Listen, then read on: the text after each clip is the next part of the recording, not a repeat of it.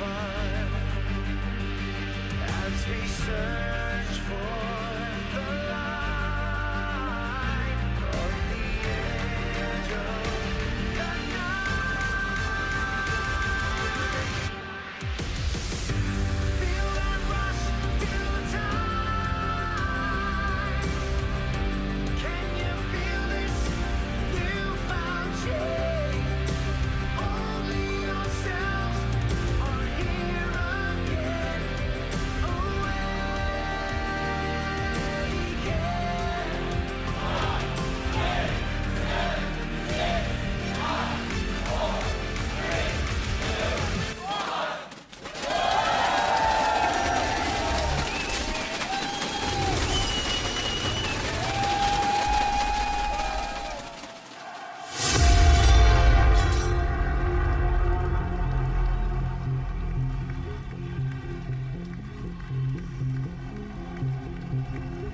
Against all odds, there is a belief amongst humans that persists through generations.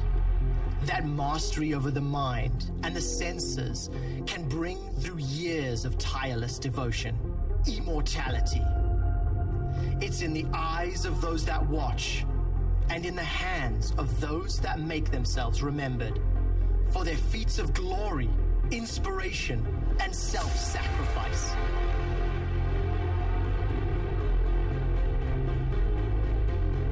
They never back down.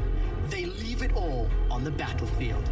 All it takes is one punch from Split. G2 still fighting for the top spot. Triple kill, quadruple kill. It may not be pretty, but a win is a win. Because they were built on the idea that with suffering comes learning, and with learning, evolution. Last week we got third. This split, we have to do better. The whole split we can play catch up, but at this point people have to come to us and beat us. We're going to try everything in our power to make worlds, otherwise this was just a wasted year for all of us. I can't wait to show people how strong we can be. The thing we have that no one else has is that we've won 4 in a row. The G2 dynasty is to win, and we will make sure to keep winning. Last split, this split, it wasn't the greatest times. We got Kikis and we're so much better.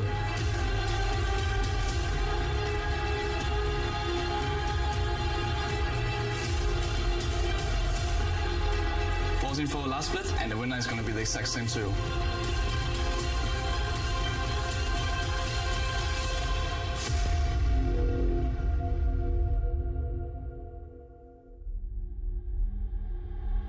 Fnatic topple G2 and are your spring split champions! 3 rookies prove themselves worthy of the top 4 in the EU LCS. A double kill from Perch! This guy is a madman! He can do it! Oh, Memento! You beautiful man! Gets the quadra! Gonna be a penta for Kobe! It's time to find out who will rise. This is the EU LCS.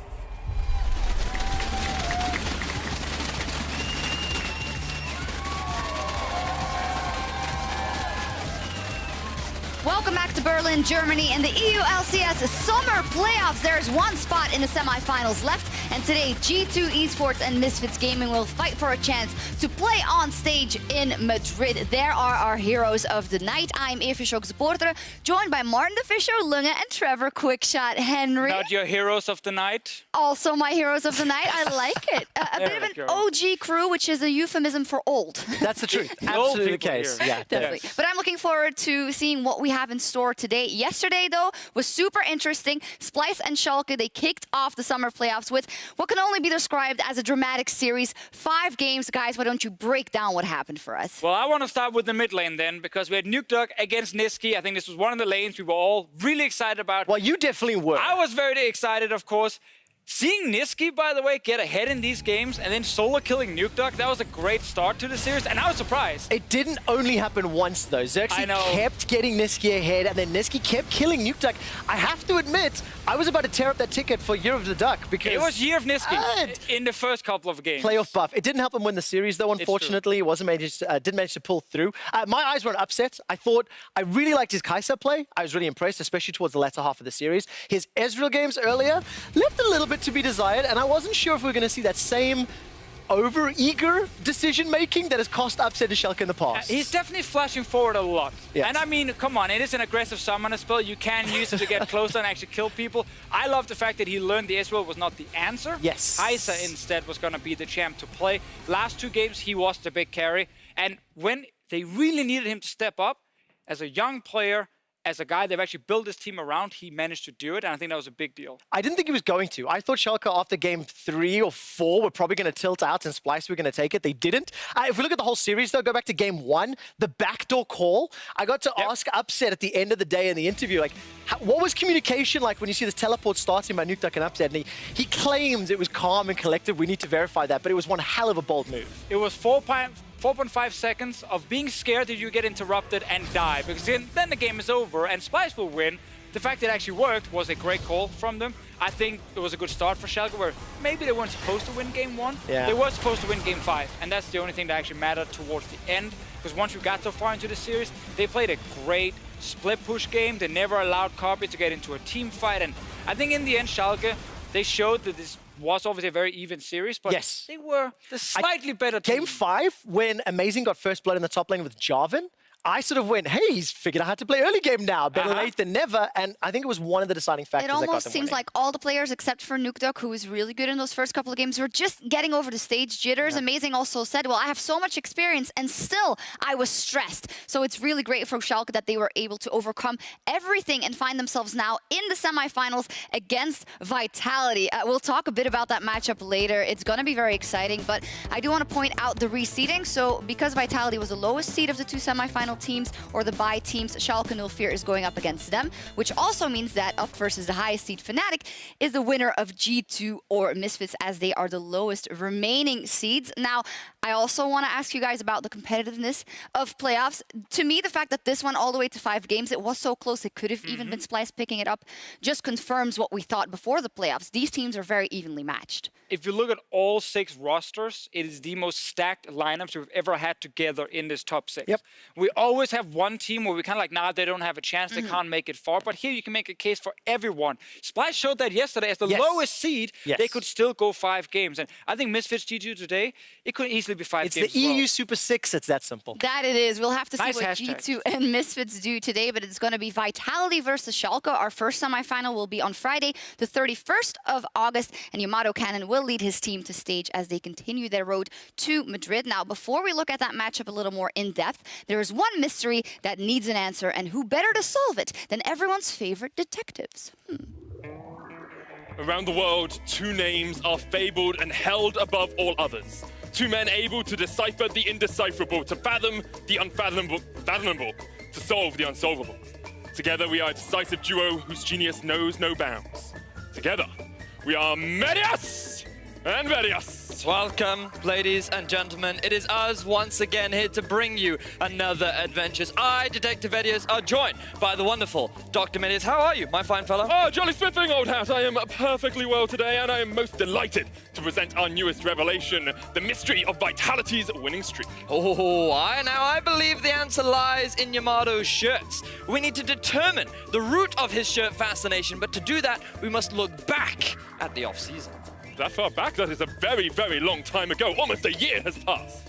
Many mysteries can be solved if we look far enough back, but some mysteries must remain. Now, the first garment we must investigate is this fine shirt.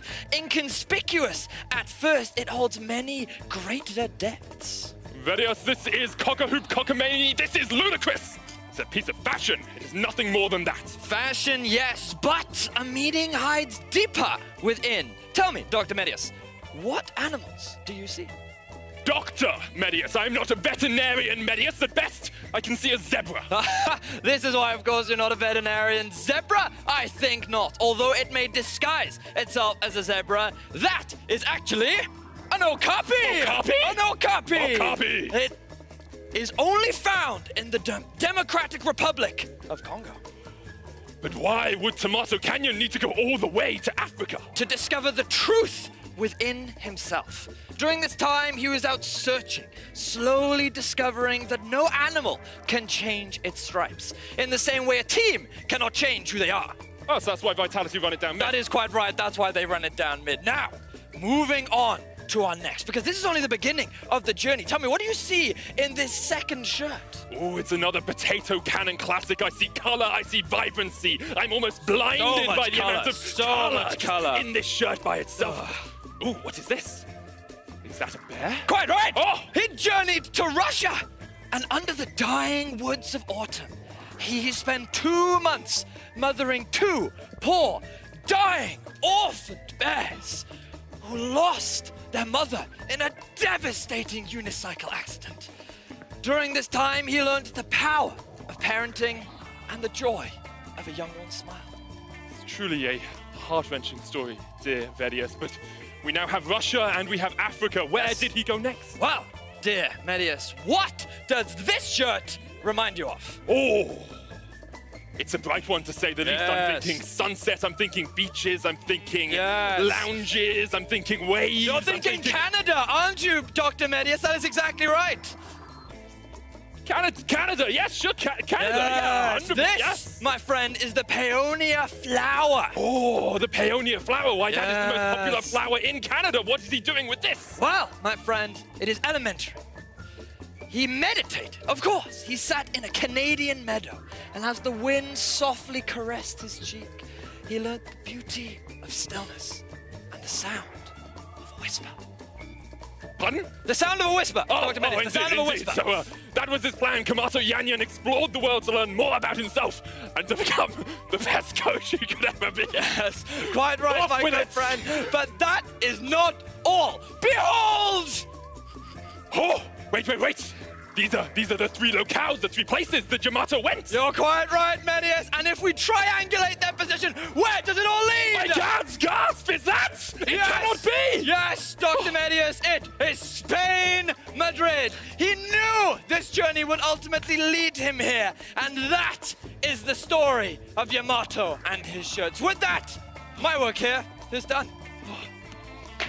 Well, another day, another case concluded by the magnificent Medius and Vedius. Detective Vedius. Detective Vedius.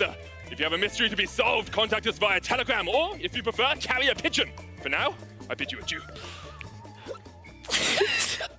Oh, well then, I think it's decided Vitality will definitely be going to Madrid. We know that much, but wow, you know what? I think we don't want to break whatever the wall with the viewers and whatever, but that was great. We need That to was commend amazing. our colleagues, Absolutely Medius amazing. and Vedius. I don't know how they solve it No. because I could not for the life of me understand Yamato's shirts. Me neither. And I never knew there was so much complexity and depth. Me So, neither. Detective Vedius. Luckily for us, Yamato will be joining us later as a guest analyst to cover Misfits versus G2. I hope he watches that. I hope he can confirm it's actually true. I hope so. And if he and his team, Vitality, want to get to the final, they will need to take down yesterday's winners. Schalke, let's preview that first semifinal that is locked in briefly because it is a hype one. We have Attila versus Upson. And I think in general, there are so many rivalries across the board. There really is. Both of these guys come into the 2018 season as young 80 carries with something to prove. Upset tripped in spring, but he's picking himself back up in summer. And one of the other things is both of these guys are going to be first-time finalists. One of them will be a first-time finalist. We have a new Neither finalist. Vitality nor Schalke's organizations have been in the final. And with some of the history that these guys have, they've played against one another a whole lot. It's going to be extremely exciting. Some confidence as well now, especially from the Vitality guys. But we also know with Schalke, making it this far here, the first playoff into a semi-final, like they're looking to go all the way. And I think that a lot of the matchups, not only 80 carry-wise, I'm also looking at the junglers. Kikis on Vitality is like the opposite of Amazing because Kikis is in your face 24/7. He wants to fight you all the time. Amazing is playing for the team. I'm not sure if that's going to work against Vitality. Well, we'll have to see. Amazing yesterday was on PGL and just said straight up, I don't like him. I loved it. I I loved loved it. That is They're too perfect. cocky. I don't like him, but I mean, if we look at Amazing also and Kick is both two players that have struggled, that have been to the world scene and back into the finals and won finals, and now Relegation they're here. with Mysterious Monkeys to now in the semifinal together. I mean, it's a great story.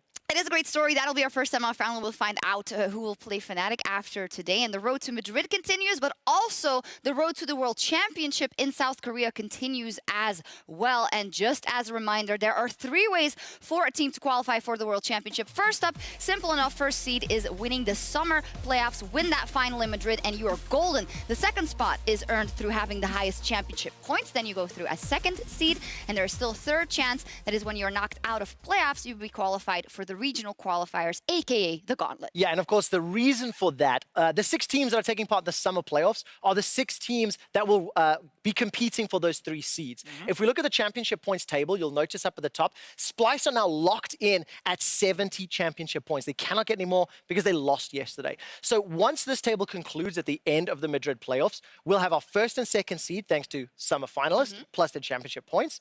And then whoever is left of those 4 teams gets seeded into that regional qualifier bracket. You can also see with the points that Fnatic currently say at number 1, which actually means if G2 lose today, Fnatic are guaranteed to go to Worlds as either the first or the second seed because they simply cannot lose having the most points. And there's also a chance to, of course, win the entire split and then they're automatically getting number 1. Yeah, and just as a little quick stat, they will be the 4th team to go to World Championships, joining KT, Flash Wolves, and Ascension Gaming, assuming Does that G2 qualify lose. as a quick stat It now? You does just named indeed. I feel like teams. anything is suddenly I a get quick to call stat. any stat I want a quick stat because I delivered it. All right. But I think it is interesting if G2 go out, that at least like Fnatic are going to be their fans. But it's going to be a tough series, and Misfits really have to step up to make Well, that this happen. is why it's so interesting to watch playoffs, because even Splice with yesterday, they had a very valiant performance against Schalke, and they do need to pick themselves back up and not linger on that loss too long, because they need to come back and play the Gauntlet, and then everything goes, and everyone can really still make it to I Worlds. mean, we've seen teams make some insane runs in the Gauntlet, both in NA and in Europe. So you want to get the highest seed possible, so you only play 1 BO5 at the end of that regional qualifier. You don't realistically have to go through, or you don't want to go through all 3. But I think at this point, if you're a Splice, you got to be confident you can actually beat anyone if you play your own game. And I think maybe yesterday they're going to be very disappointed they actually didn't. Definitely, that's what we'll see in a couple of weeks, how they can regroup. But before we get to Worlds, there is a lot more action happening in EU Masters with the teams in the Forge of Champions fighting to represent the United Kingdom. So who better to talk about it than Quickshot? Yeah, of course, the South African in the room. Now, Forge of Champions is actually, it's a new open tournament, Shocks. The structure changed in 2018. It used to be called the UK Premiership, and now over 100 teams over multiple stages have competed in these different competitions. And I actually have a tournament bracket that I can break down for you. XL versus Misfits is a matchup I'm excited for. I got to see both of these teams at EU Masters in spring.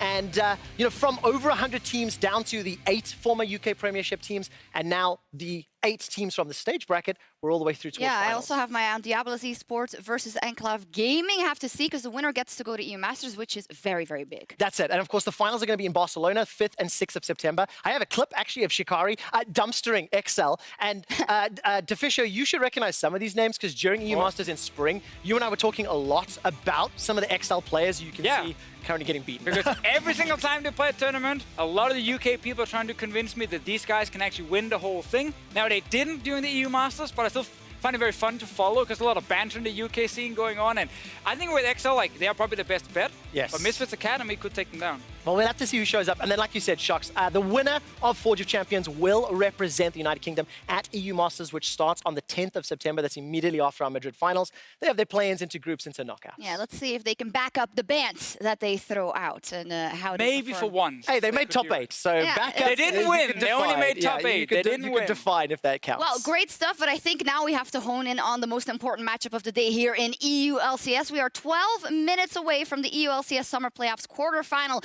G2 versus Misfits. Ooh, this is going to be a great one, and let's start with the story of G2 Esports. They are the 4-time EU LCS champions who came into 2018 with a brand new lineup, and they had to replace some big names. Oh yeah, I mean, Sven and Mithy leaving from the bottom lane, European legendary players, Tricked double MVP leaving from the jungle, and then Expect up in the top lane, who found his form towards the end of this G2 lineup in 2017. And we have to remember, they won 4 LCS titles, they made the final at MSI, playing against SKT, and I think we as European fans have got a lot of great memories from G2 Esports and the old lineup they had. But with the new one, it's just a completely brand new team. Yeah, very memorable. But some positive, some negative if you take the whole career. But Let's not talk about Worlds. I want to go back to the four-time champion. They're the only team to have won 4 consecutive titles in a row. They made that final in spring. And Shucks, you were talking about the fact that they had to rebuild this roster. And the guy that remained was Perks. This is his team. And Defisho, when we were leading up to this, it wasn't only the players, but the coaching staff, the support staff, the analysis staff. They were all gone. The one thing that remained was Perks. Yeah, in that clean slate. And he built it. He still got them to finals in spring. He also had a lot of expectations on his shoulder because it was going to be up to him to also shape that team. And I think when we look at spring, we didn't have the highest expectations. And who would when you lose Sven and Mithy, when you lose 2-time MVP Trick? But against all odds, on the back of Perks and actually on the back of a lot of the members stepping up, they made it to the final once again in spring. Yeah, and of course you can see some of these plays that have happened throughout the 2018 season. I mean, this Baron steal a little bit earlier, we saw the snipe with the Zoe threading the needle. I remember thinking back to the quarterfinals last summer split where it was Perks' Cassiopeia flank that actually won them the game in that game 5. This is the guy that has that X factor, that magical ability that can win you games in series. And it's almost a little bit unfair that a very young player who's only actually now in his 3rd pro year is suddenly put in a situation where he has to be the captain. He has to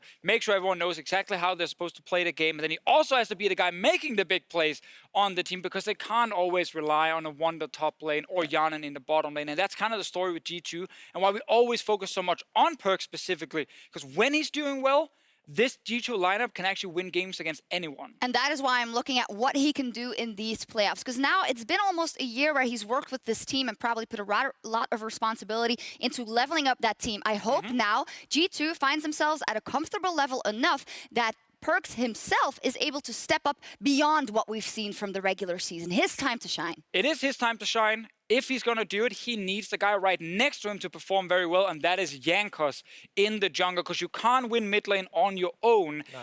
Jankos and Perks, when I looked at this lineup originally when it was created, I said, wow, that could be the best 2v2 duo we have in Europe. If it's an aggressive meta, if Jankos can play ganking junglers, they can be insane. Playing through mid is a very good strategy at the moment. This is the playoffs for Jankos to show that he can be a consistent early game force and get Perks ahead. And if he gets Perks ahead, we will see it on the POV stream because we will be broadcasting Perks' point of view on twitch.tv/RiotGames2. That'll go up in just a bit. As said, we're about 8 minutes away from the start of the quarterfinal when Perks and G2 face off against Misfits Gaming. What a story we have here for Misfits Gaming. They started off the year with a new roster, also losing some big names and making some new choices, and they didn't get to playoffs. But in the beginning of summer, they did great. They went 9-0. Yeah, 9-0, fantastic. Stop it right there. Yeah. Everything is great if you're a Misfits fan. That's half the picture, Defisio. That is sadly only half the picture, because the other half, we saw a change in how they tried to play the game. It was no longer around Hansama and Mickey in the bot lane. They tried to go top lane, tried to focus more on Senkooks in mid, and it never really worked for these guys, because when they fell behind and didn't show us that perfect, clean early game, they didn't know what to do. And that's why going into playoffs, there's a lot of concerns. When you enter as 2-7 in the second half. I actually want to visualize it because we actually have some graphs that I can help show you. First and foremost is every single game. Green lines all the way from weeks 1 through 5. Then Wukong Caps that broke Misfits back, and Spirit in the middle of week 5 started this cascading tumble. And the back half of the split, Misfits had the same record as H2K. Right, let that sink in for a second, right? That is how the team that went 9-0 faltered. Now, if we look at this next graph, take a look at the gold differences. What you're going to notice is the up and down differences. Green lines will be your positives in all of the wins. The stark contrast from the positive to negative. It's not like they were losing close games. It's not like there were games where Misfits got crushed and absolutely obliterated. It was a polar opposite of the 9-0 start. That it was, and I think when you see it in this way, it is even more concerning. You mentioned the early game. In the first half, it was all about Misfits being a great early game team, picking up tons of kills at 15 minutes, very proactive in taking towers. But when they lost all that, everything went down with it. Yeah, and that's actually the impressive thing about the second half, the red lines, how when you see them drop under the line where it says 0, so when they start falling behind in gold, they don't come back. No. It's so rare they actually manage to turn the games around, and that's why I think we saw Misfits return to the old style in the last week of the regular season, week 9. They went back to playing aggressive bot lanes. Mickey was back in the lineup. It wasn't Jess playing. Now it backfired because these two guys fell behind, and that's the key for Misfits in this series. The bot lane cannot lose. They have to win. I was just going to say, is it all doom and gloom for Misfits? This is a team, when we've always discounted them, came back and did better than we thought they would in best of fives. Stylistically, what are we looking at? Where are their chances? I think Misfits have great chances in this series, and I hope this clip does not suddenly burn me once we're done here today. But I look at how they will play against G2, which is super aggressive bot lane picks, and then have Maxlaw and Senkux focus on this bottom lane. And G2 Esports, they don't help Yana and Wadid. They often leave them alone, which is the perfect style for Misfits to play against. Before I forget, sorry, you guys at home also get to vote. We're going to live tally it here in chat. Spam MSF or G2 if you think either is going to win. Sorry about that. No, I mean, I think I really want to just, go back to the Jankos point you're talking about and where he's going to spend his time, because I think that could be one of the areas that G2 could falter. Jankos in recent weeks has been this coin flip jungler. Jankos in history has been a jungler that has not always shown up in playoffs. This is a guy who has cracked under pressure, and I don't know what version we're going to see today. I don't know how he's going to adapt. It's 8-16 now for both of these teams to adapt to. And going up against Maxlaw in that jungle matchup, whoever's going to get some sort of advantage early can really be a catalyst to get the rest of the lanes ahead. I agree. As we see what the guys at home, the guys and girls are voting for, MSF or G2. Yeah, I'd like to come back to that jungle matchup indeed. 50-50. You don't know what you're going to get with Jankos. And when G2 was the winningest, when they won a lot of games in the beginning of the split, all the advantages, the gold advantages, came through the duo of Perkz and Jankos. So this is what we want to see again, because that's such a big catalyst for the team. I mean, it is. I mean, so he was on Brom duty for a lot of the start of the split. Probably looked the best then. Yeah, he actually did. That's why I combined the gold. Exactly. Where now, when he's had to play, different kind of junglers, it's not always been great. I think actually when he's played things like Talia, he's looked very, very good. So it might be a series where G2 will find one or two specific picks for him. And then it's Misfits' job to figure out, okay, how do we remove these picks? Because Maxlaw is a guy who's shown in the past that he's willing to play a lot of different things. And he does play different styles. He's not just an early game jungler. He can actually play big tanks, go towards late game. So there's a bit more flexibility on the Misfits side. But I think there's more explosiveness from G2 and Jankos. And TLDR, both these junglers are not happy with themselves in the last couple of weeks, so they are going to show up here and want to show that they are worth more than they have shown going into playoffs. Second and final thing I want to touch on in terms of matchup specific, you touched on it already, the bottom lane. Yes. Hans Sama versus Yarnan, and also Wadid versus Mickey X. How big of a discrepancy are we expecting here? Again, because we have one team who heavily focuses on playing around bot lane and one team who does not, the difference should be big in this series if Misfits wants to win. I think Hans Sama is individually a fantastic player, but he needs people around him to set him up to succeed. And who's right next to him? It's Mickey. And I'm actually looking at Mickey as a potential MVP of this series if Misfits win, because I think this patch, Tahm Kench is nerfed. That's the counter to Mickey's supports, because he plays aggressive playmakers. That's gone right now. He can pick so many different things in bot lane. After last week, do you think Mickey X is going to be the difference? Yes, because last week he had a mid laner and an enemy jungler sitting in his lane, killing him at level 4, 5, and 6. Doesn't happen today. See, I was a little less on board this story or this nonsense that Fischer is trying to get fans to agree with. The Mickey hype train now. Because I didn't really buy into the fact that Misfits will break that funk.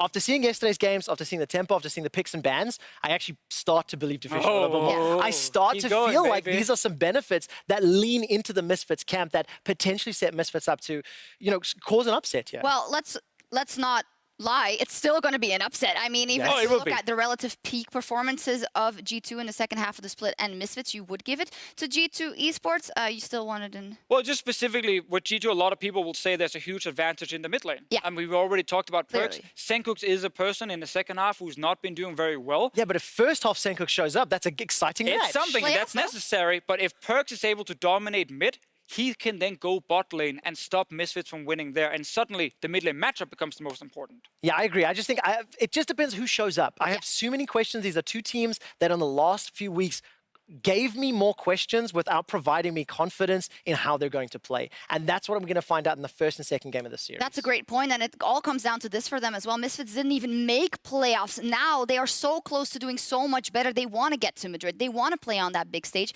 and they want to get as many points as possible to go to Worlds and play in that regional qualifier. And G2, Perkz, this is not a guy you expect not to see at Worlds. The fans feel how we feel, by the way.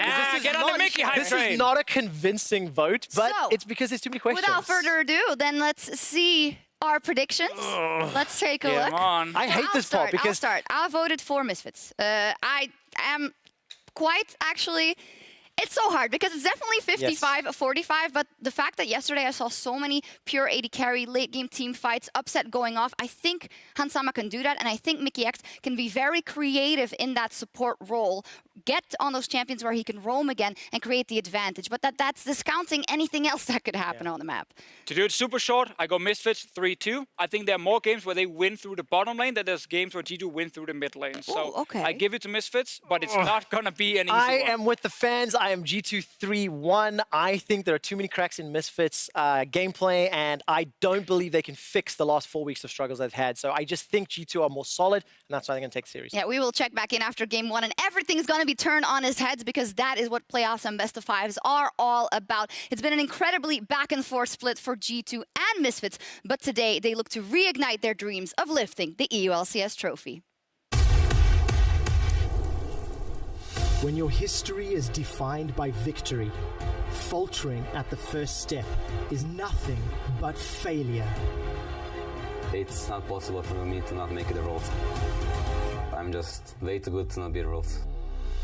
During playoff, I will show you my true potential. I can't wait to show to people how strong we can be. I want to show the Polish fans who is the best Polish jungler. We're going to try everything in our power to make it to Worlds, otherwise this was just a wasted year for all of us. The thing we have that no one else has is that we've won 4 in a row. The G2 dynasty is to win, and we will make sure to keep winning. G2 still fighting for the top spot here. 9-0 at the halfway point of the split. GG Misfits. Against all these teams, we have a 1-1 record. I don't like draws, I like winning. It's all or nothing. We will make the finals.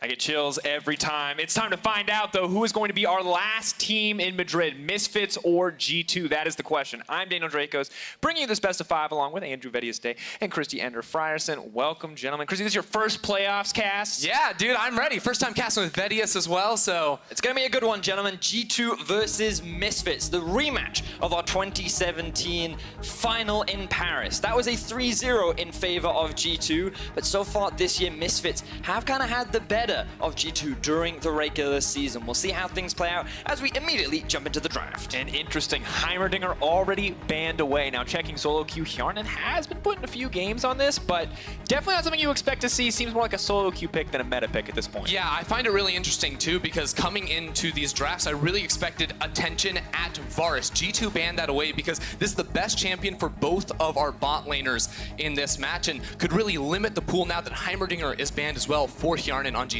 Gotta look at an early priority on things like the Braum, but a lot of junglers have been left up as well. Yesterday we saw a huge emphasis on taking away the Sejuani, largely because of how consistent Amazing was on it, but it seems that it's being left open today. Both Jankos and Maxwell have played it, but we are seeing a support priority. Instead, though, it's onto the Alistar. And I like this. Yeah, I mean, Alistar coming in, heavy playmaking support for Mickey X in the bottom lane. We saw big nerfs to Tom Kench, Wadid's most played champion. That was the safety net for G2's bot lane. I think Hansam and Mickey X are going to go super aggressive and be looking for kills all series long. And perfect, exactly what you want from the Alistar. The aggressive plays, the aggressive engages, the tankiness that he gets from that ultimate. But G2 grabbing some more standard picks here. The Grag gets a potential flex, although most recently pretty much entirely seen in the jungle. The question is, what do they round this out with? Do they grab a support of their own? Braum's still available, and they are going to take it. I feel like they're the two strongest in the current meta. And I feel like G2 don't want to reveal anything too early. They still want to hold on to that support pick. Something that you talked about, Ender, was the potential for an Ashe. Whoa! Lock in. All right. My words. We can talk about the Skarner later. People have seen Skarner does the same thing it's always done literally forever, but Kalista Alistar. So we got to talk about how this bot lane has been finding so many early advantages in the first half of the split. That is how Misfits won games. drafting Kalista, Alistair is all about winning that bot lane, and G2 answer by saying we're looking to win mid. It's so easy for a Kalista All-Star to just go in, look for kills in the laning phase. You can close the gap and absolutely make plays. But on the other side, we saw LeBlanc priority rising yesterday in our series between Splyce and Schalke. Playmakers for the solo lanes is how G2 typically look to win their games, and LeBlanc can do it for Perks. And most importantly, a playmaker for Perks. When he has the potential to pop off, to win games in decisive moments, he almost always executes. If you put him on something like the Orianna that falls away, give him those individual style champs, see what he can do. But I see a recipe for success here from Misfits already. They haven't even shown their solo lane picks, and already I think we know what they're getting up to. Yeah, it's all about the bottom lane for them, and we already see, I love these bans from Misfits. They're taking away safe options for Hjarnan. The Heimerdinger is something that can shove easily, clear waves. Ezreal, very safe, can dodge away. Ban these types of champions out, and it will open up the opportunity for Misfits to visit this bottom lane so consistently. Now, G2 have banned away some of the strong mid lane answers to LeBlanc in the Galio. We did see Cassio coming out yesterday from Niski as an answer to it. And G2, the Wonder Gangplank coming in. This feels like Spring Split G2 to me. It feels like it's all about the top side of the map. Feels like they're putting Wonder on a carry and banning away the Rumble, trying to basically look to play through the top side. Very G2 standard, which is pick a defensive bot lane, try and keep them alive, and then try to find advantages up towards the top side of the map.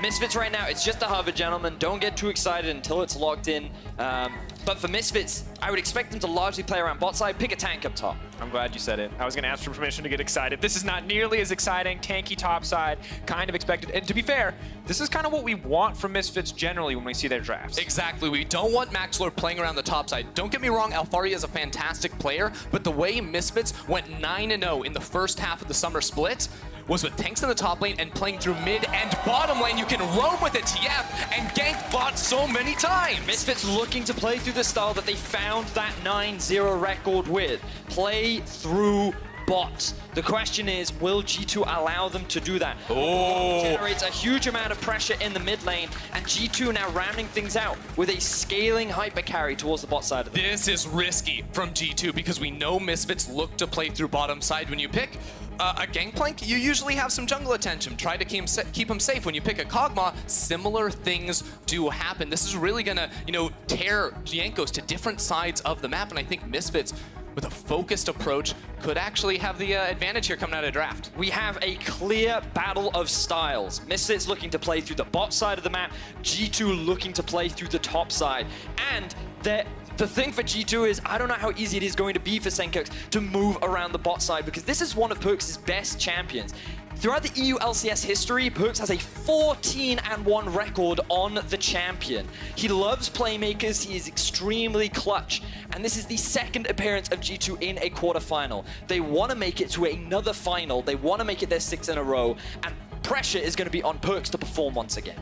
And on the other side, Misfits, all about the bottom lane. 2 different lanes highlighted here so clearly for us. You could not want more from a draft like this. Perks, all eyes on him for the side of G2 and the G2 fans. Misfits Gaming, Hansama. We know how incredibly powerful this player can be, but is he going to get the chance to go off here? Will they be successful in snowballing the bottom side of the map?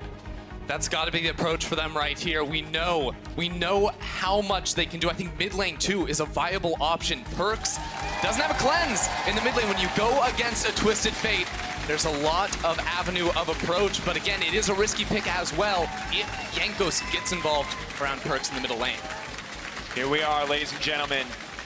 G2 versus Misfits. It was a final last year. This year, it's a quarter. Everything on the line for both of these teams dropping out. You will be trying to qualify through that gauntlet and very well near the bottom. But winning here earns you a ticket to Madrid. Puts you up in the semifinals versus Fnatic. But gentlemen, mid lane matchup, I'm already seeing some stuff I am not used to. You mentioned the lack of cleanse. Let's talk about the grasp of the Undying on the Twisted Fate. So I've never seen this before, Dracos. I am very skeptical. It gives him HP because he's in Resolve to survive against Burst, but The Grasping and Dying as a ranged character, you're not going to get that same level of effectiveness. We'd expect something maybe like the Unsealed Spellbook in the past, but Grasping and Dying is not that. I mean, his whole goal is just to survive in this lane, right? He understands that he's not going to have that pressure. Once he gets a couple levels under his belt, he will have the wave clear to kind of mitigate some of that pressure, but early on, he's expecting to be harassed. He's having to zone out, and now Mickey could be in some trouble. 4 stacks will connect. Hansama is here for a little bit of follow-up, but good use of the lack of vision on the brush there to back off. And I think you're so right, that defensive choice from Senkux, because it's not even fleet footwork, which we have seen once or twice on TFs internationally. This is the next level. I have accepted I will lose this lane, and this game is not about me. It's about that bottom lane instead. Yeah, I'm curious. I want to get a chance to talk to him after the game, because, again, never before seen this. But G2 have been in this situation before where they played against Misfits. Historically, 13 wins to 5 losses. They have had Misfits' number throughout their reign in the EU LCS, and now Misfits fighting for a spot to go to Madrid. It's gonna be so huge. They have to beat out this Titan of the EU LCS. And the story for both these teams are so interesting and also so sad because they started so dominant here this season. We expected them to be number 1, number 2, respectively, fighting with Fnatic for that bye. Vitality comes out of nowhere. These teams collapse in the second half of the split, and now they're duking it out here in the quarterfinal, trying so hard to prove themselves and to prove that they're both worthy of being at the top of the EU LCS once again.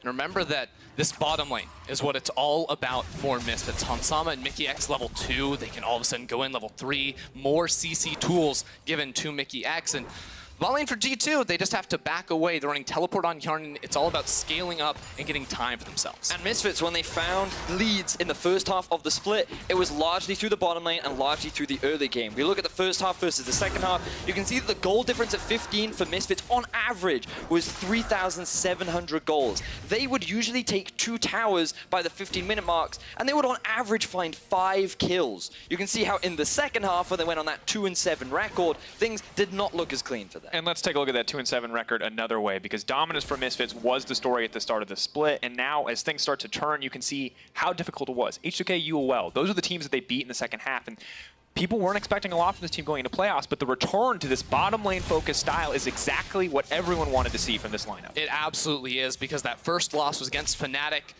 Caps bodied Senkux in the mid lane. Got nervous, wasn't picking that Yasuo anymore. Now, again, he's on a roaming champion. This is what we love to see from Senkux in years past. We can go and affect other lanes on the map, and we'll be paying very close attention to the level 6 markers for both Senkux and Maxwell when they get those super high cooldown, high impact abilities to make plays happen. But for now, Jankos, he went back to base, he has Predator boots, and is looking to gank top. Cho'Gath has to be careful, feeling comfortable in this lane match, but here comes Jankos. He's been spotted on the vision, but that is one fast Gragas. Tries to sidestep there, buying a bit of time. They're going through this one slow. The flash out from Marfari, but still getting the follow-up from Jankos. Good patience there. Red buff taken down. Wonder is he going to go for it. He has a flash of his own. Doesn't want to commit. They'll take the small advantage, but immediately the engage on the bottom side as the jungler has been spotted, trying to press an advantage here. But Mickey taking the bad end of a trade. Good confidence from Hjarnan to turn that one back. But look at where Maxthor is. You can see him hanging around the bottom half of the map. Twisted Fate, not level 6 yet, but does have the push on the wave, and he's actually doing really well in terms of the mid lane farm. That grasp and kind of defensive rune choice is helping him out a lot in this 1 versus 1 matchup. Things so far going pretty well in terms of the early game for Misfits. Yeah, and if we're looking for mid lane to change it all, it's through the effects of these two junglers, both having Predator, both having options to go into the middle lane. Maxwell's just here to help Senkux push this one out, but you'll notice he got control over both Scuttle Crabs. Jankos went for a little bit of a harder clearing route where he was able to go back very early and get those Predator boots, and he got the flash. Now he just needs to repeat top lane for Wonder. Otherwise, this is just going to put him in a solid deficit here. You can see the difference in jungle CS, 34 to 20. Will be 24 shortly as Jankos clears out this camp, but that's the trade-off. You're so right, Ender. Will we see the rinse and repeat topside? Because Maxlor's getting ready. They both have Predator, and level 6s, as you mentioned, being crucial. Well, they're right around the corner for both these junglers. I'm really excited to see who makes the first move in this matchup. Many of the analysts were kind of split in their expectations. On paper, G2 look like the favorites. They had a better second half of the split relative to Misfits, and they've looked good comparatively, especially even in their losses in the tiebreaker. Those are some very close tiebreakers, and in many instances they were close to coming back to those games thanks to some very impressive team fighting and some really great individual plays. But Misfits always have that surprise factor. Whenever people doubt them is when they always show up the most, and especially in a best of 5 where they can adapt as the series progresses. it just leads to a very exciting best of 5. Yeah, and right now MaxLore's walked over so much vision around this top side of the map. It really just shows you how much stock G2 put in both Wunder and Perkz trying to keep them safe. And he doesn't know that there's actually a control ward here, so it's going to be very easy for Wunder to shove up on the top side of the map. And if they see MaxLore go up past that ward, Jankos is going to be there for the counter and look for that 2v2. Now, I do want to just plant the seed that a gank top lane for Misfits would not be that unsurprising, because one of the things we used to see a lot of, especially against Gangplanks, is a dive onto him, because he can't really do much in a 2 versus 1. And once Alfari gets his level 6, he actually has a lot of kill threat. And right now, he is chasing onto Wunder. He has timing at level 6, doesn't need anything else. I don't think Wunder saw it coming. I don't think he knew the level 6 was right there. Immediately the use of Feast to secure first blood. This has happened before. Alfari getting solo kills against Wunder in the top lane in matchups. You just don't expect it to happen. This is the thing. It happened in the same way when G2 came back from Rift Trials. People were like, this has got to be the best team right now. He walks into that top lane matchup as Gangplank. Solo dies to Mundo. It's happening again here in the quarterfinals. G2 have to be a little bit shaken up. And the most frustrating part for G2 on this side as well is G2 had Jankos actually recall right away. Wunder sticking around without support from his jungler. And MaxLore's there to make sure there was no 2v2, it was just the 1v1. Now, Alfari managed to get level 6 off the AoE wave clear that he has from his E. The minions die passively around him. He takes the level up, gets the ulti one-shot, and finds an early kill in favor of Misfits. Now, his flash is nearly back up. G2 find themselves at a 1,000 gold deficit 7 minutes into the game, and this just gives more freedom for Misfits to look to play through bot side of the map further. Yeah, because right now it's almost a 20 CS advantage for Hansama over Hjarn. And even with the Scuttlecrab Shrine here giving G2 full knowledge of what's going on, Misfits are starting the Drake. Remember how good the objective secure of a Kalista is, and the weakness right now of G2's bottom lane can't contest. And additionally, you're up against that level 6 Skarner. He was topside, he didn't burn anything there, so he has the Predator, he has the Flash, he is ready to go in if you misstep, and just using that threat to secure the Dragon. Ocean now secured for Misfits. Small gold lead at this point in the game, but already a solid start in the early game. Maybe not what we expect in the second half, but good to see them return to at least a little bit of that form.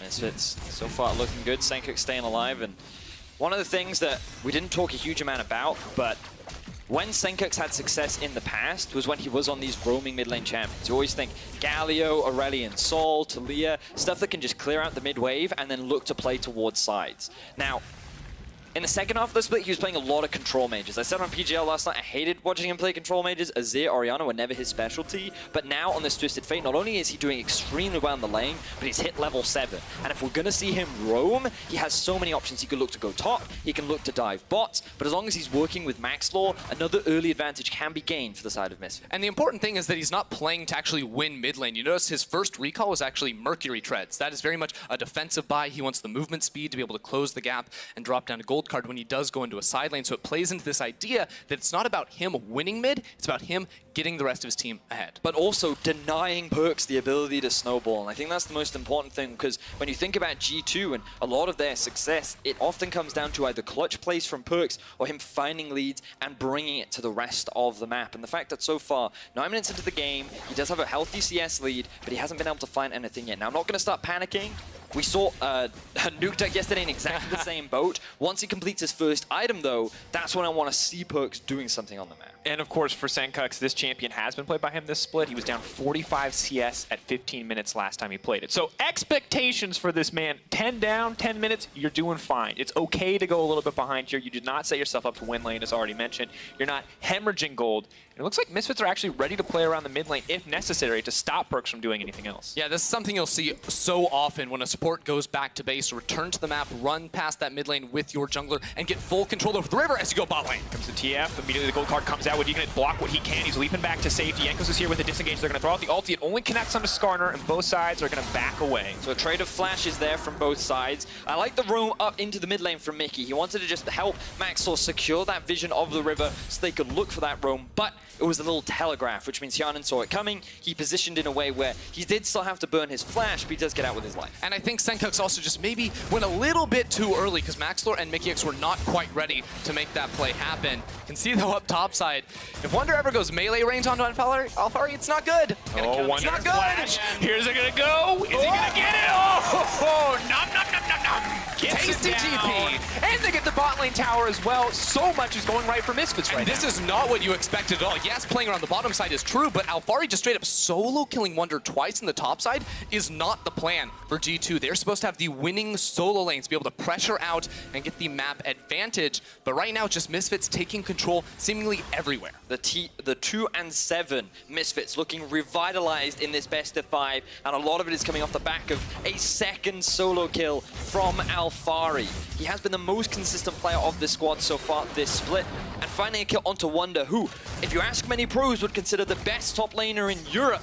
Alfari is doing it again and shutting him down. And as soon as Wonder turns around for the parlay, it locks him in animation for a moment. That guarantees the rupture to land by the Cho'Gath. At that point, the GP is just a dead man walking. And beautiful use of the Cho'Gath. This is a pick that normally we don't expect a ton from. Just kind of that tank, just kind of that body on the top side can obviously be very good, but these snowball performances have been few and far between this split. Good to see Alfari get this start, and Mickey looking to keep it running as they shift their pressure to the bottom side. Bot lane is up here now, and Misfits want to keep growing this gold lead. Yeah, they want to get as many towers as they possibly can so they can split up the map and then use the global pressure of the Twisted Fate to pick off members trying to split in the side lane like a Gangplank or like a LeBlanc, and of course it positions them around the Rift Herald as well, which is fantastic. The thing is, this is 9-0 Misfits. They secure a very early bot tower, not through kills this time, but they're able to secure it nonetheless because they have that strong winning 2 versus 2. They then take an early bot side Drake, around the 10-minute mark. They then rotate up towards top side, take a Rift Herald after gaining full control over the top side enemy jungle, and it's literally just a step-by-step process. When you speak to any pro, these guys are considered textbook, and that's what you're seeing right now. This is the textbook, as you said it. Go bot side, get one objective, get the tower as well, swap bot side, you're getting a tower, you're getting a Rift Herald as well. And right now, yes, it's only a 2K gold lead, but with the Rift Herald, it's set up to grow even further for the side of Misfits, and G2 have to be feeling uncomfortable. Yeah, they're uncomfortable, but they know exactly what's coming next because Misfits have both turrets in the side lanes. They just picked up the Rift Herald. The play is now in the mid lane. They're going to look for that next turret, and once that happens, that's when Misfits just take over the game entirely. All the towers are down. They can invade the jungle and just try to choke out resources from G2's side. And now I think the biggest concern is, we talked earlier about Perkz not having the cleanse, not having some of those disengage options. There's a Skarner, there's a Twisted Fate. If Perkz missteps, if he tries to clear these waves too aggressively, he could die. That could be the tower going down, and the gold lead will just continue to grow. But for now, G2 get to farm. They have to play the laning phase just a little bit longer before Misfits make their next move. And this is really scary for G2 because you notice, but right now, both side lanes are sort of locked in the middle with minions dying, and Hjarnan Wadid, they can't really walk up and try to clear those minions because Hjarnan doesn't have flash. You know Senkux has the ultimate, so no one can really go into a side lane for G2. What you'll see now is Misfits push up top, regain vision control over the top side of G2's jungle, then group mid with the Rift Herald. They'll then take the mid tower and look to play towards Drake.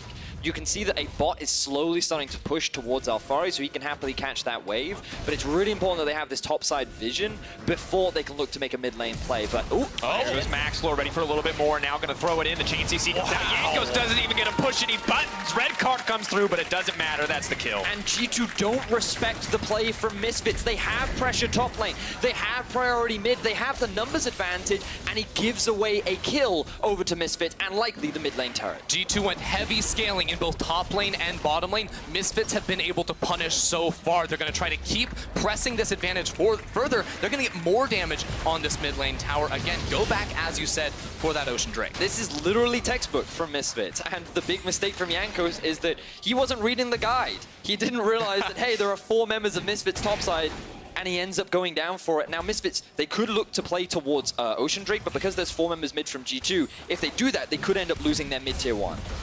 Perkz doing what he can to get a little bit more harassment back, and you can see the Misfits taking a little bit of time here on the bottom side, but Hansam is already pushing in top. If they do go to contest this Dragon, it will give him open avenue to go for that tier 2 tower. Mickey X is on the way up as well, so Perkz is not going to have the easy prey he might expect, and with good vision control from Misfits, they're going to see him coming. Dragon's still going to get focused and will get taken down by G2 in the end without giving up much, so a small victory overall. Yeah, so G2, they're looking forward, and really what they have to be focused on is getting some Quicksilver stashes, because you're against a Twisted Fate, you're against a Skarner that's a lot of single target CC that you really can't escape from. Jankos, he has a body slam, he has a flash, but you saw in the jungle a few minutes ago, there was no escape escape from him. We might get in a very similar situation right now because there's 3 members of Misfits surrounding him. He does manage to secure it though, but he is playing with fire here. Sweep comes out. They might find it. There's the headbutt pulverize. Oh, so much damage coming through. Yanko's going to buy as much time as humanly possible. Wadid wants to body block. Hansama is exhausted, but maybe Mickey X going down. Also a little bit late there in the exchange, and now's the chance for Perks. He's going to go over the wall. He's going to look for Hansama. He wants to do a little bit more damage. Electrocute procs. Nullifying Orb is there, though, to stop Hansama from bleeding out, but the Ignite is so close. That was actually really nicely done from G2. Jankos, he was walking in to face check the brush, but the rest of G2 was ready. Wadid was behind him. They were anticipating some sort of pick inside the jungle, and while there were 3 members of Misfits there right off the bat, they were lacking that full 5-man to end up coming away with the kill. Now, note here the positioning of Misfits versus the positioning of G2. Jankos is cautious. He gets Canal Storm, but a good stopwatch buys time for Hyanan and Wonder to get in position, then Perks to come in from the flank. This now becomes a 3 versus 5. Alfari TP's in, but he TP's into the back half of the fight, and Misfits can't do anything to keep their support alive.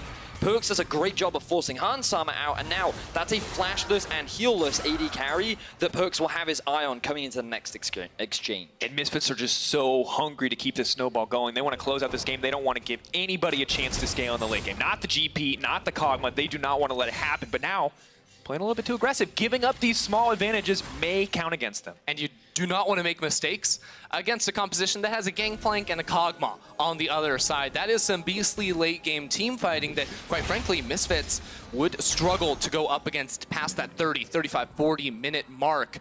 For right now, they have to focus on punishing side lanes, punishing G2 inside their jungle, and really using vision, try and bait a member like Perks to step a little bit too far forward. Here we go, the knockup does manage to connect. They are going to chain the CC together. Perks is even going to be able to push anything else. He's flashing for his life. He's running, but he pushes it again! Oh, goes down. Look at the facepalm from Perks. He knew he messed up. He even used his flash the wrong way too. Misfits find themselves a solo kill onto the star of G2. We saw that same thing happen yesterday with Nuke Duck on the LeBlanc, but G2, they're bringing everyone up towards this top side to respond. But while that's happening, mid lane being pushed in by Misfits, bot lane being pushed as well. Misfits just have complete control over the map. 4K gold lead already, and they're looking to break down 2 tier 2s if possible. They're not going to get it this time around, but they have the Cho'Gath uncontested in the bottom. Senkuk's keeping Wonder in the mid for now. He's going to do his best to clear out 2 waves, while the rest of his team is all forced to stay here. They have to respect the potential for MaxLord to leap into that backline, but they've got excellent disengage to keep Hyanan safe for now. Hansama really stepping up so far in this game.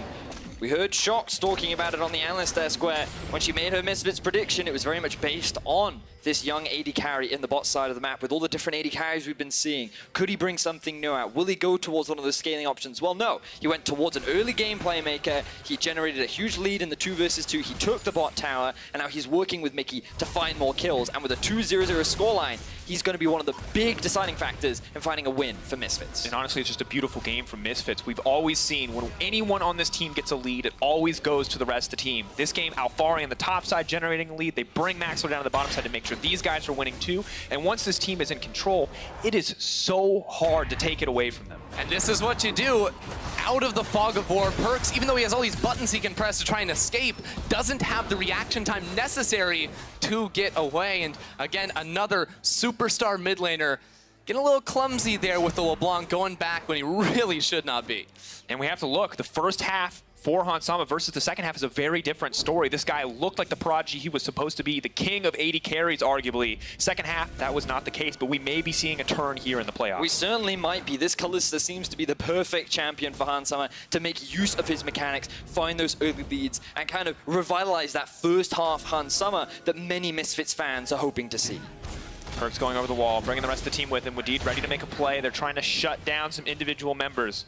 Using a lot of resources there on the top side, though, means Alfari remains uncontested on the bottom side, just continuing to build up a CS advantage over this GP, 181 to 145. Yeah, Alfari is just doing so well on that bottom half of the map at the moment, but you notice G2 actually have some pretty good vision to try and protect him on that bottom side from a rotation by Senkuk's. That's to avoid that TF coming in unexpectedly by having control over the river. Now for G2, they still have the scaling option on their side. LeBlanc would like to have an early lead, and the fact that they have very few kills by the 20-minute mark is not looking good for Perks, and he might die again. Surprise cow from behind, Mickey now running. Perks figured it out this time. He knows how to juke it. He's not going to make the same mistake twice. MaxLord, though, is ready to point and click him down. I think that pause was realizing his opposition as a QSS, and Perks playing on the edge right there, trying to get in a bit of damage. That's what you like to see from Perks, though. Still playing aggressive, not losing confidence, because when you're on a champion like LeBlanc, losing confidence means basically losing the game. You have to take risks going into the backline to make these plays work out and assassinate the backline.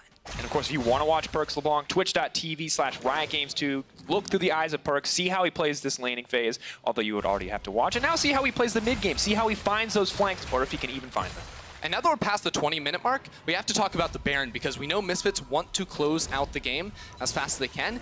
And more specifically, the composition they have. Cho'Gath plus Kalista is so good at just owning objectives. The burst damage, 3,000 HP, you take that down with Smite on top.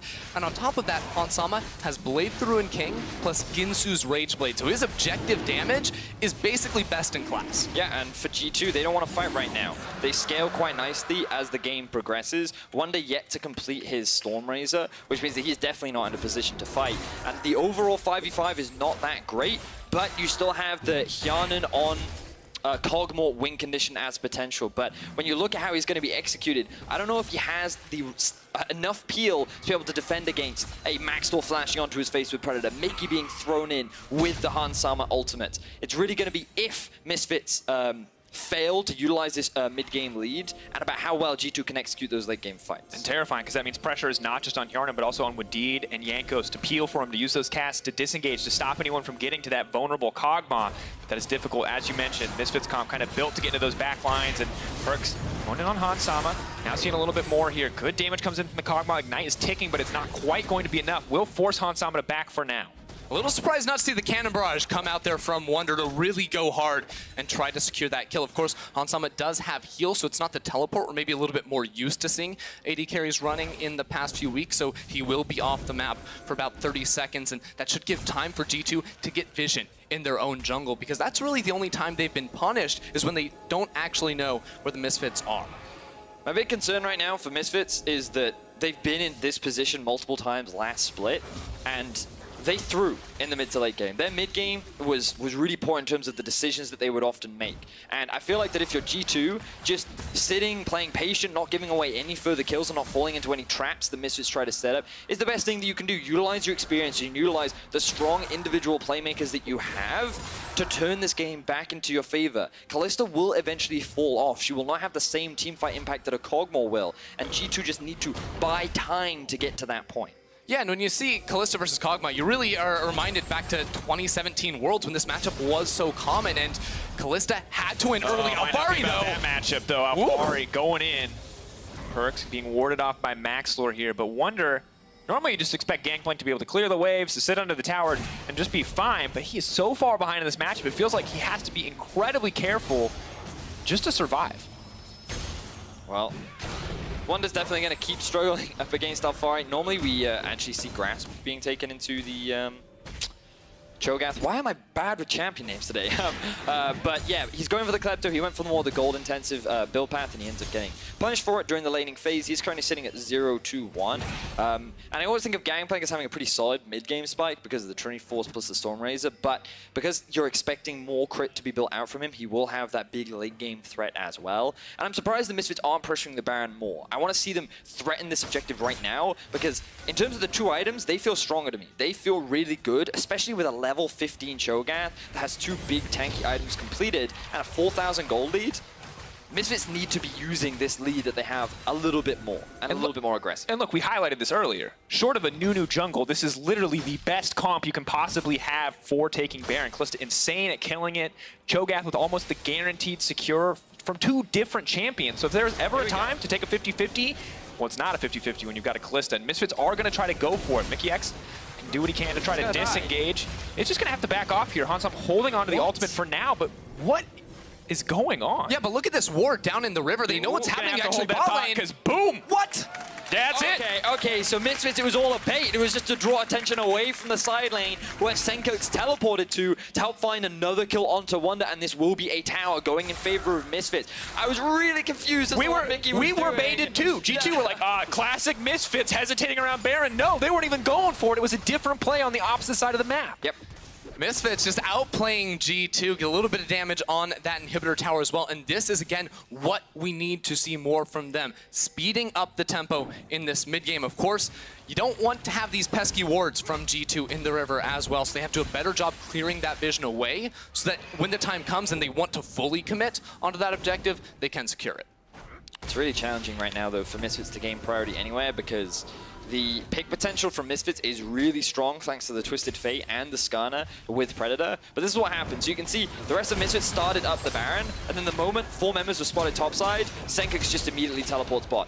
Both of them used Flash, probably didn't need to do that, but they end up securing the kill and another tower, extend the gold lead ever so slightly. But this will get a little bit harder to execute. They can look to make the same play again, try and break into an inhibitor, and when that's gone, they can then look to secure the Baron. But I want to see Misfits continuing with this proactivity, and G2, they need to be finding some kind of pick here, with the LeBlanc perhaps, but he's a little far behind right now. Trying to find those solo kills will be challenging, and hoping for a Misfits mistake is kind of one of the few options that they have left, but they can't win these side lanes, so they're really running out of options.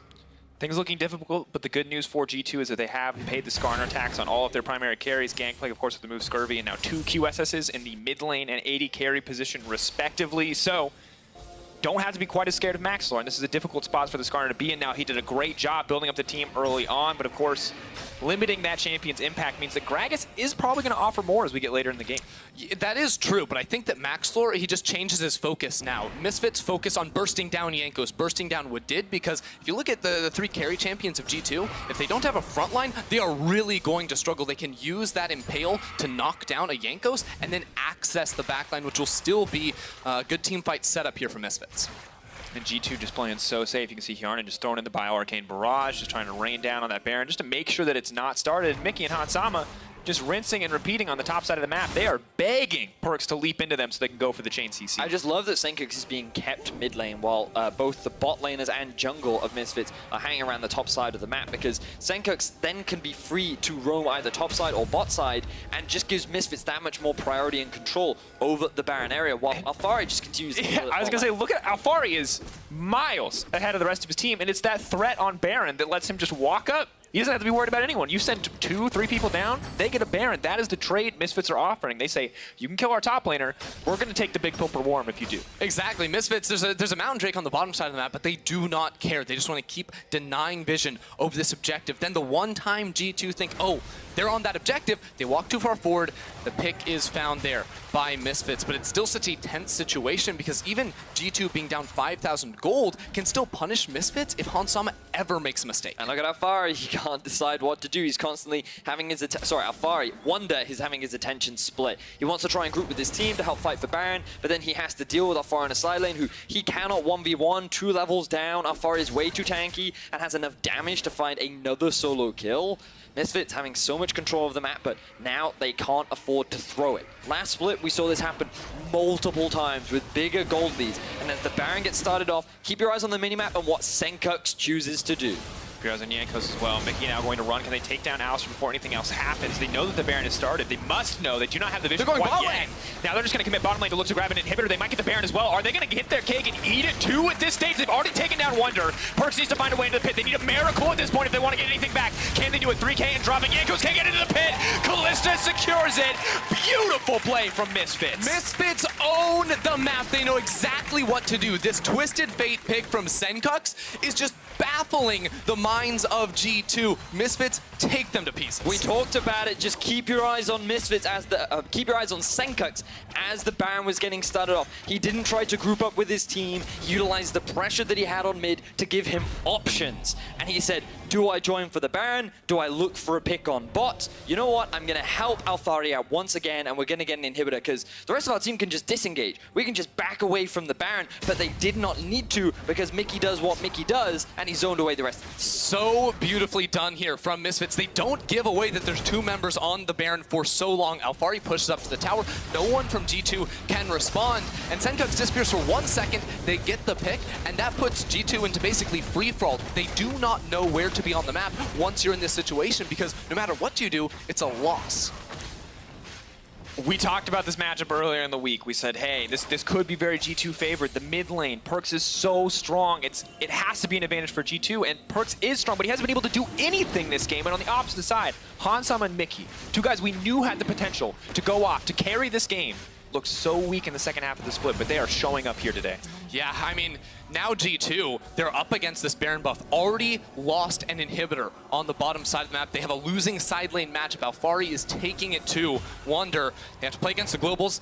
They look to force a fight. This is the best situation for them, is to try and find a winning numbers battle, but Misfits can so easily disengage with Kalista. And I feel like they're too far behind now. They do not get to make choices like, we're just going to get this pick. It's, we're going to just get this pick, but give up this inhibitor tower. Things are not that simple anymore for G2 Esports. Misfits has put them up against the wall, and G2 are going to have to make some very clutch decisions to get anything else. And we always look at Perkz for G2. Can he carry these games? Well, he had to pay the QSS tax. He's down in levels to Senkux. There's a Maw on Hansama, Knight's Vow on Maxo to buff him up. Assassinating the carry, the main source of damage from Misfits, is nearly impossible for him.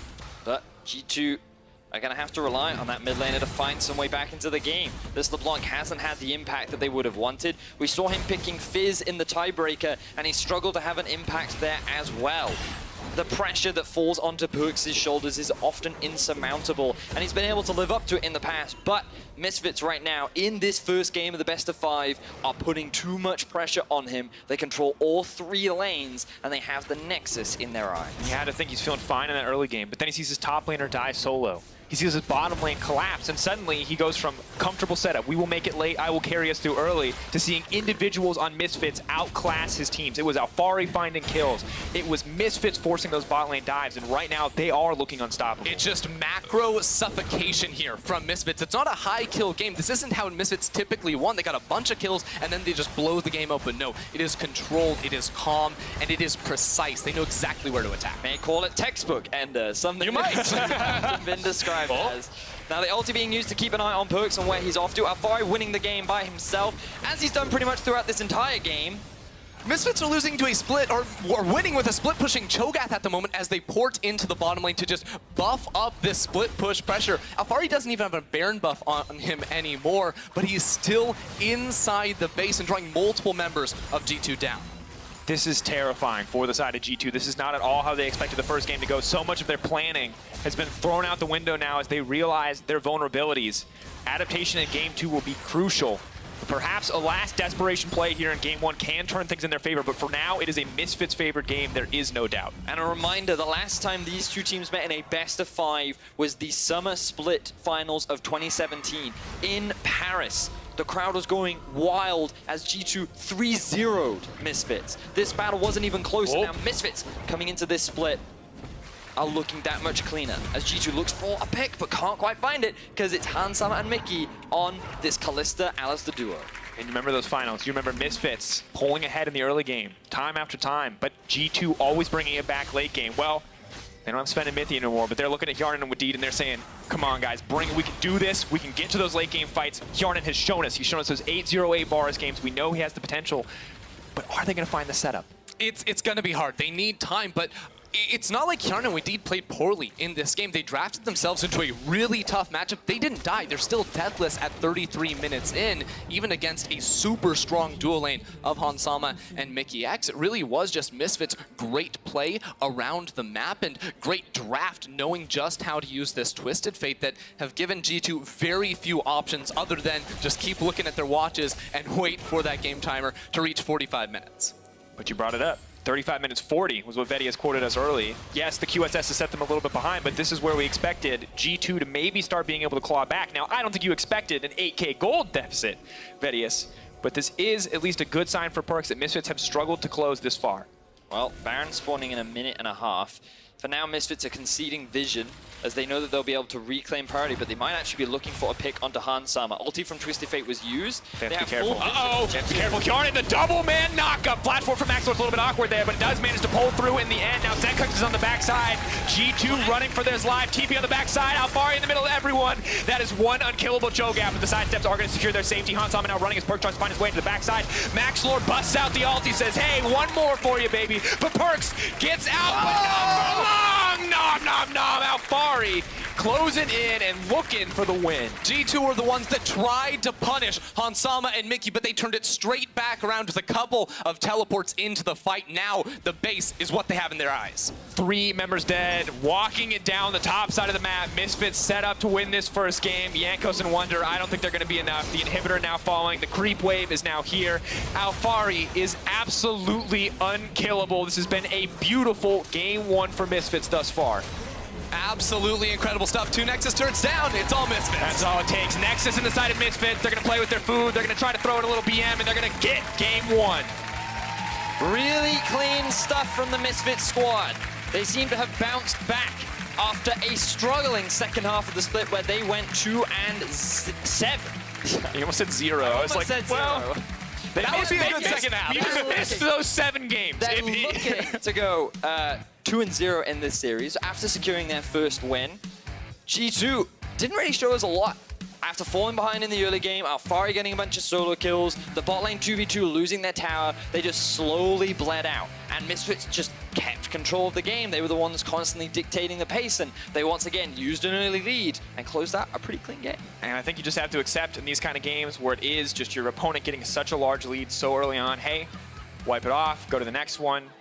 Didn't even happen. We're just playing at a slight disadvantage here in the best of 5. It doesn't matter, and you can see Grab's already focused now on preparing the next pick and ban, talking about the strategies that need to happen as this team adjusts coming into game 2. Well, that's the thing. Misfits came in with such a clear plan. They knew they wanted to draft a super aggressive dual lane on the bottom side, and the Twisted Fate, of course, came out of the blue pretty much, but worked so perfectly for them. Now G2 have to go back to the drawing board and figure out not only what do we pick, but how do we beat this Twisted Fate if Senkux locks it in again. It feels like that it was just a prepared plan entirely from the side of Misfits, and you already highlighted it, and this was a team that kind of just comes into best of 5s well prepared. They did it last year in summer, they did it going into Worlds, and they surprised many, and it's one of those things where now I'm kind of kicking myself because I'm like, I did it. I doubted this team. I expected them to be crushed by G2, and then game 1, they look super clean and super dominant. So incredibly difficult, Betty's, to call a winner here. But the winner tonight is going to join Schalke, Vitality, and Fnatic in Madrid on the 8th and 9th of September. Of course, you can get your tickets for the summer final at eu.allesports.com/Madrid 2018. Of course, if you can't make it, you can also watch the action in one of our 254 cinema viewing parties in 30 countries all across Europe. You can visit eu.allesports.com/cinemas for more information. I believe the cinemas is all lowercase, case sensitive. Very important, folks, if you want to find out that information. But guys, I don't even know who's going to come out on top here. It's hard to say. It feels like such a difficult game to call, but luckily we don't have to. To get some more insight on game 1, let's head over to the analyst desk.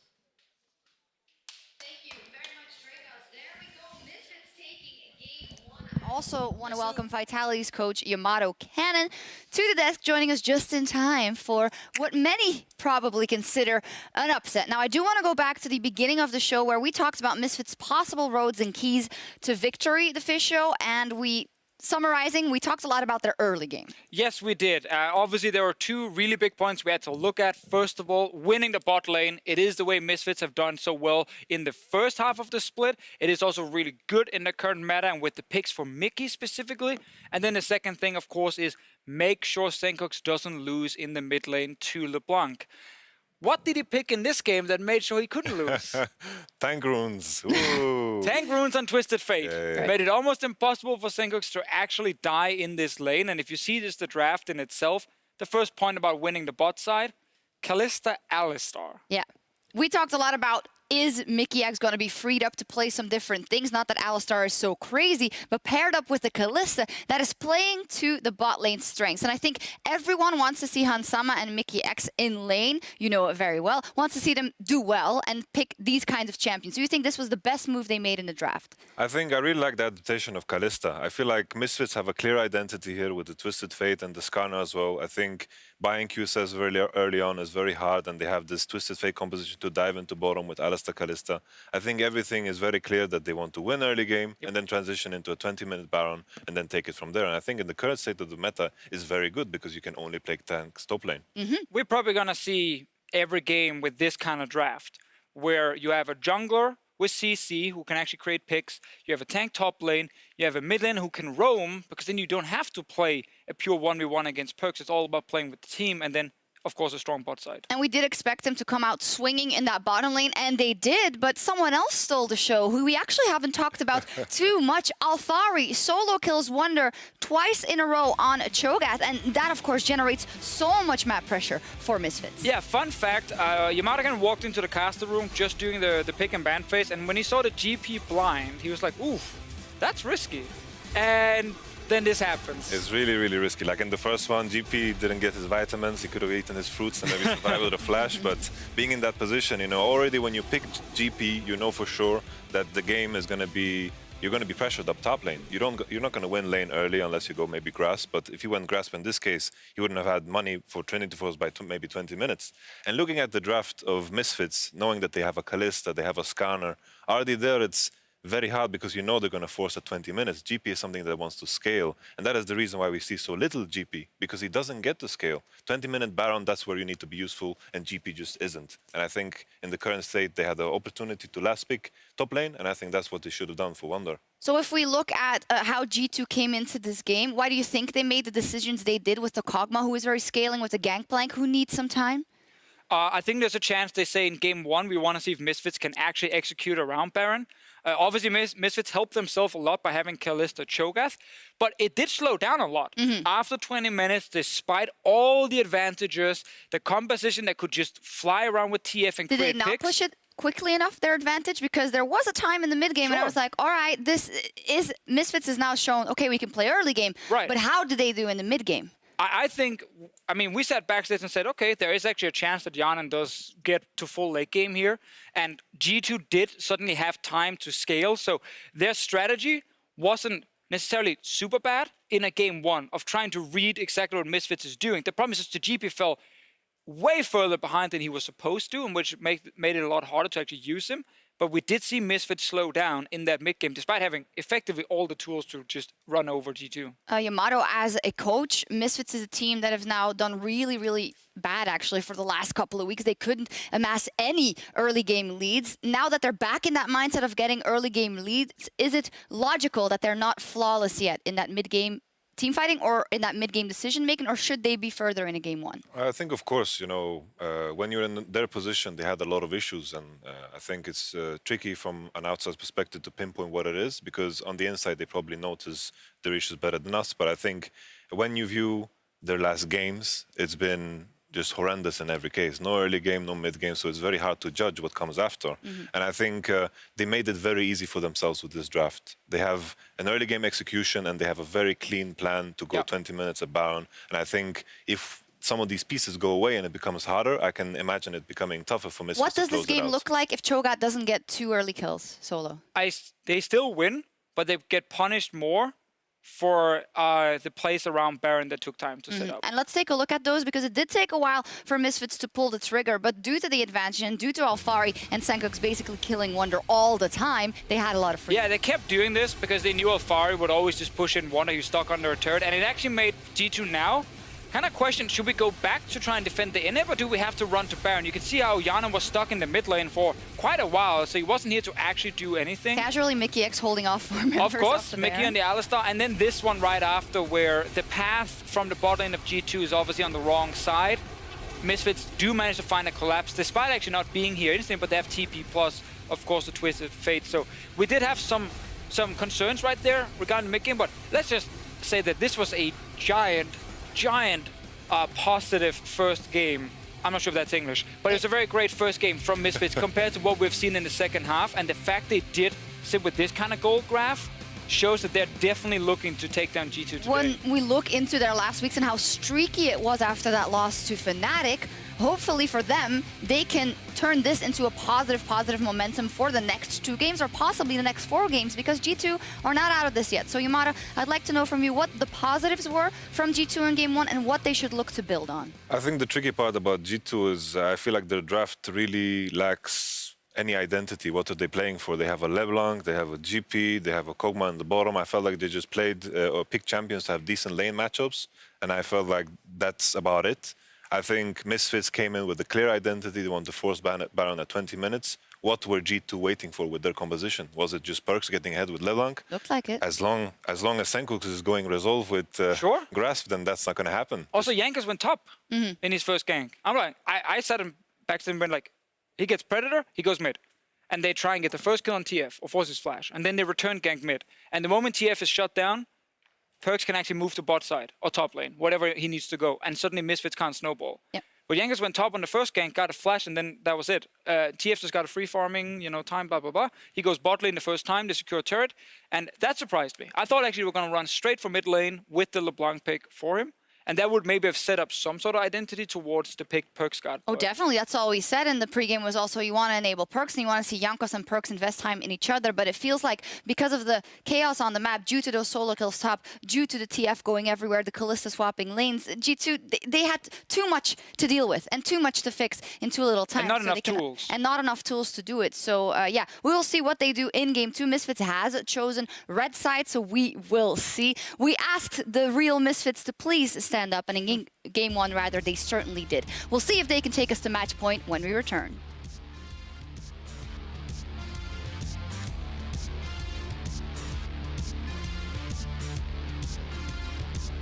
Because he can't really do much in a 2 versus 1. And once Alfari gets his level 6, he actually has a lot of kill threat. And right now, he is chasing onto Wonder. He has timing at level 6, doesn't need anything else. Perks to step a little bit too far forward. Here we go, the knockup does manage to connect. They are going to chain the CC together. Perks is even going to be able to push anything else. He's flashing for his life. He's running, but he pushes it again. G2 running for this live TP on the backside. Alfari in the middle of everyone. That is one unkillable Cho'Gath, but the side steps are going to secure their safety. Hansama now running as Perks tries to find his way to the backside. Max Lord busts out the ult. He says, hey, one more for you, baby. But Perks gets out, but not for long. No. Absolutely incredible stuff. 2 Nexus turrets down. It's all Misfits. That's all it takes. Nexus in the side of Misfits. They're going to play with their food. They're going to try to throw in a little BM, and they're going to get Game 1.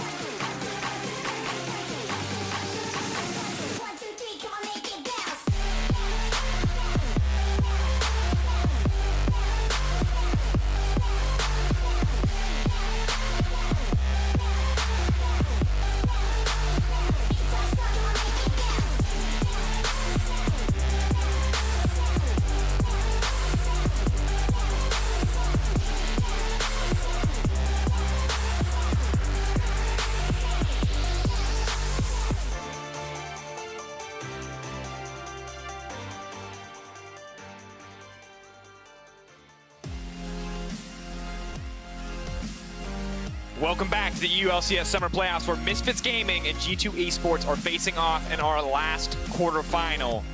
A confident first win coming in from Misfits, there can be no doubt, and now we get to see how G2 Esports recover as we head into Game 2. Oh, it was such an exciting Game 1. Very clean game from Misfits, and that's the kind of performance we wanted to see from Misfits, when there was so much doubt around this team, when on paper they looked like the much weaker team. They end up picking a plan that worked beautifully, and G2 seemed to have no answers. And coming into the series, I said, if Misfits are going to win, we have to see the first half of the split Misfits, not the second half. This was a return to what worked for them in the past, with a strong bottom lane and roamers out of the mid for Sankox. And that's very true, gentlemen, but I think there's one additional factor that we didn't consider, and that is Alfari absolutely destroying in the laning phase. So now my question is this something G2 have to play around? Because last I checked, Cho'Gath isn't just supposed to murder people all the time forever. So do you have to worry about Alfari now in the pick ban? I don't think you have to worry about him in the pick ban. In game, yes. And I think the biggest difference was that Yanko's gang top lane, got a flash, nothing else happened from it. So I think it is in-game where they have to focus him out. Now, of course, we see the bans Kalista taken off. They don't want to see it again. Olaf banned away from G2 Esports. Heimer and Akali, the remaining Misfits bans, alongside the Rakan and the Trundle. But Ryze first pick, now picked up by Perks. Now, I'm expecting an early priority on something like the Galio. I think the matchup can be pretty good, and it gives Sankox another champion where he can wave clear well, and he can look to play around side lanes. And if Misfits go for an early tank, you have clean setup for what looks like a pretty solid team fighting composition later on as well. Also, Varus has been left open by G2 Esports. It could be very easy right now for Misfits to lock that in, but they decide against it. The Ezreal we saw yesterday was not that impactful, but it does give Misfits a very strong mid game they can use. And gentlemen, I love Braum. Ezreal always scares me. European Ezreal players come in two varieties. The I do what I'm supposed to do early game and struggle to carry, or they show up and they pop off, and that's nerve-wracking, especially when you go up against Varus, which is just all around an incredible pick. Now, to me, it feels like G2's getting a lot of comfort right now. They actually have a winning bot lane 2 versus 2 with both the Varus and Morgana. A lot of priority in terms of push, but also Misfits right now are drafting towards playing in the direction of Alfari. Alfari had a good game 1, but he was on a tank, and the game primarily came from the fact that they had the winning 2 versus 2. When they try to play through top, that's when we've seen a very weak Misfits ender. Yeah, and it's especially strange because, well, their bottom lane... Wait a minute. Wait, we've seen this. That's a tank. They can play through top. They don't have to play through top if he just wins it by himself. Wait, no. I'm sorry. If there's an Ezreal in the bottom lane and there's a Cho'Gath in the top lane, I don't think we're seeing a Galio in the mid lane, boys. I don't think we're seeing that. Like, this surprises me because often if you're drafting Ezreal Braum, it's a safe 2 versus 2. It's something that you play more defensively, something that allows maybe the support to roam around the map. Maybe you just don't want to invest loads of resources there, and that's fine. But it often means that you have a carry towards the top side. Having a Cho'Gath is not your innate carry, and while you can obviously send a couple ganks up there, it's not your primary win condition. Or hope that Wonder picks GP again and that he's just going to kill him. I mean, maybe, but I can't imagine they would go for a blind pick GP. But we also see it from G2. The Irelia ban implies that they do not want Sankox on a big carry. Exactly, and I'm wondering, is this a return for Sankox onto Yasuo? That was his strongest champion back at the start of the split. After he lost one game on it, halfway through, didn't play that again.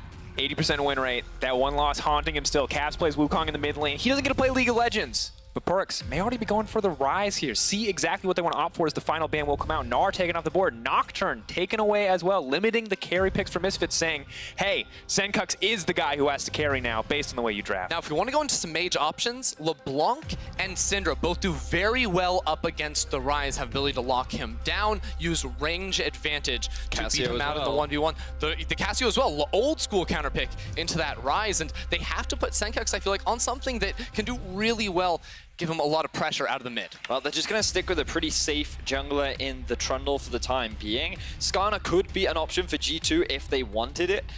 Thinking about other potential options, Gragas often struggles against things that can get into your face and go for early fights. But G2 are just saying, you know what? We don't need anything early game. We just want a bit of engage and a bit of fighting. Right now, G2 have so much single target lockdown potential with all of their members. They're looking to single out individual members of Misfits, and there's no no saving anyone on their side. It is so easy if G2 ever pull the trigger to lock down and get a kill. And what's the final pick going to be? Sion now walked in alongside the Sejuani for G2 Esports. A pretty well-rounded team composition overall, but Misfits, how do they respond? What is Senkux going to get his hands on? Well, we saw the G2 hover of the Aurelion Sol. It could be. I've never really been a massive fan of Aurelion Sol into Rise, but going for an old classic.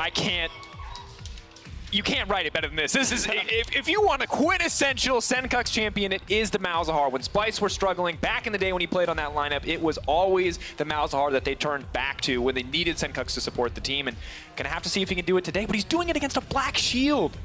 But he's got that lockdown, and they're trying to play through this middle lane. We're going to see Maxor around mid when he hits level 6 to try and shut down Perkz. Last game, they shut down Perkz by drafting defensively for Senkux, making sure he didn't die and that he could leave the lane to get the other lanes for Misfits very far ahead. And now they want to murder him, and it's all about trying to kill Perkz and deny him from being that superstar for G2 Esports. Remember, this is a 5-time finalist organization. A brand new roster came into the org earlier in this year, yet they still made it into that final against Fnatic. They want to uphold that legacy, but in order to do that, they have to get through what looks like a revitalized Misfits after a dominating game 1. And we have to wonder, how is it going to work out this time around? We've already seen what it looks like when bottom lane can win out in the early game. What does it look like when Senkux is the focus? Or is this the game where Perkz is unleashed and he can let out those carry performances we know he has the potential of? And this time it's G2 with the mobility to get around the map in the mid lane to send Perkz to a side lane, knock down towers. It is a severe role reversal from that game 1. It really does feel like here for G2, we're trying to re-script going into the next game. All right, well, as the teams load onto the Rift, let's head over to Quickshot and Misfits coach. Thank you very much. I'm joined here by Hussein. First of all, congratulations on game 1. Let's focus in on that Malzahar last pick. Caught a few of us by surprise. What do you have to do to make that work? We just have to be good at making picks, and I think if we do that, then we should have the game as well. All right, are you at all concerned about the matchup into the Rise, Morgana? No, I think we've practiced it and we can execute. Fantastic. Best of luck. Heads back to you guys at the desk. Thank you very much, Quickshot. Executing on those picks with the Malzahar. Now that is what the Moose pointed out himself. But gentlemen, what do you have your eyes on when it comes to winning this game? It's, for Misfits, you have to play through this middle lane. Again, Senkux has the tools to find picks.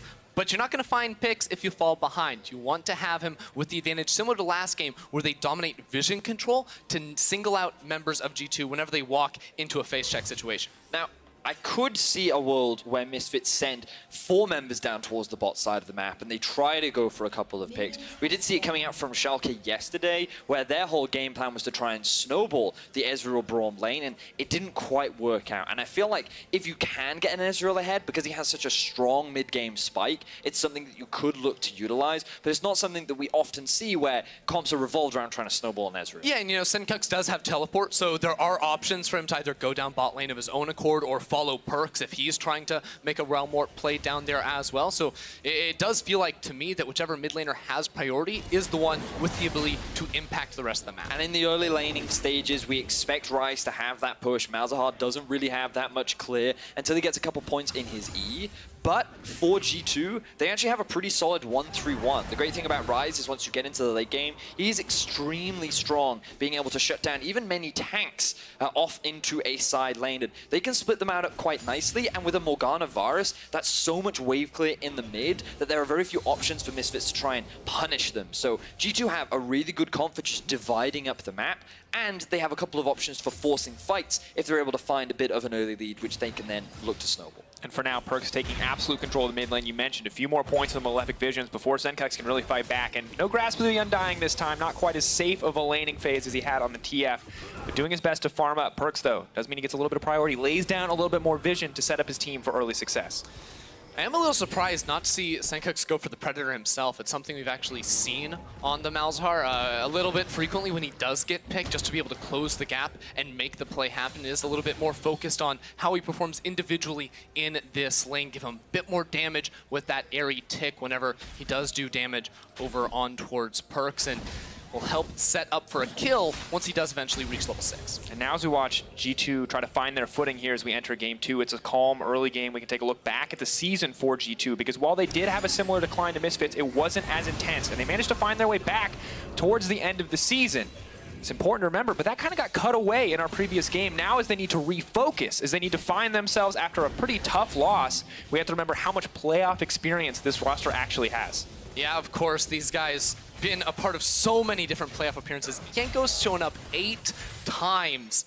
That's just absolutely incredible, and it just goes to show how veteran these players are and how much the experience they have, not just in quarterfinals, but semifinals and finals matches as well. Yeah, but then you kind of look at Jankos, and I believe last split was his first ever finals appearance, and many of these players outside of Perks were always the players that looked good. They had a couple of good playoffs performances, but they could never quite reach the top dogs. And last split, they had that opportunity to do so, and they got destroyed by Fnatic. It was a very solid 3-0. They found a couple of early game leads that they failed to translate into big wins, and unfortunately, it was one of the most disappointing finals that Perks has ever been a part of. And so far in this quarterfinal, coming into it, they were written as the favorites. They fell apart in game 1. They've come up with a new strat in game 2. They've drafted a little bit more of a 1-3-1.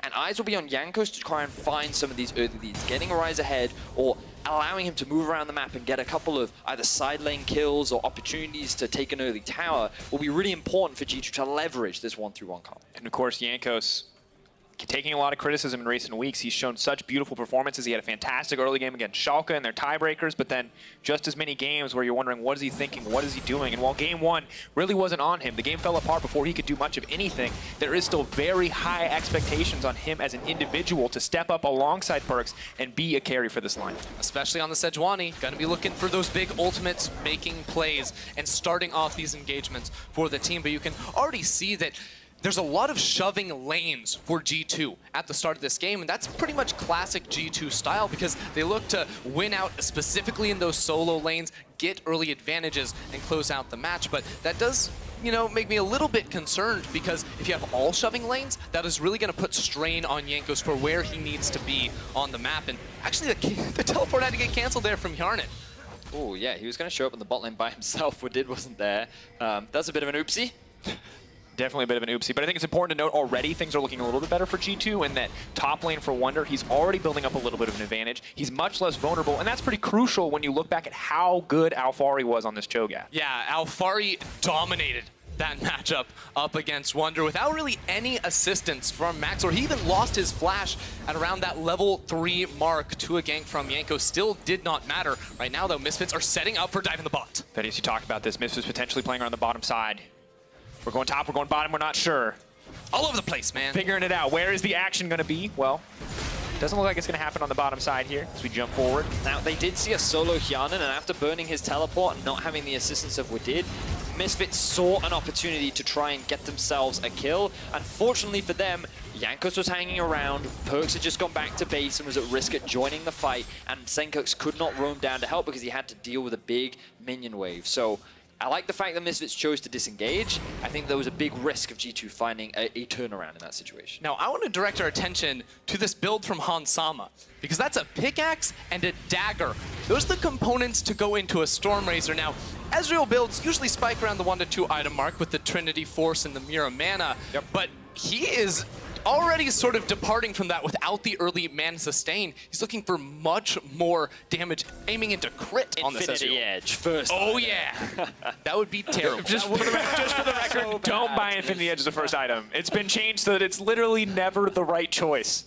And to be fair, it is still possible for him to pivot and turn that pickaxe into the Mirror Mana. The dagger could go. You'd be surprised, right, to not get a tier on the first back because you want it to start stacking up. Maybe he's just decided to go for a different approach, which is very much that, hey, I want a little bit more trading power. I don't like the fact that he's going to come back with some AD and I won't. We'll see where it develops, but so far in the laning phase, Hansama has been falling behind. That's kind of what we talked about in draft. The pushing power of Hyanan and Wadid is very strong, and they kind of had to respect it in these early levels. And coming through as predicted, but Vedius, you bring up how Hansama's falling behind. It's not just Hansama. That's almost a 1K gold lead. 700 at this point was 1,000 just moments ago as teams are catching the waves. But look at the differences between top, between mid. 72 to 47 in the mid lane. Perkz with a 500 individual gold advantage over Senkux already. That's more than a kill in terms of farm lead over his mid lane counterpart. Perkz really showing what he can do when he has so many all-winning lanes. Now he's roaming towards bot. Warp comes through. They're zoning him off the bottom lane tower. They just want to get some damage down. Oh, hi.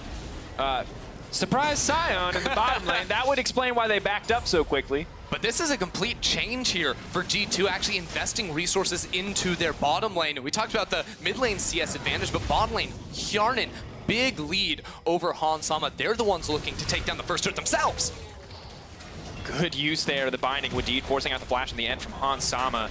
Happy to have the small advantages here. Crucial if they want to go for another dive. Alfari is shown up on the bottom side of the map. Not sure what the next play is for either of these lineups at this stage, but G2 going to keep the pressure up here in bottom lane. And I love that G2 are looking to just play through their strong side of the map. That's the Predator. You can see Max. Cleanses come out. Max, we're going to get the play. Knocks him back into the team. Beautiful combo, but Hjarnan has the flash. He holds on. He says, not today. Knockup goes through on a Wonder. Now can they turn it? Hjarnan is so incredibly low. G2. Yankos is on the way, looking for that ultimate, wants to connect it. Another beautiful binding from Wadid. Yankos turning his attention. They know they can get Mickey X. First blood drops, the ulti connects, but no follow-up. Just the one kill from G2. And notice it's Perkz and Yankos the first to rotate into the bottom lane to punish Mickey X and the rest of Misfits going for the engagement. Again, they want this turret. It is set so low for them at the moment. They're putting in everything for it. Good use of the silence, good use of the CC to stop Wonder from getting anything else. The Black Shield a little bit late. Now the teams are backing off. Mickey wants to turn this fight. They're going to find the immediate kill. Morgana taken out. Misfits firing back, but just trading blow for blow in this bloody fight on the bottom side. So it ends up being a 1-for-1 overall. Misfits able to find that counter as Perkz continues to push in the mid lane. Senkux has not found an opportunity to roam yet. No ulti available for Yankos, so likely they won't be able to get themselves a kill. But it is G2 that are being proactive in this early game, trying to play through that strong side of the map and secure themselves some early advantages. And we heard from the Moose. It's about Senkux setting up picks with the team. Senkux cannot leave his lane right now, gentlemen. Perkz doesn't have to go anywhere else because he's just keeping that Malzahar under tower, stopping this champion from being effective. I mean, it's a complete reverse from game one, where this time it's G2's bottom lane winning out, pushing, trying to get a tower, then rotating top lane proactively. Hjarnan invested the teleport to try and get this tower, and the rest of Misfits, as you can see, aren't responding by defending top, and they can't rotate bot lane fast enough to try and trade those structures. G2 looking good so far within the first 10 minutes of the game. This is why in the draft we talked about it. What is the direction that Misfits is going towards? They drafted a very early Ezreal Braum. They said, okay, we're going for a defensive bot lane, and then they drafted a tank up top. And that has given G2 the opportunity to have priority everywhere. Now this is kind of where the turnaround came out from the side of Misfits, because you can see oh no, this is actually the start of the fight, because right now you can see in the minimap that Ryze had actually pushed in Senkux. He then starts roaming down with Yankos, and now they have a numbers advantage. A binding lands onto Mickey, and that's kind of when the first kill ends up coming down. And it was a great engage initially from Maxlore, but then the flash comes through from Hjarnan. The rest of G2, though, just sit around this bottom lane tower. And this is where the TP comes in, because now Braum has respawned, and they can make it back for a trade kill onto a din. And also note how Senkux was just completely zoned away. That's in part why Misfits were able to find this turnaround, because Yankos even went up to help Perkz force Senkux out from the fight, which means that they ended up in a numbers disadvantage the moment Mickey TP'd in with the rest of his team. So Misfits able to find the turnaround, but Dracos then out of 1.7k gold deficit. They're going to get the Ocean Dragon, but they've also already given up the Rift Herald. You saw it in the picture-in-picture as we went through that replay. And also, let's take a look at the mid lane. Ender, Malzahar, a lot less scary when you do not have to care about that ulti. Yeah, Perkz just put in a lot of money for that Quicksilver Sash to try and avoid ever dying in that lane. Here comes the Realm Warp, though. Alfari's going to know it's telegraphed. He's not going to burn into summoner spells. He's just going to walk away for now. Backing off slow and steady. Good escape from Alfari. Now Senkux is there to back him up as well. Now Perkz is going to be the one who has to be careful as he approaches mid lane. Going to go up for the Scryer's Bloom, just to get a bit of vision to make sure that he can walk back to mid. He's on his own side of the map, so it's pretty easy at this stage. Now, I will say, we need to check in on the Ezreal build again, because he went back to standard. It wasn't crazy. The pickaxe didn't go into something obscene. It is the Mira mana, so will be that man sustain the Ezreal we are typically used to seeing. And now our eyes are set on the Trinity Force to see when that one comes through, and they can really try to make use of this pick. Also, know that Senkux is level 10 now. Yanko's hanging around the bottom. Whoa! He's thrown out. They're trying to burst him down before anything else can happen, and they take him out. Mickey doesn't even get the chance to block the damage. Maxwell wants to fire back. They get one! Does manage to take him down with the barrel, but Senkux is here. They're looking for the pick. He's not going to go for anything else. The TP comes in, and the fight is diffused, but a good start for Misfits there in the exchange. So AD carries traded from both sides. G2 and Misfits fighting back and forth in this game 2. Kills going across the board, but both AD carries going down in that fight. Ezreal showing how squishy he is in the early game. Yeah, Maxlor too with the big barrels to kill Hjarnan from over the wall. Good stuff out of him as he sets up to surround Perks. Hangs around the mid lane. Ulti's going to be used. The QSS is there, but here comes the Gragas. He's going to slow him down. He's going to take his time. The body slam, and goodbye to Perks. Alfari going to take the kill. If there's no tower, it makes it very easy for Alfari to just leave that lane because he's got nothing to lose. Misfits group up as a 3-man unit in the mid lane. They find their first kill onto Perks. Now they have their eyes set on the tier 1 tower. And now they're bringing 5 members in, even a teleport from Hansama to knock this down. There's no wave clear left from the side of G2, and Misfits get a much needed structure. 2K gold lead starts to get minimized here as Misfits pick up a little bit more gold under their belt. Splitting it amongst the team members, and now things not looking quite as dire as they did earlier on in the game. Misfits starting to come together. Maxlor especially starting to step up in these plays. And this just gets me more excited, boys. The fact that G2 definitely coming to play in game 2, not giving Misfits that much control over the entirety of the map. And this is where we saw that bit of early action. Maxlor handing off in the flank, trying to be ready for the turnaround, but it was Jankos who shows up first. Now, that was a fantastic combo coming out from Maxlor, even almost getting a double kill, but then Senkux shows up and is forced to get zoned away as the teleport from Rise was there to say, no, we're more than happy to take this fight. Misfits, of course, actual way was we finish out this replay, but the picture-in-picture also important here as we see the Rift Herald charge in on the top side of the map. Can they secure another tower here? This is a huge shift of power if G2 can make this happen without losing any members. Look at where Hansama and Mickey are. They went a lot off into the side lane last game, but now they're getting punished for it this time around. As now 2 members of G2 in mid. Hansama locked up. Chain CC comes through. He's now stunned up, but the Predator comes out. They know that's their cue to leave on the side of G2. Towers taken down left and right, and G2 not willing to give up that lead that they built early on. G2 have completely turned their game plan around. It is so fantastic to see them using the Herald down on the bottom side to break a tier 2 tower, get some chunk down on the middle lane as well. And this gold lead for them is starting to balloon a bit, up to around 3,000 at the moment for them. And you can really see it's in the place that matters, and that's Hjarnan over Hansama. That's a big gap.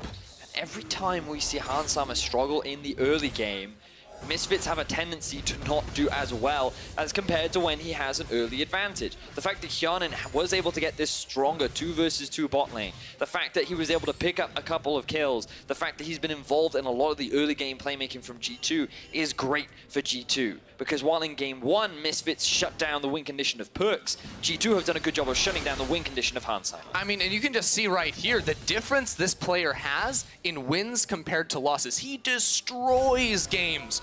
When his team has a lead, they win through him down there. But when he fails, it does not look good for the team. And Misfits paid for that in the second half of the split. An important note, GD at 15, that is his gold. TGD is his team gold difference. So massive part of the deficit when Misfits are losing is usually Hansama, and that appears to remain the case here, as you saw the individual difference between him and Hjarnan on the bottom side. So far, eyes will be on Hansama to see what his impact will be in this game. But we also talked a lot in the early game, and we heard from Coach Moose himself about Senkux as well. On the Malzahar, what picks can he find? Will Misfits be able to catch members of G2 out of position and then turn this gold lead back into their favor? Because right now, G2 are keeping the pressure game up, and they have their eyes set on another tower. And one weakness of this comp, not a lot of wave clear. So G2, every time they bring members into this mid lane, Misfits are going to have to respond with a whole bunch themselves, try and keep this turret alive, because once it goes down, G2 get control of the map and can look for picks everywhere. But now look what G2's doing. They're splitting up the map. They move Perks already off onto a side lane. We said that this is one of the big win conditions for G2 and enabling Perks to just be strong in the 1 versus 1. They also have Wonder, who they can move off to the other side to just act as wave clear duty, but G2 now looking to play multiple lanes at a time, and they're trying to get a bit of revenge onto Alfari, who split pushed his way into a win in game 1. And despite everything looking okay for them at the start of the game on the side of G2, Alphari is still doing very well. It's so hard to shut this man down. Wonder as well, though, matching up, not giving up as much in lane, and now he's pretty comfortably able to deny this tower push from the side of Misfits, using that Scion, using the lack of CC from the Misfits bottom lane to ensure that he can just clear the waves. Yeah, he can clear the waves, but you can see how much, Misfits are investing around Hansama at the moment. They know that he needs to be the big carry for them. Tons of deep vision trying to protect them as they do push up on this top side of the map. Maxlore never leaves the side of his duo lane, and it means that while they are kept safe, if G2 just run it straight down that mid lane, they're going to pick up the turret. Difficult now for Misfits. A very different story from game one. We got to see Misfits playing with a lead. We saw it for the entire first half of the split. Now we can see how they play from a deficit, see what they can show us, how their preparation has helped them for this moment. For now, G2 definitely control, but Misfits are doing what they can to match. Alphari's going to push in on the bottom side, and if no one contests him, he may be able to take down this turret, but he's not going to take any risks here. He will just back off, allowing the minions to die there. And it calls back to the vision around the map. Misfits put everything on the top half, nothing down bottom side. So while Alphari did so well in the last game, has 2 kills under his belt this time around as well, he can't really push up that much further unless the rest of the team is willing to come down here too. They have their eyes set on Perks. Alphari wants to get a kill. Ladies and gentlemen, cue the Jaws theme song. Dun, oh, he's dead. Dun, dun. We say this a dun, lot. dun, dun, dun, dun, dun, dun, dun, dun, dun. Flash silence. That might be all it takes. Sencook's now on the way. Perks just going to go right on down. Well played from Alphari. He flashed in for that. He was going to guarantee the kill. Perks, unfortunately, in a situation where he wasn't even that far overextended. He just wasn't expecting Alphari to be in that brush behind him. Maxwell ends up coming down, and the rest of G2 can't punish anywhere else on the map. To be fair, he just expected him to be in the other brush, which is why that blue dragon showed up there. It's a 50-50 chance, man. Not going to get it right every time. So for G2, giving up a little bit there. Gold lead not quite as big as it once was. Getting closer, staying around that 2K mark, and now Maxlore is going to grab a Cloud Drake, so a small prize to add on top of the Ocean they got earlier. Yeah, it's the timing of when they decide to go into a side lane and look for a play. It's right before that objective spawns, so another thing going to be going the way of Misfits. Of course, what we don't see in this replay is that Alphari sat in that brush for about 15 seconds while Perks tries to get the port on out of there. Alphari knows any form of immobilization or silence will stop that port going through, and he gets the kill. And you might think, why did he bother flashing for it? Well, the reason was that Perk still had his flash up, so he would have been able to walk away from the Wild Warp, then flash back in just like Chachi did, and he didn't want to run that risk. So just burn your flash, secure the kill, and walk away as a happy dinosaur monster thingy. Oh, he's happy, man. Eloquent as ever, Vedius. Well, the dinosaur monster thingy definitely feeling good. 2-0-1, but sadly, Misfits have lost control of the mid lane, and that does mean that G2 are going to grab this tower. Extend that gold lead once again. Baron, so we get the 20-minute mark, is now on the table for both lineups. It is a bit early, but the Varus, of course, with the on-hit build, can shred through it if he's given the time. Now, I will say that this, again, reminds me a lot of Game 1, because if we looked at that match, Misfits, they actually did less damage individually than every other member on G2 in their respective matchups. And again, it's just flipped, where G2 aren't getting the kills, they're not putting a lot of DPS down themselves, but they're playing the map so well with this global mid laner from Perks, able to move around, TP around, and get these turrets, which is the factor in getting these teams the big advantage. And that's the power of pressure. And when you have those winning lanes, and especially around the mid game where you do feel stronger, you get to walk up to the mid lane first, you get to, any lane first, you get to clear it out first, and because you have a pushing wave, that gives you first dibs on getting the vision down, which means that right now,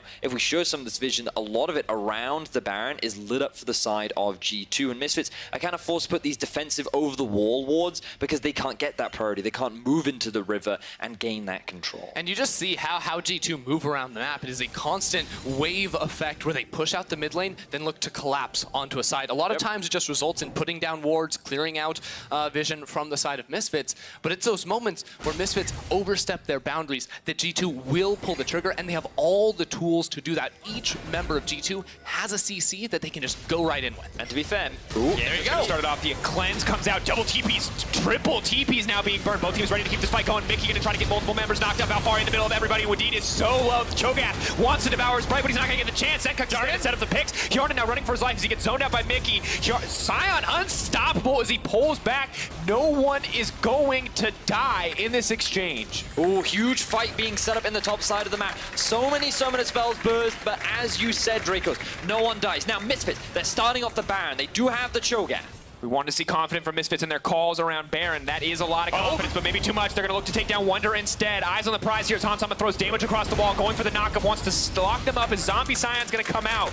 But I don't think it's going to be enough here. Perks also stepping forward is a big risk. Misfits, are they going to go right back for that Baron? Yeah, they saw all those recalls coming in one after another. First it was Jankos, that's why they started the Baron, baited in the rest of G2. Then it was Yarnin that went back. Now Perks, he has teleport to try and re-enter as we see another fight. Beautiful acting here. Is it going to be Oscar winning? Wadid might be in trouble now as they try to chase him down. The Ezreal range is just too much. He manages to take him out. Another pick for Misfits. Misfits finding kill after kill. Yarnin does have the teleport, but there are only 3 members of G2 alive. Note how Perks is pushing in the mid lane so he can come in from behind, and these are a lot of low health Misfits members. They have the Cho'Gath once again. There's no Kalista, but still the Feast can't secure it. Alfari has it up and available. Can they take it down? Yanko's looking for a contest. Hansama goes in. He wants to take down Yarnin, but Yarnin has the lethal temple proc. Wants to throw back a bit of damage. Yarnin blocking what he can, or rather Mickey blocking what he can. But there goes the ulti from Zenkux. The picks that we heard about before the game even began. Now they've got Jankos down, there's no smite on G2, but the rest of their members have respawned. Still, Misfits are going to be so happy with the outcome of that play. The gold is almost dead even once again. They've used this point of power where they set up the perfect team fight around the top side of the map, got all the summoners out of G2, then turned it right back around. But the problem is Misfits didn't convert it into any objective. Getting those kills is all well and good. Getting more gold onto your carries is great, but they're still at a deficit. G2 is 4 towers up over their counterpart in Misfits, and with a 1k gold lead, they're still feeling good, and they're looking to fight around this Baron again. And that's what we're gonna see. Now it's about converting it. They've got the items, no flashes on the side of G2. We're going to see a fight, and Misfits will be able to turn it straight right around onto the carries of G2. G2 knows this is happening. They're hesitating to enter the pit. They're trying to group together. Not sure exactly where all the opposition is. They see everyone in the pit now. They need to take this down. 5k and dropping. Then there's Cho'Gath should be a guaranteed secure, but can they interrupt it? Can they do something? Jankos wants to get in the pit. It's getting lower. Will he take it away? No! Cho'Gath denies it. Already one member getting taken down, though. G2 need to clean up the Misfits line. If they want to come out on top, and a beautiful ult, a beautiful knock. The follow-up is there from G2. Hansama gets one back. At the end of the day, they get 3 kills on the side of G2, traded for the Baron. Misfits secure the big objective. They have to sacrifice 2 members, but they're going to be happy with that. The gold is now even, gentlemen, here in Game 2 between G2 and Misfits. Let's look at how the setup came to be. Misfits started this one off. They know they have the Cho'Gath, so the secure is that much more likely. And Mickey does what he can to just buy time for his team. Yeah, they're just zoning, waiting for that Baron to go down. And at this point, they're not looking to get any kills. They're trying to escape, but it's still Hansama with the big ulti there to snipe back and trade 1 for 2 with the Baron on top.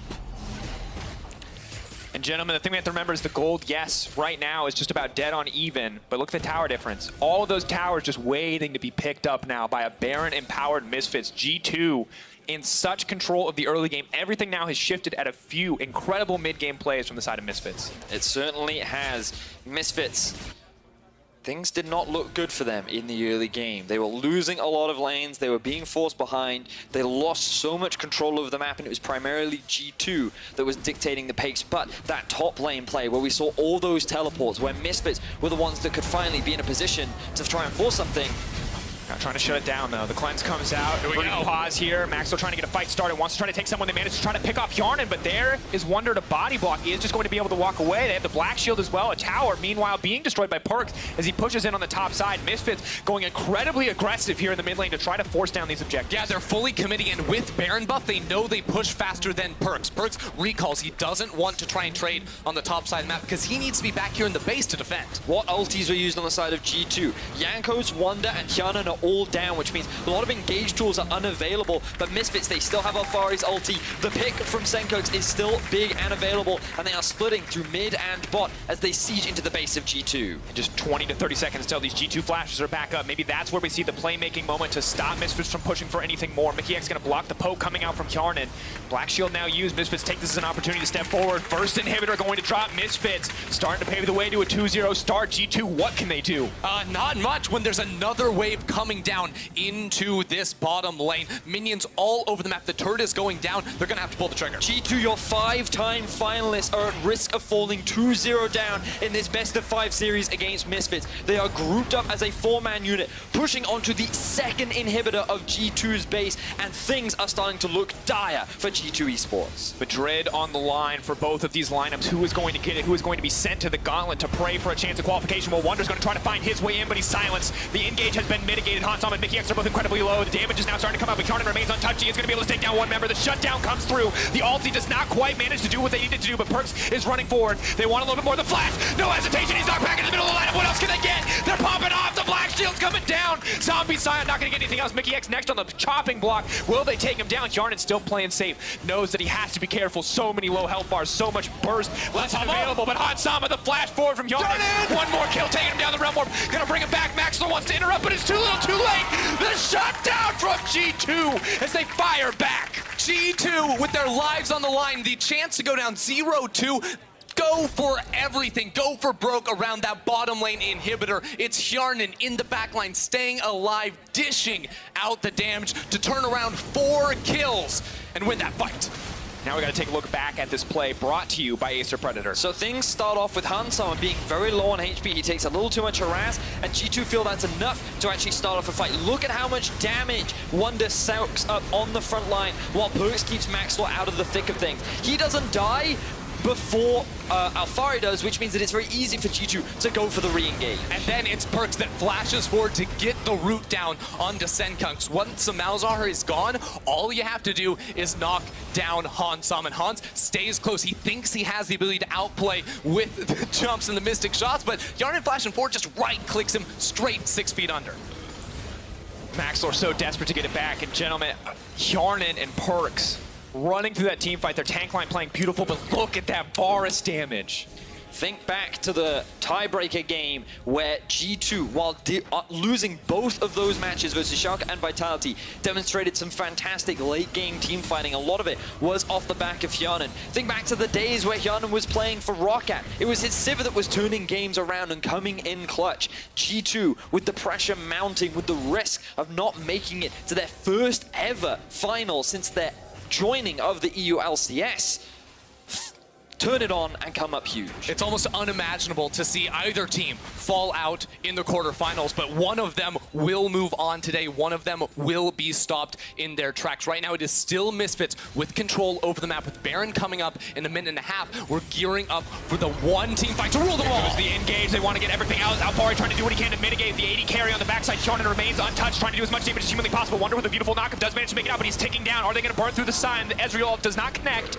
Both sides back off. The binding is there, but not enough. But while no one dies, check what was used. Flash is gone from Jankos. Flash is gone from Wonder. The big front line of G2 is currently unavailable, but the Baron spawns in a minute's time, which means this fight will not be converted into anything from the side of Mist. And you talk about summoner spells. Look what's up for Senkunks. He has his flash. None of the carries of G2 have it. If he can get onto Kjarnan without a black shield, protect the 80 carry from G2, it could be lights out for G2.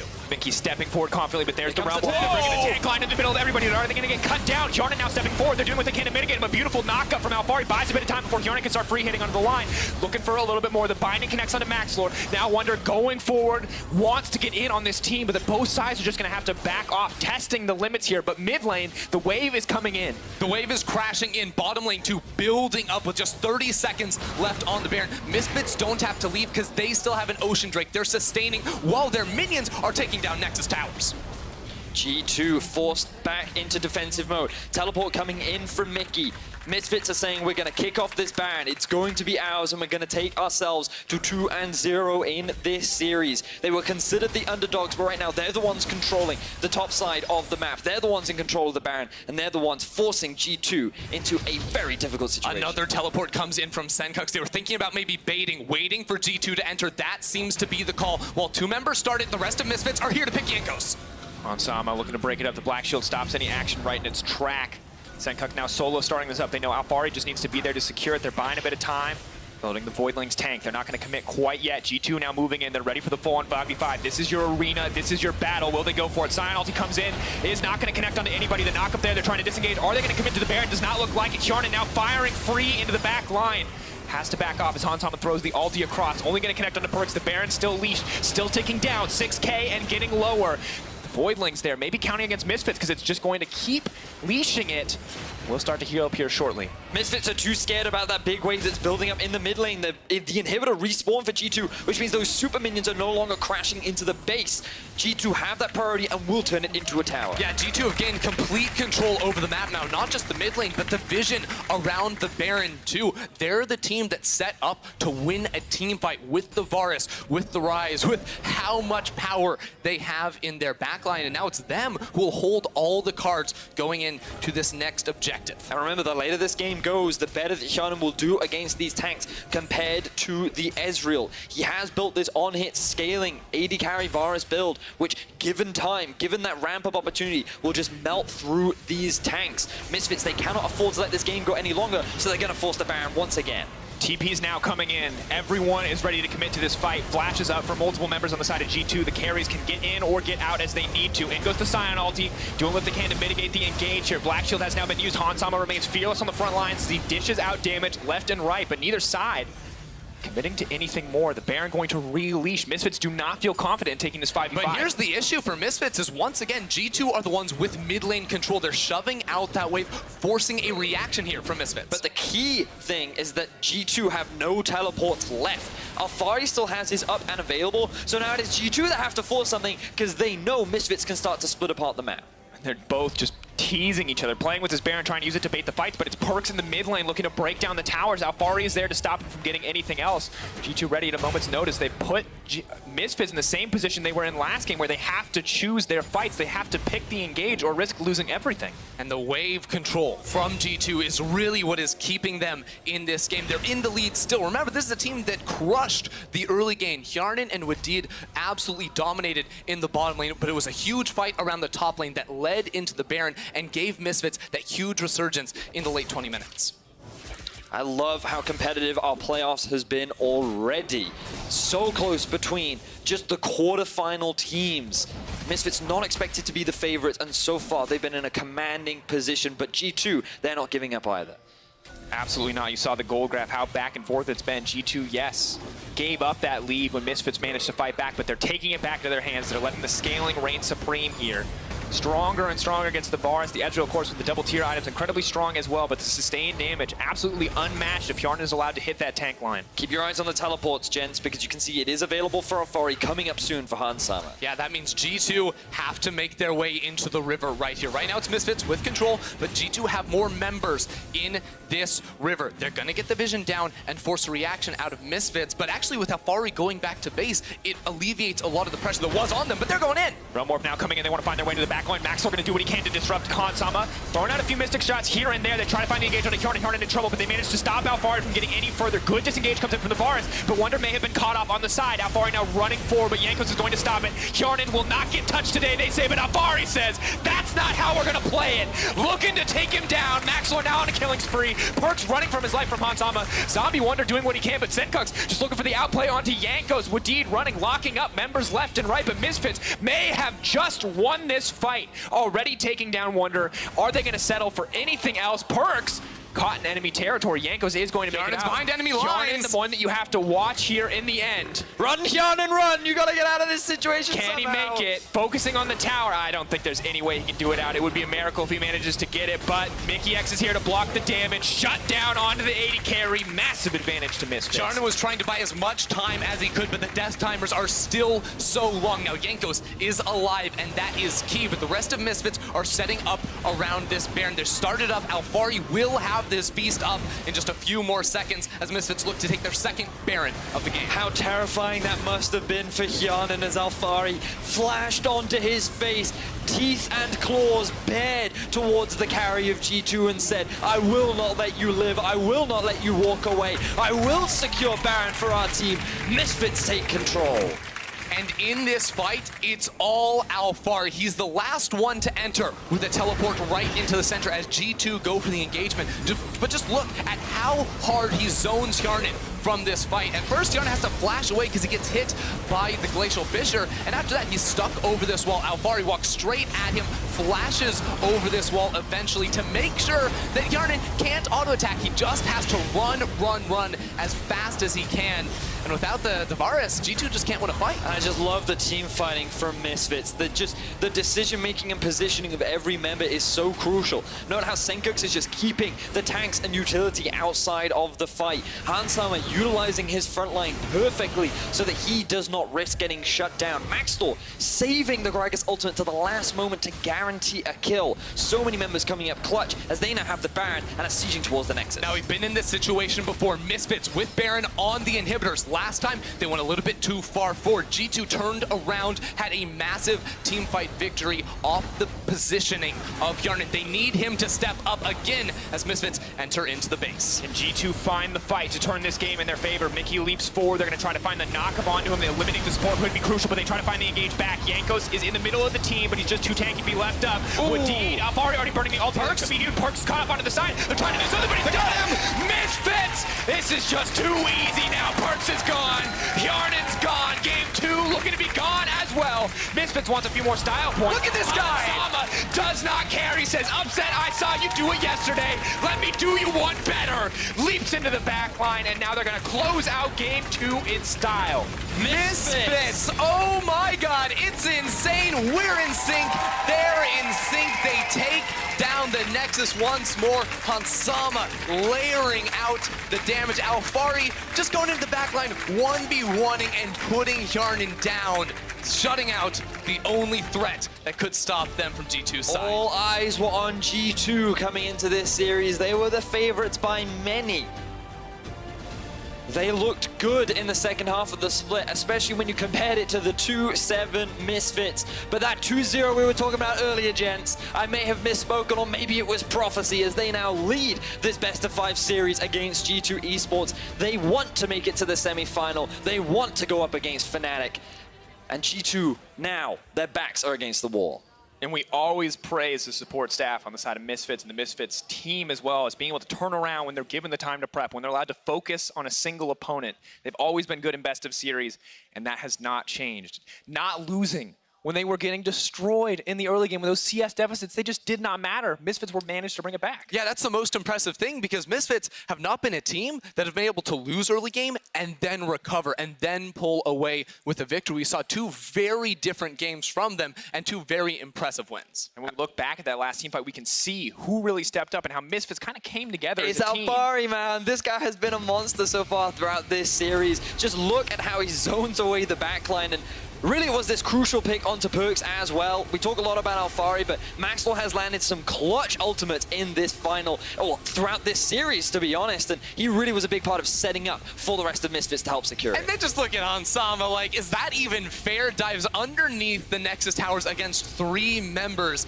He had that double tier spike on this Ezreal, and without any of the damage threats up from G2, that game was all Misfits all the way. Such a close back and forth game, but it was credit to Hansama there for his damage output, but also to Yarnin. He did his best, but what are you going to do against a giant dinosaur monster thingy that just has his whole game plan is just to eat you? Look, man, I'm with you on the giant monster, but also 52.2k damage, also 51.9% of his team's damage. Hansama, more than half the team in terms of DPS in this game. Yeah, it's funny too, because we saw the draft of Braum Ezreal right off the bat. We're like, ooh, is this going to be a carry Ezreal, or is this going to be more supportive? Well, the damage charts at the end of the game don't lie. That was the Hansama show when it came to carrying the team. And I was honestly concerned about Misfits draft, but they were able to prove me wrong, and they found themselves their second win of this best of 5. They definitely did. Well, last year, Misfits pulled off a great upset against Fnatic at the semifinals. At Worlds, they took the reigning champions SK Telecom T1 to 5 games,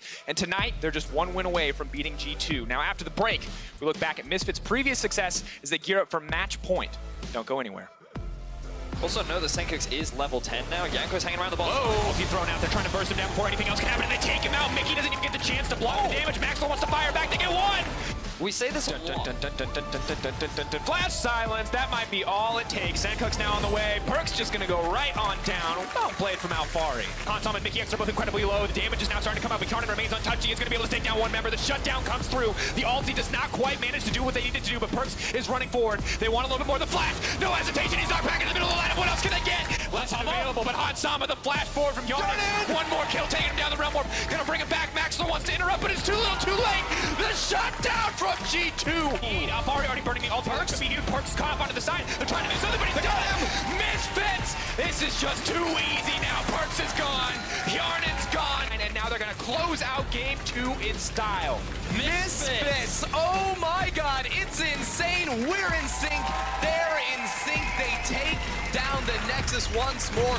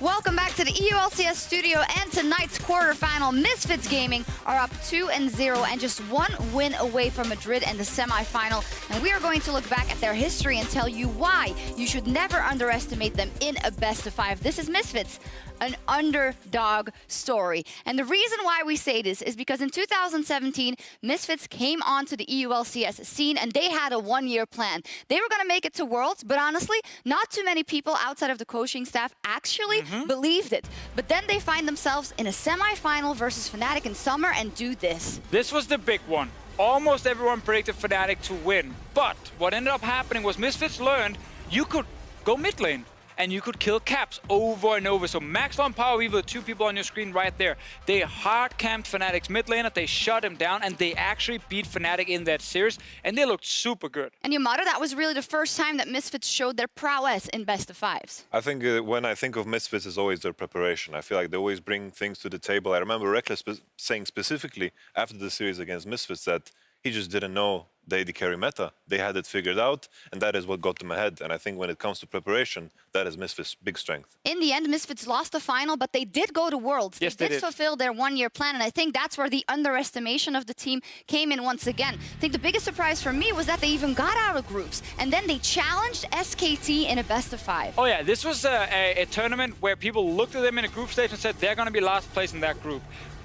Once they made it out by playing off-meta picks, you know, taking down TSM, people said they're playing SKT. Ha! 0 chance. 3-0. We go home early.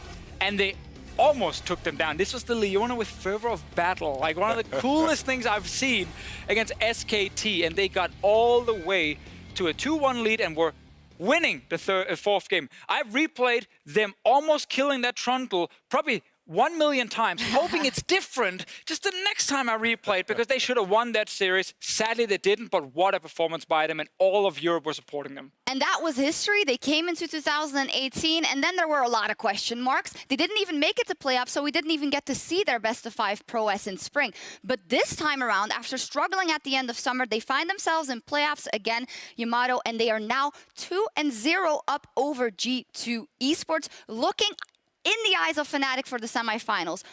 How have we ended up in this position, and has G2 underestimated them? I think it's crazy. I think Misfits has something very good going for them. It's the fact that the meta favors their matchup into G2. And I think that's what's been showing in these matchups. And at the same time, I feel like they've had a lot of problems in the past, but a lot of these picks that Misfits are using are kind of band-aid solutions for these issues. That Cho'Gath makes it easy to do Nashor, Kalista as well, and they're playing into bot side. I think everything is falling into place for Misfits. And I then look at the members that did not change from last year. I'm looking at the coaching staff, I'm looking at Hussein Mousvi, and I'm looking at Alfari and Maxlor, because they are still there, and they have surprised me today. Alfari's Cho'Gath and Maxlor's Predator Runic Echoes Gragas is running mayhem over G2 Esports. Yeah, the UK lads right now, they're definitely performing on Misfits' side, and it's actually hard to pick an MVP between these two guys right now because they're making so many different plays on the map. The top lane matchup was supposed to be ignored. Nothing was supposed to happen up there. It was all about the bottom lane. That's what you're playing for your Misfits. But if your Cho'Gath just keeps winning on his own, well, it sets up the rest of the team to just do so well. And Maxwell's Gragas, absolutely insane in this game. Fantastic. I do want to also give credit to the rest of the lineup in those important team fights. The bottom lane also showed up, and Senkux definitely did his job and more. I think the second draft was very, very risky, but they ended up reaching this 20-minute mark where Senkos could use his Malzahar to do some damage, because early game he's going to be hard pressured. Same with the Ezreal when he reaches his 2-item power spikes, and when they reached that point, they actually used it. So I felt like in the beginning, there's no idea here, but then Misfits popped off with this idea. Yeah, because we looked at this second game and we got a bit scared, because in game one, and the draft they had in game one, which we can look at again, we said like, this is Misfits. This is Misfits. Right there. This is exactly how they're going to play the game today. You know, they have this insane bot lane with Kalista Alistar that they can just camp all the time. Cho'Gath tank top laner, and they have a roaming mid who can just leave the mid lane and go to the bot lane. So we looked at that and said, this is Misfits right now. G2 needs to figure out, how do we get rid of all this? How do we get a draft where they can't just hardcore camp the bot side and have a roaming mid? And they actually did. Yeah, to their credit, G2 changed the draft. They brought in the Rise as well. They had a lot of pressure all of a sudden. And in game 2, G2 was in the lead, had the steering wheel, and was looking to drive it home through the mid game. And this is where you expect Misfits to not be able to come back in a game. And I think this is what is the most damning to me for G2 and makes me celebrate Misfits the most, is that in a difficult game, a game 2, they came back from behind and they turned it around through wonderful decision making in the mid game. Yamato, what was good about what they showed in game 2's mid game?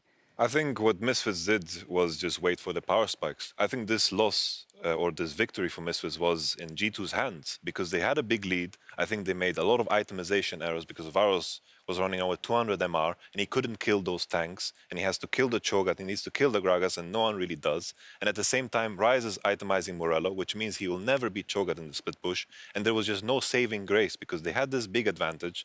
Wrong itemization put them behind in gold, and then Trinity Force and of course Man Immune put them in a position where Misfits could actually win a big fight.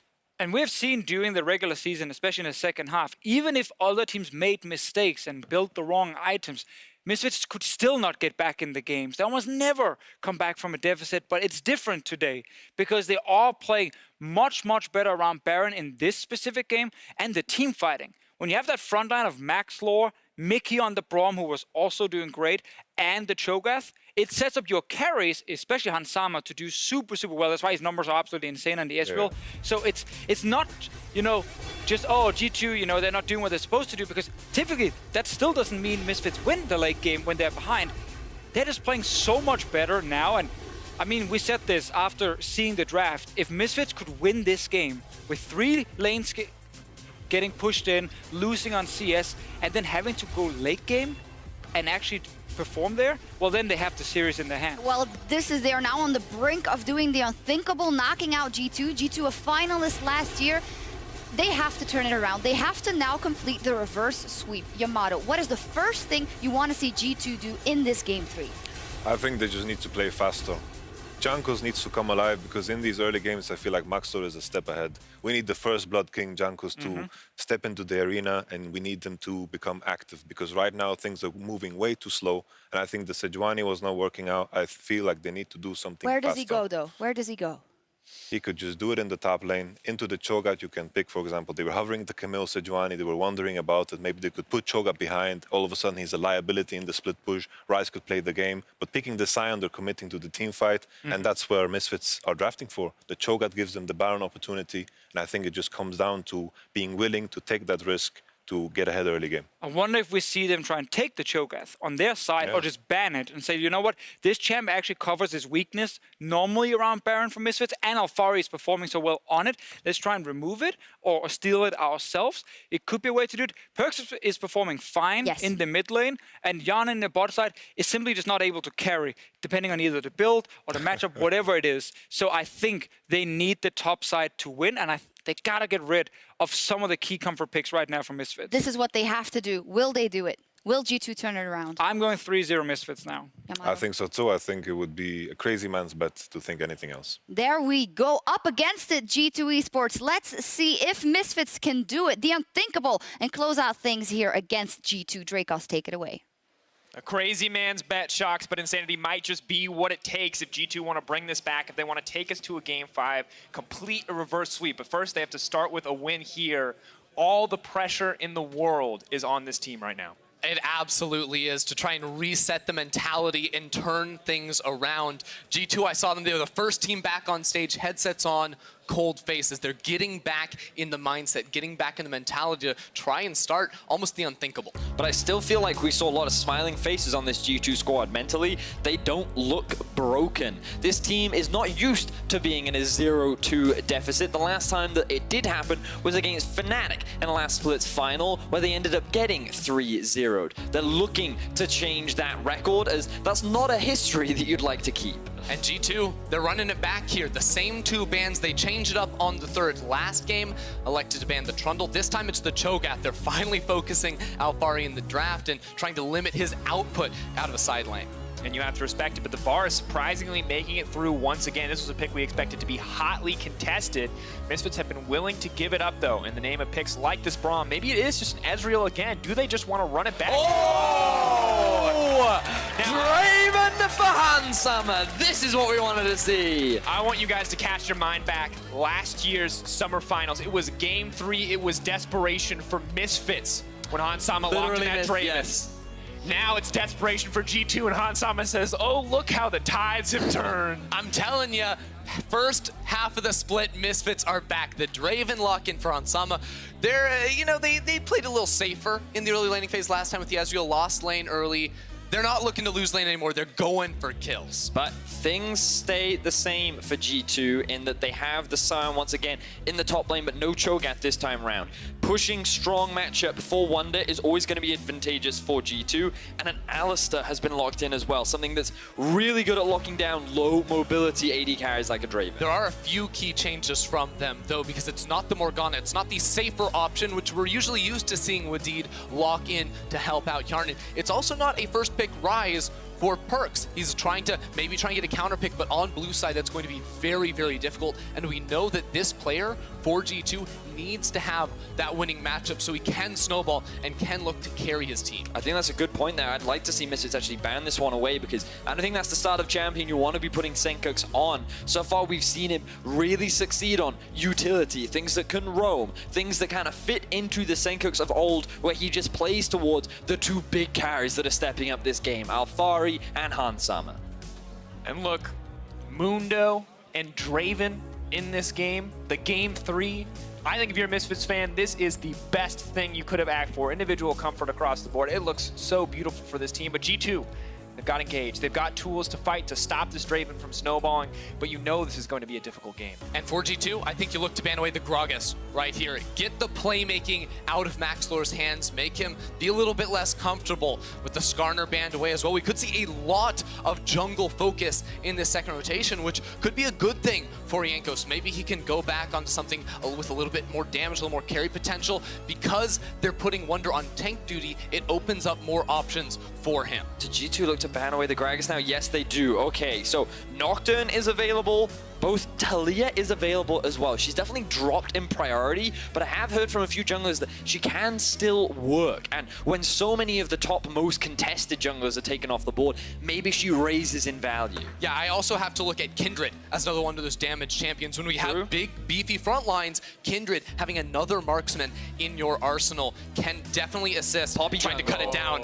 Nice. Poppy jungle going up against G2 Esports. Now, I remember last split, or maybe last year, Maxwell was a big fan of this jungler, and he first timed it against Splice's Zac. Against Xerxes. Yeah, because Xerxes was the one who brought it out. Yeah. We heard in the post-game interview, yeah, I just tried it for the first time. I was like, I heard it's a good matchup, so I figured I would give it a go.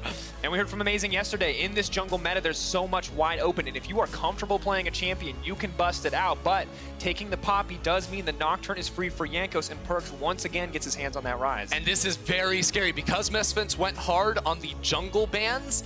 Perks has his Ryze again. Level 6 comes through. G2 again can look to play through mid lane, can look to play through bottom lane. They have Perks with options now on this Ryze. So limited crowd control on the side of Misfits. When you look at their engage options, their best bet is trying to find a flank with Poppy, but they don't have a lot of area of effect crowd control. I mean, the thing is, you kind of want a team fight with this composition, but it's difficult for you to start off fights. G2, on the other hand, have a wealth of way to start fights. They have lots of crowd control. They have good options for 1-3-1. I just feel like G2's comp have a lot more options. Exactly. G2 have a lot of just press this button, we go in immediate engagement, whereas Misfits have a couple of beefy frontliners that want to run you down, slow you down consistently, maybe get a flank from Alphari or Maxlor. That's going to be their best bet, but it's definitely going to be a little bit more difficult to execute, it feels like, without that big option, just say, we're going in right now. And the safety of Ezreal is no longer there for them as well. The Draven's going to need to get up in the face of so many of these tankier champions. If he gets a lead, it might just be easy for him to play cleanup across every fight, but if he gets behind, this game is going to be so incredibly difficult for the Misfits lineup. Stakes are set high, ladies and gentlemen. G2 Esports with their backs against the wall. 0-2 down in this series. Vedius, you said it earlier, but the only other time they've been down like this, they were 3-0 swept by Fnatic.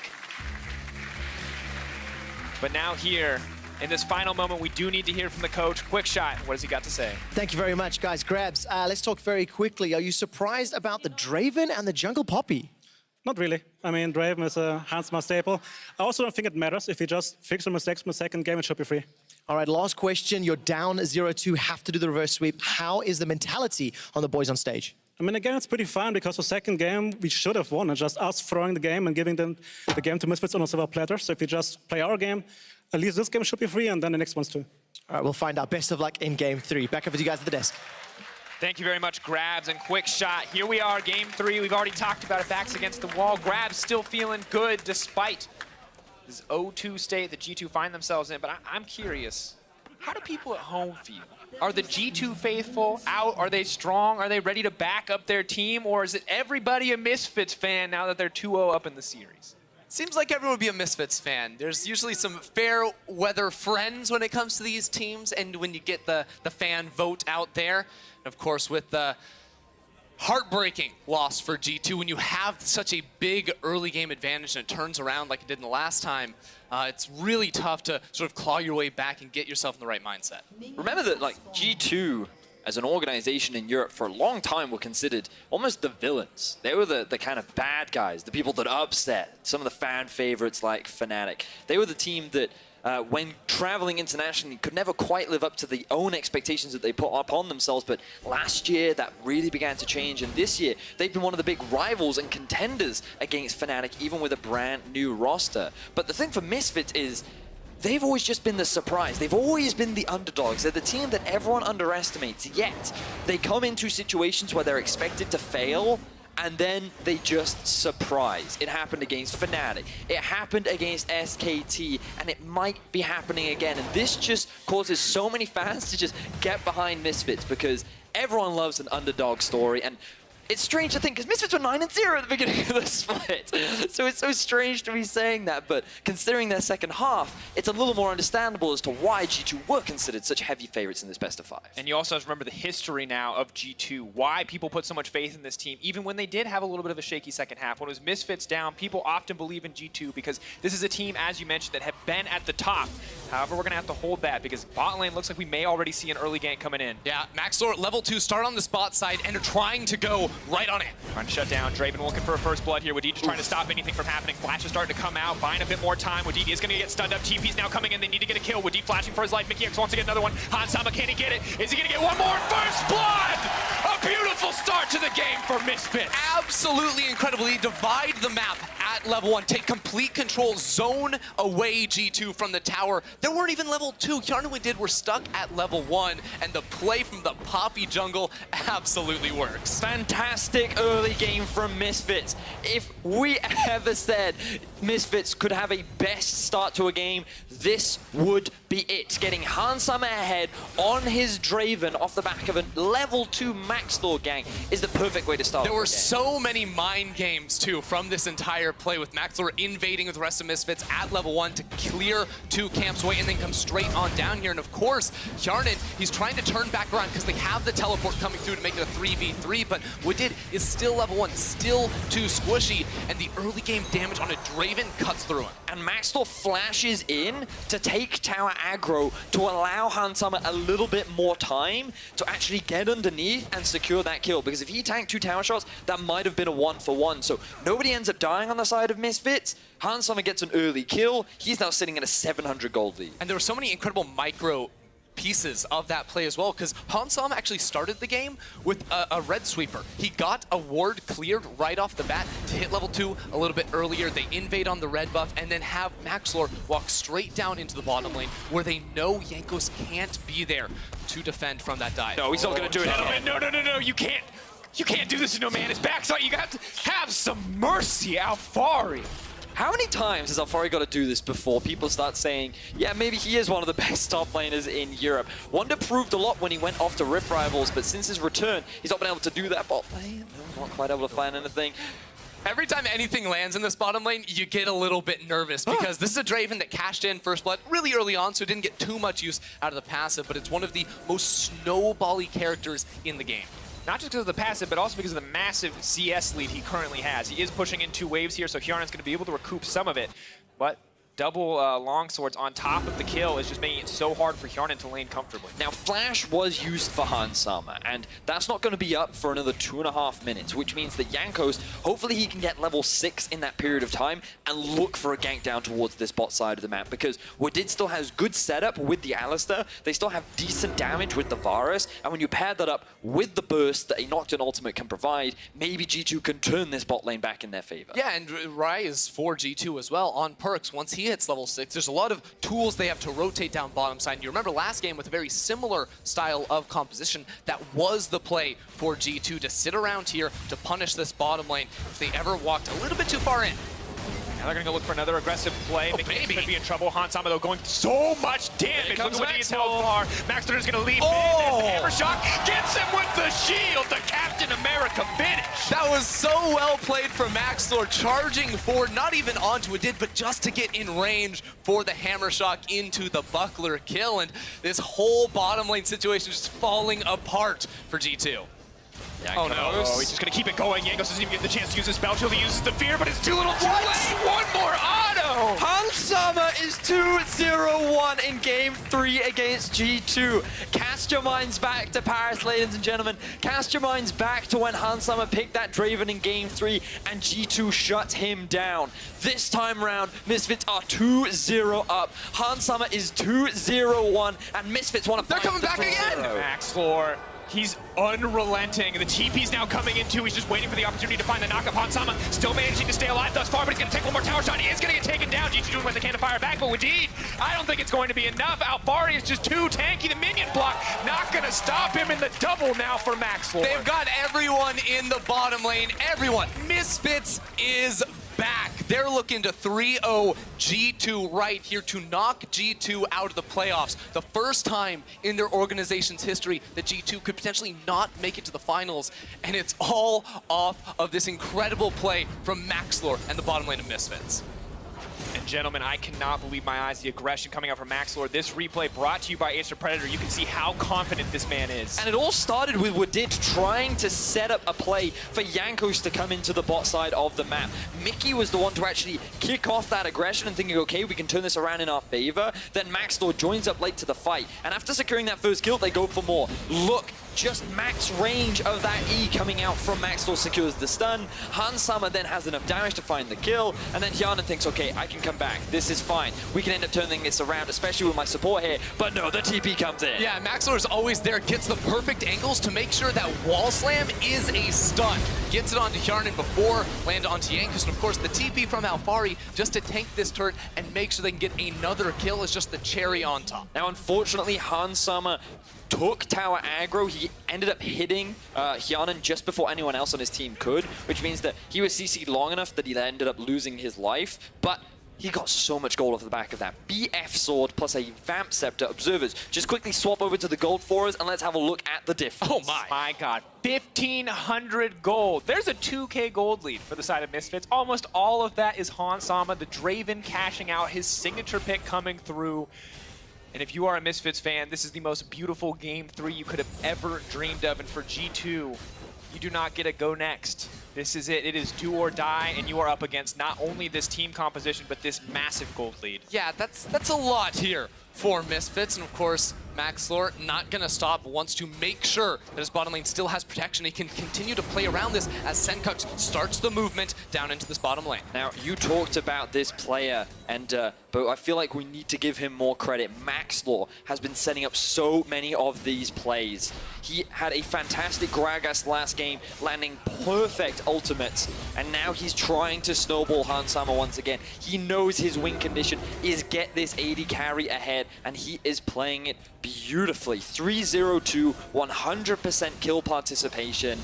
Maxlor is the catalyst to allow Hansama to be the big carry. And he's been spending a lot of time here, not farming, just positioning, waiting for a play to break out around this bottom lane. It's because that tower is so incredibly low. They're waiting for that minion wave to reach the tower so they can try to zone them off once more, but Jankos is here to stop that.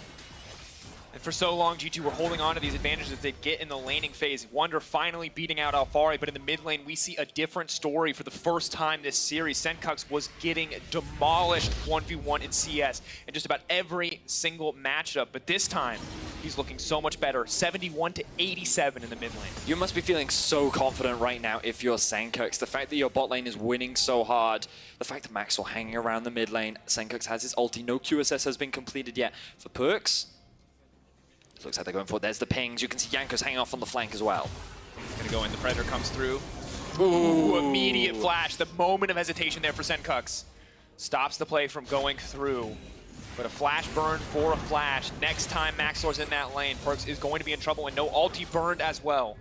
And the war of attrition down bottom lane finally cashes in for Misfits. They will get that tower, and this sets in motion the cascading effect that you get off of just a solo kill turret in the bottom lane. Now all of a sudden, you get to go take a dragon, you get to rotate into the top lane and start knocking down even more structures. Camp bot lane even more. Oh my god! I mean, look, Maxwell here, once again, no teleports are available except for the one on Senkux. They might just keep pushing this if they want to. We wanted to see the Misfits bot lane get shut down. We wanted G2 to stop some of this from happening, getting the Draven to snowball ahead, and it's not happening. And Wonder finally winning the lane on his own. G2, yes, they're getting this Rift Arrow, but Hansama is backing, and he's going to complete that Stormrazor immediately. This is a terrifying Draven. It's going to take 2 or 3 autos to cut down these squishier members. Now, G2 looking to play through the top side of the map. As you said, Wonder does have pressure. He's playing well on the Scion, and picking up the Rift Herald means that G2 can at least get a tower back for themselves. It means that they're not sacrificing the entirety of the map, and that they can slow things down a little bit. And I think it's really worth highlighting that Hyun and Wadid, you can't really blame them for this situation. Getting dived at level 1 into getting hard camped, there are very few things you can do in this situation to really mitigate that kind of pressure. Let's be clear, they queued up thinking they were playing against Maxlore, not Kikis. So when level 2 ganks come to mind, that is not the player you think of. But Maxlore, shifting it up, doing what he has to get this bot lane ahead is so good for this team. But you're right, Hjarnan, hopefully keep the mental game strong. G2 need to keep their heads on their shoulders as they move further into the game, because it is not done yet, no matter how grim it looks. Now, the one benefit G2 have is they're gonna very likely get both neutral objectives here. They got the Rift Herald to be able to trade for the first tower. Now they're setting up around the bottom lane as well. They're bringing in everyone for Alphari. Alphari is going to be in trouble under the tower. He's trying to heal up as much as he can. Does have the stopwatch. Will buy a bit of time combined with the ultimate, but in goes Jankos. Where is he going to be in the end? Leaps right under the back line. Wants to take down Alphari. But he gets suppressed. He gets knocked into the wall, and they say it's not going to happen. G2. Every light of hope you've ever held dear is going to get snuffed out in this game 3. The stopwatch from Alphari was amazing. He went from being in a 1v4 to a 4 versus 4. Beautiful reactions from him, end up turning around a dive, and Misfits once again come out on top. And there are not many teams that will teleport into a 4v5 situation like Misfits did right there, but they were confident. Now they're looking for Perks. Perks knocked to the wall. The stun's not going to come through, but God, look at that Hansama damage. This is a Draven unleashed upon G2, and they were not ready. G2 are crumbling. They're already 0-2 in this series. This team has been in the last 5 European LCS finals, and this could be the first time in the organization's history that they will be knocked out in the quarters. First time they have to play through the gauntlet. The first time they have to fight so hard to secure a spot at Worlds. If they lose here, nothing is guaranteed for this lineup if they cannot find a win. Look at this one, it's pretty clean. Yeah, Alphari, as soon as he gets down on the ground, uses the zonies. The rest of the team calls for the double teleports to move on in. And at this point, G2, they've got 5 members, but Wadid, he's tanking tower, he's running away. They don't have the damage to kill Alphari, and at that point, they just get CC chained underneath the tower without any recourse. 5,500 gold is the advantage that Misfits have over the 5-time finalists of G2. This was a roster that was rebuilt after the departure of Sven and Mithy, and while last split they made it to the finals, here in this quarters they are struggling. They have not been able to showcase a huge amount. They will have to find some miracle comeback in order to turn this game around. And this is a revived Misfits roster as well. They have already won today just as many games in one day that they won in the last 4.5 weeks. They're on the brink of beating that record in just this series alone without dropping a single game. It really is impressive stuff out of them, with every single member stepping up to the challenge. Both teams now playing in a division. Misfits extending their vision line into enemy territory. They are looking to choke G2 out. It'll be a slow and painful death for this lineup. They will not get their own jungle resources at this stage of the game, and they'll be difficult to get much of anything else. Hansama just continues to scale up, continues to stack. Another kill with all these adoration stacks will make it nigh impossible to ever look to 1v1 this Draven. But G2 aren't going out without a fight. 4 members here on the top side ready to contest. Ooh, here comes an ulti onto Senkux now could be in trouble. Looks like he will get feared up. Good use of the spell shield there. That's 1 kill back for G2. Okay, that's a good pick from the side of G2. Senkux overextended in the mid, while Misfits generate some pressure on the top side. Well, here we go. Hansama's just going in. Predator to use Hansama. Oh, the Draven damage. Wait. Throws the ulti the wrong way. Now is going to bring it back. Wonder. Ooh, beautiful use. He's trying to go golden. He's trying to style on him. He's going to get down another auto attack. Yanko's doing what he came up He's under the tower. Perk says, I'll pick up that shutdown. Wants to bring it back in a moment of hubris for the Misfits.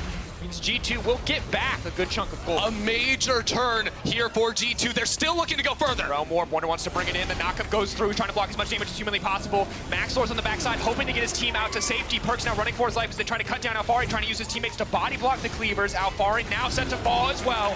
Double kill for Perks. G2 not looking quite as out as they once were. They just got 4 kills for 0 right there. It starts off with Jankos getting a straight up solo kill onto Senkux, and then the whole fight goes in their favor. The G2 army must have prayed hard, because that was the miracle that they were looking for. Maxlor now in a 1v1 against Jankos. Jankos just going to run him down. The fear is there. Poppy not great in these 1v1 scenarios. No keeper's verdict either, but he has to back off. Luckily, Senkux is there to protect him. And G2, things were looking dire for them, but they found this pick onto Senkux, and with the numbers advantage, they felt confident moving up towards the top side to then stop the siege from Misfits. And then at this point, Hansama can very easily stay here, get the tower. The rest of G2 is rotating very defensively to clear the next minion wave, but Misfits make the call to go forward. Perks barely gets out, and the ultimate goes the wrong direction from Hansama. Then a teleport from behind puts Hansama between so many members of G2, and it's what did that bumps him straight into the tower to make this fight a winning one for G2. And as the rest of it plays out, of course, a lot of confidence coming in from G2. You can tell they're playing from a deficit. Perks has to dodge every single cleaver by body blocking with his teammates. It is still a close exchange, but they do reign supreme in the end. 5-7 now the kill score. Gold deficit still huge for G2, but things are looking up. 3-1 on Perks. This is the man we said needs to carry this series. He needs to shut down Senkux. He may not have got it in the laning phase, but he's getting it now. Still a level 11 Hansama. 2 items have been completed. Here comes the pit. Alfari now running for his life. The flash over the wall. Good use there with Deed as well. He's going to make it out safe. But that's 3 members topside for G2. Yes, trying to find those picks and kills are important, but Misfits are generating pressure towards the bot side of the map. Here is Wonder with Yana backing him up. Does hit Hansama, just doing a little bit of damage, trying his best to clear the wave there. Not even afraid of the Scion, they just want to kill him immediately. Can't be disabled though as he backs out.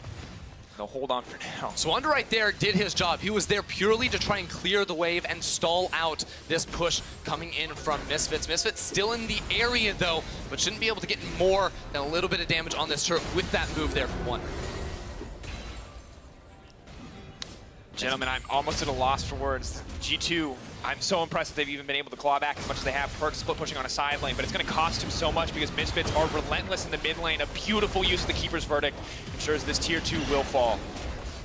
Misfits find themselves another objective. Even after a poor fight, they're still that far ahead that they can afford to make these mistakes without losing too much. G2 only finding 1 tower on the map. Draw their eyes towards Perks, the man that formed this team, the man that this roster was built around at the beginning of the year, the man that did take them to finals in spring. He's currently 3-1-0. He's at a pretty big deficit behind Senkux, but he's going to have to make that play that can turn things around. He still has that potential late game threat off on a side lane, but still it's wishful thinking at this point as Misfits secure another tower. And the gold deficit just continues to grow as more and more towers are taken down by the side of Misfits. Perk's getting what farm he can, but Baron is right around the corner, and G2 cannot contest in any way. They are way too far behind to try the Baron themselves. So does Misfits, who get to continue to dictate the pace of this game. Misfits have been so good around that objective. It really felt like when they were drafting comps to play for that. This time around, they just have such a large advantage that they're going to have all control over this top side of the map. They can move on in, make sure that G2 can't get the pick, because that's the issue. If Misfits split up and Jankos calls that in, remember it's G2 with all the ability to press one button and immediately find the engagement, so they can never get caught out of position and be down in numbers against this composition. Pressure then onto Maxlore, onto Mickey to keep Han Sama alive in the coming fights. But still, even after the pick, even if G2 use all those cooldowns to kill a single member, the fight is still difficult as Mundo and the Malzahar continue to ramp up. A lot of flat magic penetration there to cut through the squishier members of the G2 lineup. Things definitely looking grim. G2, though, holding on for now, clearing out what vision they can, playing safe. They know their territory on the map. They know what they have to give up. They're not looking to lose anymore. Yeah, they're just slowly pushing the vision deeper and deeper into G2's topside jungle. They need a mid-wave in order to properly gain control. And you can see Hjarnan, he's going pretty far up in the lane so that he can catch the wave first, start poking it down so that Misfits don't have that much control. But the flank coming in from Misfits, Hjarnan's got to be careful. Mari here off to the side. Max looking to get this one started. They're trying to keep the fight going. They're looking to go in on the Senkux. Can they get anything else? The ultimate comes out. They're going to cut through Senkux immediately. Maxlore is still there. Arfari is still there. The tankier members are here. Jankos is running for his life. The flash is not going to be enough because Maxlore is still hungry. 2 for 1 the exchange in the end. G2 are trying to play for picks, but it's not around Perks. He was not there for the huge fight. Now without a jungler alive, Misfits can head back for the Baron. You can see the pings coming down. They have full vision control around the top side. Wonder's even head down to bot. Now his TP is up soon, but with a Draven and a Mundo, this Baron is going to go down quickly. 10k health. We have to keep our eyes. Are G2 going to contest? Jankos is down. Really no chance here. Perk's not even going to look for it. They're going to try to get a bottom lane tower for this Baron in the end. But game 3, G2 backs against their wall. They are down almost 10k gold. It will be just about 10k as the Baron falls. Misfits now with the Baron. This is Misfits' game to lose. This is a Misfits team that doesn't want to just stop in the semifinals either. They are looking to push as far forward. They want to be in the finals. They have returned to that form at the start of the split where they were undefeated, looking to make that run as deep as they can into playoffs. And now this was the overextended Hjarnan that we were talking about, but G2 thought that they were safe because they had Wonder and Jankos backing him up.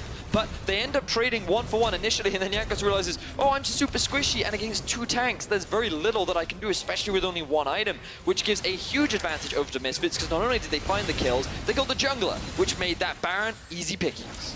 I have to say, we're at this point where Maxlore now not just has the Predator to get into fights, but also Righteous Glory, so it's Misfits finding these flanking opportunities to try and single out the backline and knock them forward. That is really going to result in super explosive fights for their side. G2, though, setting up for picks, playing patiently. They know the Death Brush may be one of their only options. Doesn't get used outside the brush, still gives a little bit of vision. Whoa! A lot of damage down on it with Deed. The ulti coming in. Jankos going into mid. Denying vision, immediately looking to go onto the Senkux. The spell shield has come out, but the ulti now coming, looking for the outplay. But the I think he's still under tower. No, he's out!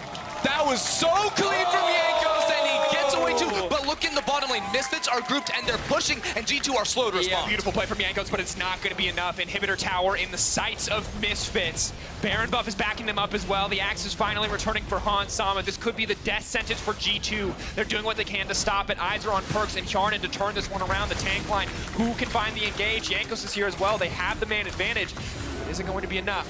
It's going to buy enough time for them to hold on for now, but the inhibitor does drop in the favor of Misfits. Senkux has just been the sacrificial lamb in this game, and Misfits are just fine with it, because every time he drops, the team gets further ahead. 0-3-2 is the scoreline for Senkux, but look at everyone else. 3-2-3 on Han Sama. Maxlore, 5-0-3. The rest of this team is capitalizing on every play that G2 tried to. And they're gearing up for more. There's a teleport on Senkux. He can enter if they want to look for more than just this tower. Break another one. Have to be careful, though. Have to respect the potential for the engage. The 3-man knockup for Wonder could be crucial. The immediate fallout from Woody. They want to keep the fight started. Jordan's untouched. Perks to the backside. This is what they needed!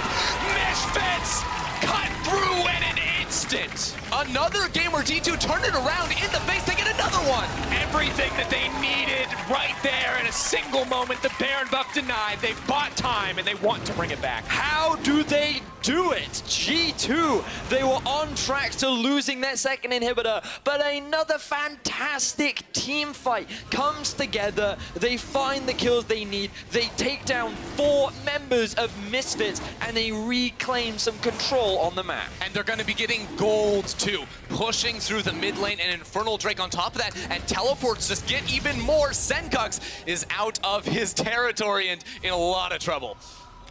Now backing. Looks like he will make it out to safety. G2 aren't going to pursue any further. They know they're still at a deficit. Jankos, not going to find him in the end. Backing off, but G2 buying themselves more time in this game, looking to bring it back. We have to look at the multi-man knockups here. Wonder and Wadid are the ones that go in. Look at that 3-man there from Wonder into the flash pulverize follow-up. Insane coordination there from the top laner and the support to back up and support the rest of the team to make this fight a victory. And Senkux arrives way too late to offer any kind of turnaround to the squad. G2, they've done it so many times now, these fights, but Jankos, he is being chased down by Hansama. Misfits hungry to get something back. But gentlemen, we have to remember how dangerous it is to underestimate G2 Esports. This is a team with so much history that has accomplished so much in their time. Yes, they are down. Yes, they look like they could be out. With this team, you cannot afford to underestimate them. 5 EU LCS or 5 EU LCS finals, 4 titles, so many Worlds appearances, the finals at MSI as well. These guys are legendary. Absolutely, and it's all been around Perks in the mid lane. Been there from the very beginning. Now he's got the kills. He's got the gold 5, 1, and 2. It is up to him leading the charge here for G2 as we go into another fight. That's a chunk of health. Oh! Goes in and got him! Hansama's gone now. They've set the sights on Senkux. He's down 2. The carries are gone. G2 say, not today, boys! You want to take us out. It is not going to be the clean sweep. You're going to have to get down and dirty in the pit. You are going to have to fight for this win, and you are going to have to say goodbye to your team.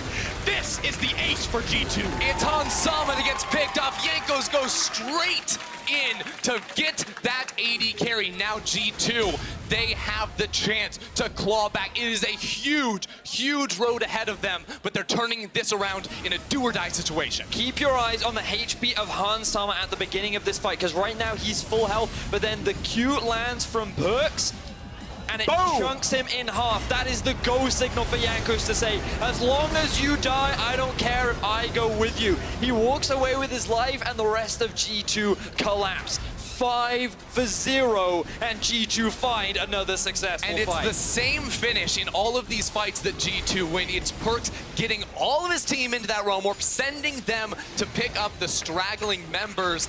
But it's him. It is all him. 5.3k damage, insane numbers from this player, and the fans believe. G2 fans standing, being counted now as they show support for their team in their darkest time. And after 2 fights like that, I think it makes a lot of sense to see that confidence surge. 63% starting to stabilize. Misfits fans doing what they can to fight back here in the chat. But gentlemen, do you remember that 7k gold lead, that 8k gold lead, that just about 10k gold lead and a Baron buff? Well, now it's just a 3k deficit for G2, and we've seen what that Rise can do. We've seen what that Bars could do. Suddenly, you're not quite so confident Misfits pulling this out. This Baron is going to be the determining factor in who comes out ahead. It flashes in. Has to be careful if he messes up this engage. Oh, they got him! Very quickly, they managed to find one engage. They're trying to keep it up. Maxwell wants to find a disengage. He's only managed to hit Hjarn and G2. They're backing off. They've played against Vizicachi. They know better than to keep the fight going, but Perks is not going to hesitate. Look at Perks go! Wants to lock this up. Knocked aside for a brief moment. Would he manage to find the 2-man knockup? Everyone is holding on to those key cooldowns. Hansama manages to hit the axes on multiple members. Maxwell leaping into the back line. Hjarn is still in touch, remaining that way. Wonder doing what he can to disengage with the backing up. Misfits have the momentum in the fight. Alfari trying to push forward. Hansama proccing the Conqueror. Wants a little bit more. The flash forward from Senkux. The silence, the immediate cleanse. Perks is running. G2 is running. They're going to give up Wonder. They're going to back off. They're turning it! Slore bringing it back, but Hjarn manages to get it. The team fight going back and forth. The blood rush coming in from Hansama. He wants his kill so badly. One more. He wants to get it. He throws it over the wall. He's going to take him down, but the GA coming out. Senkux now waiting. Does get shut down in the end. My God, what a beautiful fight. It's a 3v1 with long death timers and no tower on this inhibitor. A massive wave. Misfits, they are looking for the win! Are they going to go for it right here? This could be everything. Hjarn versus the world right now. Can he do it? Hjarn and Wadid, the G2 bottom lane, the best bottom lane in the West. That's what they earned at Rift Rivals. Can they prove it here? Want to turn it back. Hansama just cutting down the towers. PvE the focus. They know they do not need to fight the champions. The silence goes in. They have to go. His life, but they're going to find the knockup. Hansama! Shut down for Hansama. One more to close it out.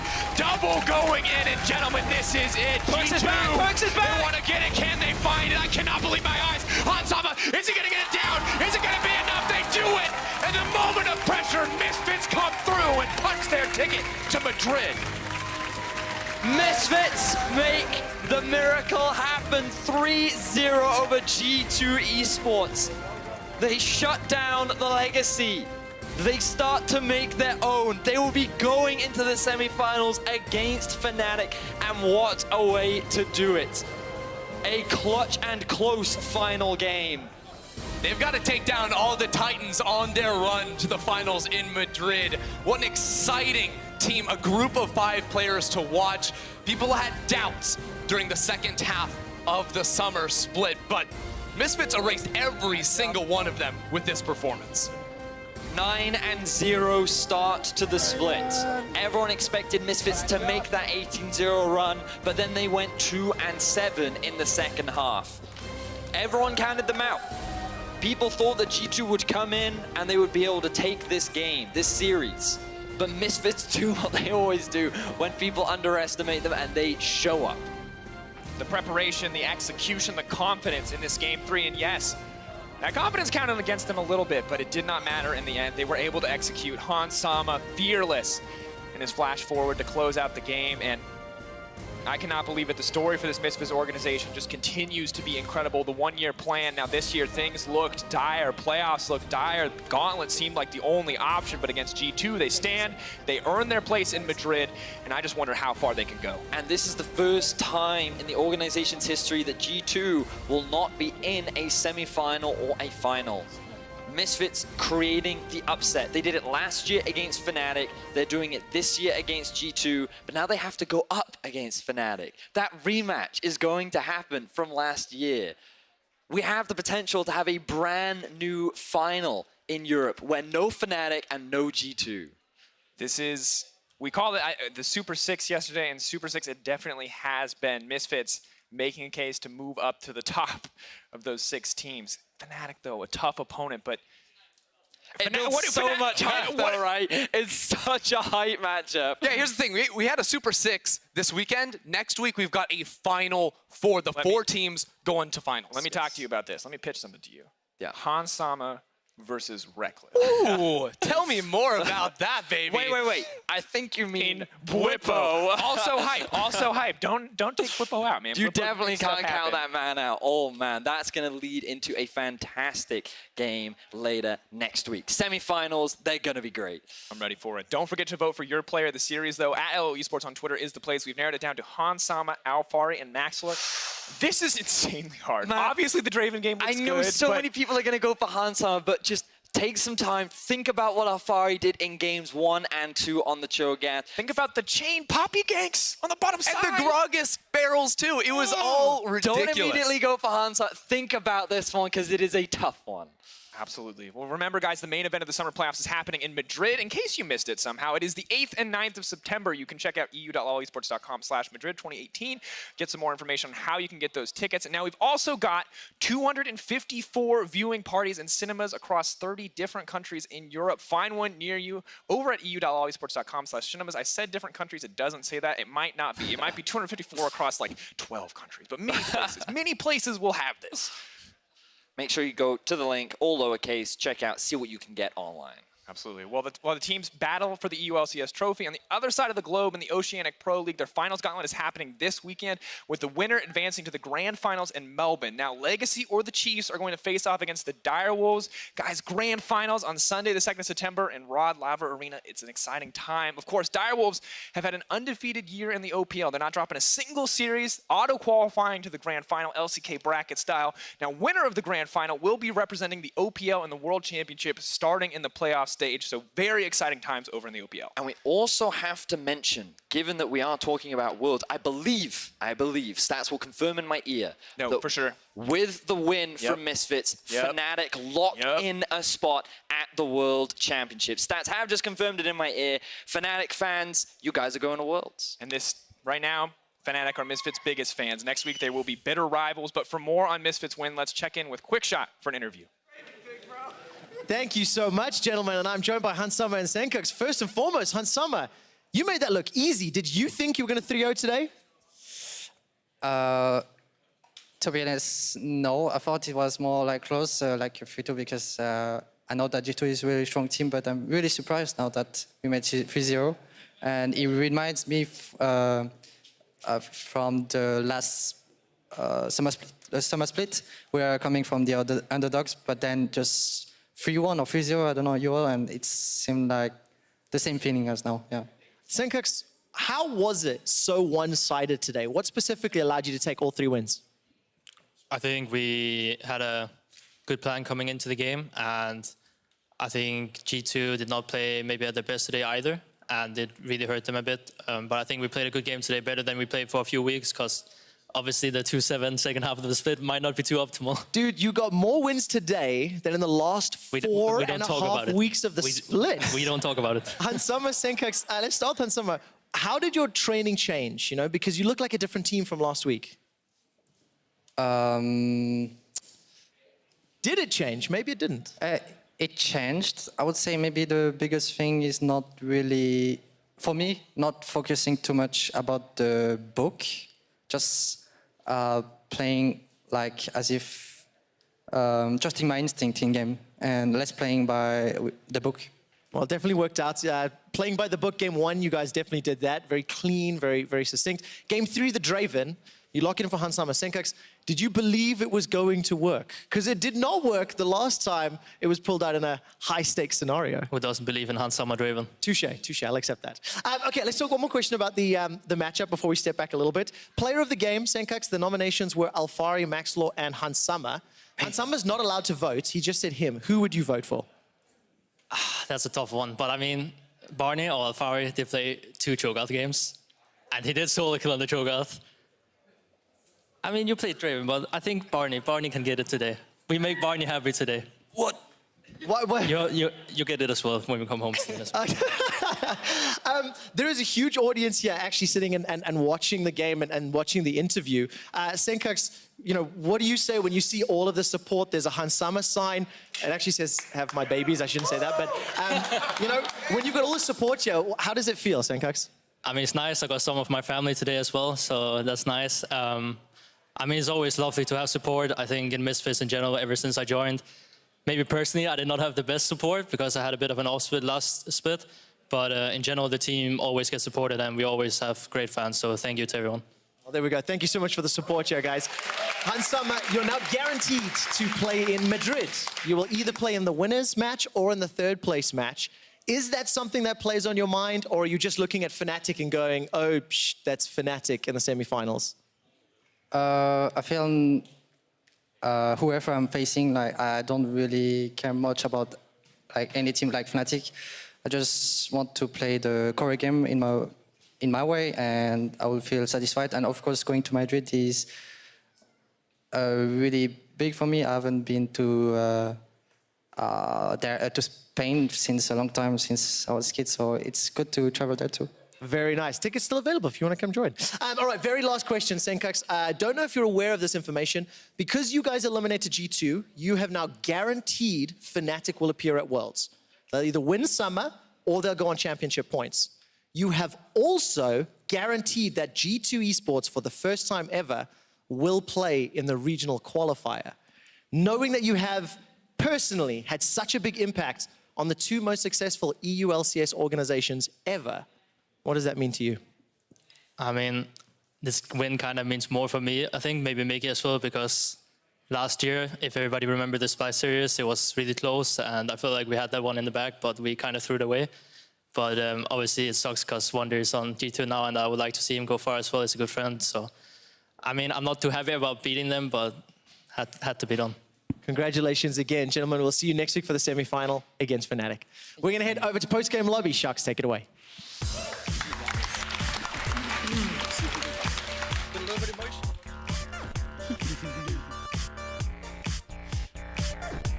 Welcome back to the EULCS and the post-game lobby as we take another look at Misfits' coaching staff and owners in the deciding moment when they beat G2 Esports. I'm Shox here with the Fish Show, Yamato Cannon, and who else but the superstar jungler of Misfits, Max FLICKR, back at it again. You just saw your coaching staff and how happy they were. What went through your mind when you finally killed the Nexus and straight up 3-0'd G2 Esports?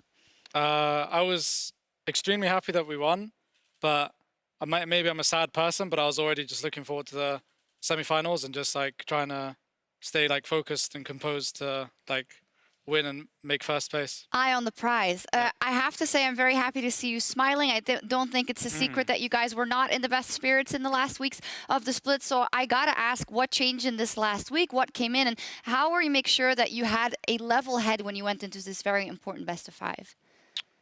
So the issue we had is kind of a very similar situation to Spring Split, where we focused too much on comms, and that might sound weird, but like we would in scrims like make a mistake and we're like, okay, how can we help you? And then we'll just like look into comms and be like, okay, and then we kept building up on comms and building up, and then because we kept building up on comms and people were thinking of what to say and listening a lot and like constant talking, we couldn't make creative plays anymore. We couldn't play aggressive, and it was just like how everyone flames us of playing by the book. It was kind of true. And whenever we played like good teams that knew, like always played perfect macro, we were very good against them. Like even in Spring Split, we beat the top teams. We became really bad at punishing mistakes, and we started falling into that trap again. And we just, even our macro was bad, so we were just losing to every team in the second I love that you half. say, you know, we realized that this playing by the book wasn't working, because a lot of teams, when they're doing bad, you can tell them things over and over and over, and maybe they see it, but it's very hard sometimes to see what you're doing when you're in those games. What did it take? Was there like a coach moment or something that you guys just snapped and said, okay, we got to snap out of it. We have to play for all the marbles. We have to just put ourselves out there in this game or in these games. It just felt like the communication system wasn't really meant for some of the players, and it was hard for them to adapt, and it was like it took away their strengths because they focused so much on this improvement, and maybe they couldn't get it right, but it was also bad for them.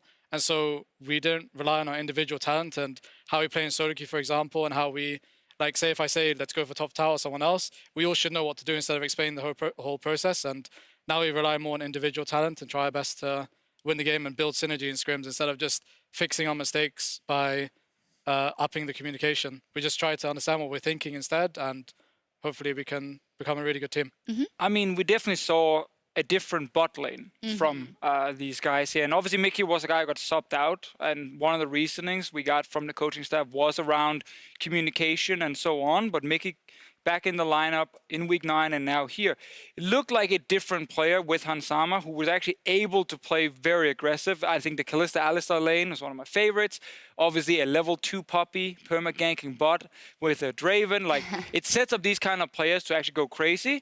And as we did see, sometimes you overextend a little bit and there's a couple of fights here and there, but overall, that third game was all about Misfits. Yamato, I want to hear from you. What do you think of the resilience of Misfits? Because nobody gave them really a chance in hell, except for some people in their predictions. But the fact that they show up so hugely must be impressing, even to you as a coach from an enemy team. I think always when I've ever faced Misfits in the past, I remember it started off with facing them in best of 3s, and then it turned into best of 1s, which I think kind of took away their strength. I've always viewed Misfits as a team that is very good at preparing. And I think the meta fell into place for a team like Misfits. You guys are playing well around the bot lane. And I think you guys figured out your jungle situation as well. And you transitioned that into good mid-game leads. And I think that's how I view Misfits still. Preparation-wise, always been crisp. But it has to pan out on the Rift. And this is where I want to go to you, Max, because you played incredible today. I mean, the Gragas with the Predator, you were always in there in the lane. I mean, you didn't have to go top because he was solo killing Wonder, but just in those moments, your decision-making was on point, your mechanics was on point. So I'd love to hear from you how you felt playing this series. Well, for me, I mean, it felt really good playing the series because we went in with like way more positive vibes than we did in the previous weeks. And we came in confident because like even when we were winning a lot of games on stage, our scrim results weren't that good. And scrim results don't determine everything, right? But it's just a bit worrying when it's not going your way and you're winning a lot. And you can see like there was a stagnation improvement. But in the past 2 weeks, especially this week, I feel like we've made such an improvement in the team, and it's really made me happy. And I've been able to improve individually more as well, instead of just like as I said, going through comms and saying, yeah, so I should have said this to help this person not die. You know, instead now it's like we're relying more on our individual talent, I'd say, like more at the start of the split, and I can focus more on myself, and I have a really good bot lane I can play around. Definitely. And my top lane's a machine let's as well. mention And my mid lane's Alfari really for a good too. second. Because when we talked about Misfits before, honestly, we saw the opportunity in the bottom lane and kind of Senkux being controlling and you being all over the map. We did mention Alfari, right? Not at all. So the fact that he showed up must have made it easier for you guys, especially in that crucial game 1, because he opened up so much. What was going on with Barney today? He had some good cereal. I think he was just showing no mercy, really. Like, I don't really know. Like, I've always valued Barney as one of the best, if not the best top laner in Europe. No one really sees what he provides to their team, especially on stage. Like, sometimes even in scrims, he has to talk less and help us more so that the other 4 can improve. But he's a very strong member, and I think people don't see the value he brings into a team. I think we can agree. Player of the series, Hansama, 43% of the votes. I know some people who disagree because MaxLore's name was dropped a lot, maybe Alfari's as well, but yeah, man, he's the star, he's the AD carry, he played Draven, what are you gonna do? I'm pretty sure his damage per minute numbers as well were some of the highest we've ever seen, so obviously... That game 1, look at that, it's crazy. Yeah. Okay, game 1 we skipped. In fact, never let's seen do a game DPM 2 like that instead. on an AD carry. Yeah, see, that was bad, but let's game 2 instead. That was insane. Like, come on, 1362. Let's ignore the one on the left. You know, that's not too important. But so I voted personally for MaxLore. Now, I forgot to vote on Twitter, so maybe that's why he didn't win. Your vote could have made the difference. It could have made the difference. That's my fault, obviously. Starting on Hansama, though, before we get to MaxLore specifically, I mean, he did his job perfectly when he got ahead. And, like, people are seeing the Draven game at the end, the Ezreal performance in teamfights was spot on. Yeah, I mean, the Kalista game, it wasn't even about him, right? No. It was about just setting up picks with the rest of the team. But I think overall, like, and I said this before the game, Hansama is a great player when the people around him enable him. Because he's mechanically very gifted, but he needs his teammates to do well in game. What happened today? His teammates did very well. And then Hansama will look like a massive carry. Now, if we turn this on its head, you can't say anything bad about a 3-0, but that is that kind of inkling of, okay, did you get enough practice in a way? Because this is our first competitive games again where you're doing well. So you've had to relearn probably a lot of things. Do you feel you got challenged here enough that you can go confidently into that next best of 5? Because it almost feels like you were coasting through it at times. Well, I do feel that, like, it wasn't easy for us, but the game was all in our... It was 100% in our hands, like, throughout this whole series. I don't think G2 played very aggressively, and the early game was, like, okay, I guess, from them. Like, it could have been a lot better. But I just think we played really well and really confidently, and even when we messed up, we were still looking to be aggressive, and they couldn't really handle it. Yeah, that was the key, I think, Yamato. We were watching that game too, where Misfits fell so far behind, and we were actually in awe of around the Baron in a lot of fights that I think you guys would have lost if you played them in the last couple of weeks. But you guys were very proactive, and you knew you were scaling with the Cho'Gath, and their decision-making was just much better than we had expected. For sure. I felt like Misfits, like you guys always had a draft, I felt like there was a clear thought process. When I was looking at G2's side, they had the Rise, split push, but then there's a Cho'Gath. It's not going to be relevant. And I felt like you guys just drafted a better team fight, better 20-minute comp. Then when you reach that point, G2 just kind of crumbled. And I think that happened game 2. They had an early game lead. Ezreal had 24 and mana mule, and all of a sudden Varus with his full MR build is not going to do anything. Which you don't like. I really hate it. Yeah. Makes me cringe. Makes me sick. Not great. So then let's talk about G2 Esports, right? Our 4-time I was going to talk about MaxLore, but it's fine. We can talk about G2. All right, talk about MaxLore. I was just going to say, with both him and Alfari, why I think a lot of other people look at them in this series was because in the early game, so much was set up around either solo kills from Alfari or early ganks from MaxLore, which is much better than what we've seen in the last couple of weeks. Because I actually kind of feel like we haven't noticed you in games for a couple of weeks now, where as long as you guys couldn't win the early game around bot side, just nothing happened. And I would be like, oh, okay, maybe they can go mid instead. And then it's like one gang and then nothing, right? So seeing such an aggressive game, proactivity mechanics, you know, where you're like, wow, oh yeah, Maxlock can do that. Yeah. That's true, you know. The Poppy as well Actually here played in game 3, the Gragas, you know, was perfect. There's a 100% win rate at Worlds, by the way, 3 games. I know, now it's back. Don't talk to me. Back for playoffs. Yeah, I'm praising you right now. I was flaming you a little bit, but now I'm praising you. Anyway, just seeing that kind of Max lore again, you know, I missed him. It was ever since he showed up week 1 of the Summer Split. He had the clean haircut, the new beard. We were like, this is a new player, and he carried super hard. And then when they were losing, the beard got a little scruffy. He got a haircut as well. The sides got cut in. Things went downhill. It's back now. Yeah. No. I like it. Congratulations. So there now, let's close this up for G2 Esports. This is the first time they will ever play the Gauntlet. This is just one of their worst records, I think, going into playoffs. Obviously, they were four-time EU LCS back-to-back champions, and they still made the final in spring. What is the verdict? Is it in spring teams hadn't evolved well enough beyond them, right? That everyone was kind of figuring out what they did. And at this point, teams have themselves better figure out. So G2 just kind of stayed at the same level, or I don't know. You guys tell me. I feel like the biggest issue for G2 is they were heavily invested in playing in a specific way that is no longer viable. They were one of the teams that heavily invested time into Funnel. Funnel was removed from the picture, and all of a sudden G2 looked like a different team. At the same time, they invested a lot of time into playing AP carries bottom. And where do we see them now? Like this series, Heimerdinger was banned, which I can respect against Yanan, but he was being put on AD carries, and a lot of the other teams were playing AD carries. So I feel like when the meta shifted, they were so far behind on practice, and Jankos never looked like himself again. And at the same time, their bot lane was also struggling a lot. Well, you go as far just to say you could have kind of predicted this with the bottom lane, because I always think that's dangerous just because Yarnan did step up, for instance, last year also in spring, rather, in playoffs, and he's had pretty good moments during the split as well. So I always find it difficult for a team to just say, well, you know, it was this lane or that lane or whatever. I think your point about being behind on practice does make some sense to me. I mean, I think also if you look back at spring split, for a lot of it going into playoffs, Wonder could play a lot of carries top. Which was a huge advantage. And like this lineup is kind of built around a bot lane you don't need to help, into then having a jungler who can then play around Perks and Wonder on a carry, not Wonder on a tank. What ended up happening once they got to the final against Fnatic, all the carries got banned away. He had to play tank versus tank matchup against Whippo, and then the impact of him is gone. You look at now, you go into playoffs, what's being played in top lane almost every game? It's big tanks. Carries are really hard to execute on top side. Cho'Gath is just sitting there, you know, from afar. You can't really do anything against him. And once again, G2 lose an advantage they were supposed to have based on the players that they've picked for this lineup. And the thing about Yanan is he's a good player. He's a smart player.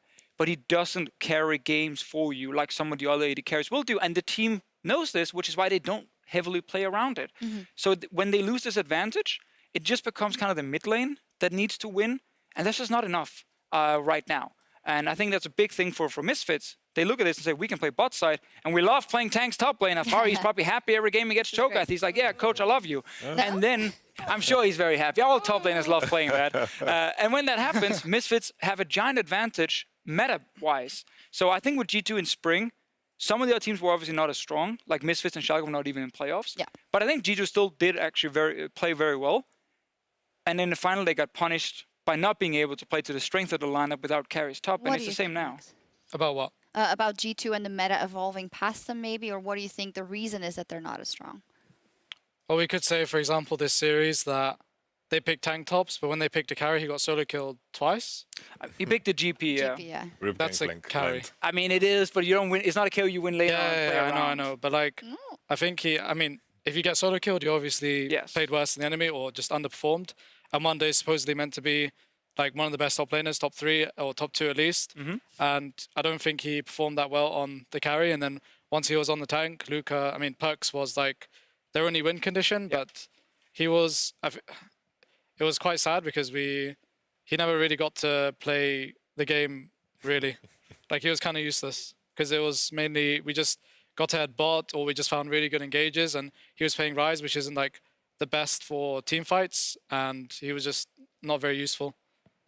Yeah, unfortunate for them. Now, G2 will play in the Gauntlet in just a few weeks, and no matter the results of the semifinals, all the top 4 teams are either guaranteed more points or a tie with G2 in points. And if teams are tied, the teams with more points from the Summer Split are awarded the higher seed. So this is, of course, in a scenario that Fnatic win, right? Yeah. And that another team ends up tying with G2. So then, logically, probably G2 would lose out and they would play in the gauntlet. So you know who's really happy right now? Fnatic. Fnatic and Yamato. Team Vitality, Yeah. because the two teams that ended above them, other than Fnatic, was Splice and G2 in the spring split.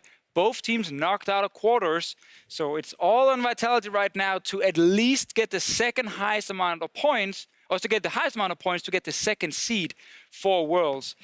I think if you just avoid the 4th place, you should pretty much have it. Like, I want to throw papers in the air like you did when you qualified to Worlds at one time. It's all on Vitality right And now. funnily enough, we're like, oh, yay, good job, Misfits. Now Fnatic's qualified for Worlds, but that sucks for you guys because there's only 2 spots left for Worlds.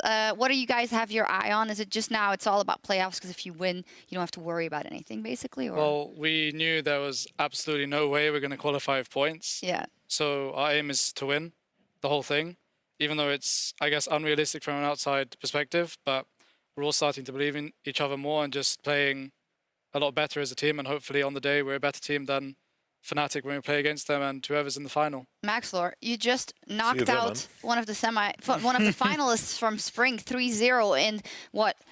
Less than 2 hours. I think you can have a bit of confidence going into the rest. But it's dangerous, I know. Now you're playing Fnatic. Yeah.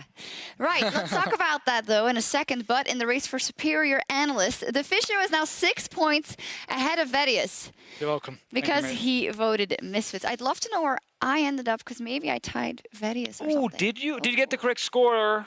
You did not, but almost. almost. Dude, I'm in the race, by the way. Hello, Twitter. I'm leaving you in the dust. All these casters are they're all traitors, except you guys and Ender. I specifically want people to look at Vedius and a 3-0 G2 Esports. Yeah, if there was a prize for being most wrong. You could actually not be more wrong than a 3-0 impossible. G2. It's Minus literally points. impossible. It's cancelled. We should probably remove about 10 points from that. Wait, why don't you guys like do, if you say predicted 3-0 and you got it right, you get 2 points instead of 1. Yeah, so you get 3 points if you pick the winner of the BO5s, and you get 2 extra points if you get the score correctly. So there is a bonus system right there. Okay. Obviously, I'm not very happy you said 3-2. I mean, it's kind of realistic. Well, but I thought that game 2 was done. You know, I was like, that's G2's win now. We get it. It builds up towards a nice game 5. But then you guys came back. I'm going to be honest. I was walking to the studio today and I thought, you know what? I'm disappointed in myself that I didn't put, if I'm going to go all in with Misfits, I believe that they're going to do something incredible. So then it is a 3-0 or a 3-1. So I'm disappointed with myself. Woulda, coulda, shoulda. But, you know, in the end, we see who are the best analysts on the day. Thank you very much, Maxlor. So let's take a look at the bracket for the semifinals. It is so spicy. Misfits will be going up against Fnatic. Spoilers. First thoughts, Maxlor. Should be a fun series, I guess. I mean, we're looking forward to, like, we're going to try our best to win. And so are they. So I think they play very well. They play a lot around caps and they play super aggressive. So at least from my perspective in the jungle, it's going to be fun. They're not going to play boring.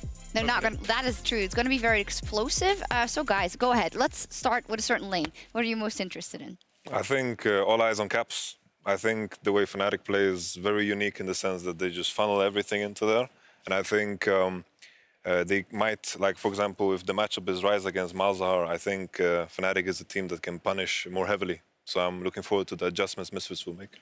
Yeah, I mean, the only lane I don't look at is top here, because it's probably tank v tank, and I don't think we're going to get solo kills this time. Who gets Cho'Gath? Yeah, who gets the Cho'Gath? I'm instead looking at bot lane.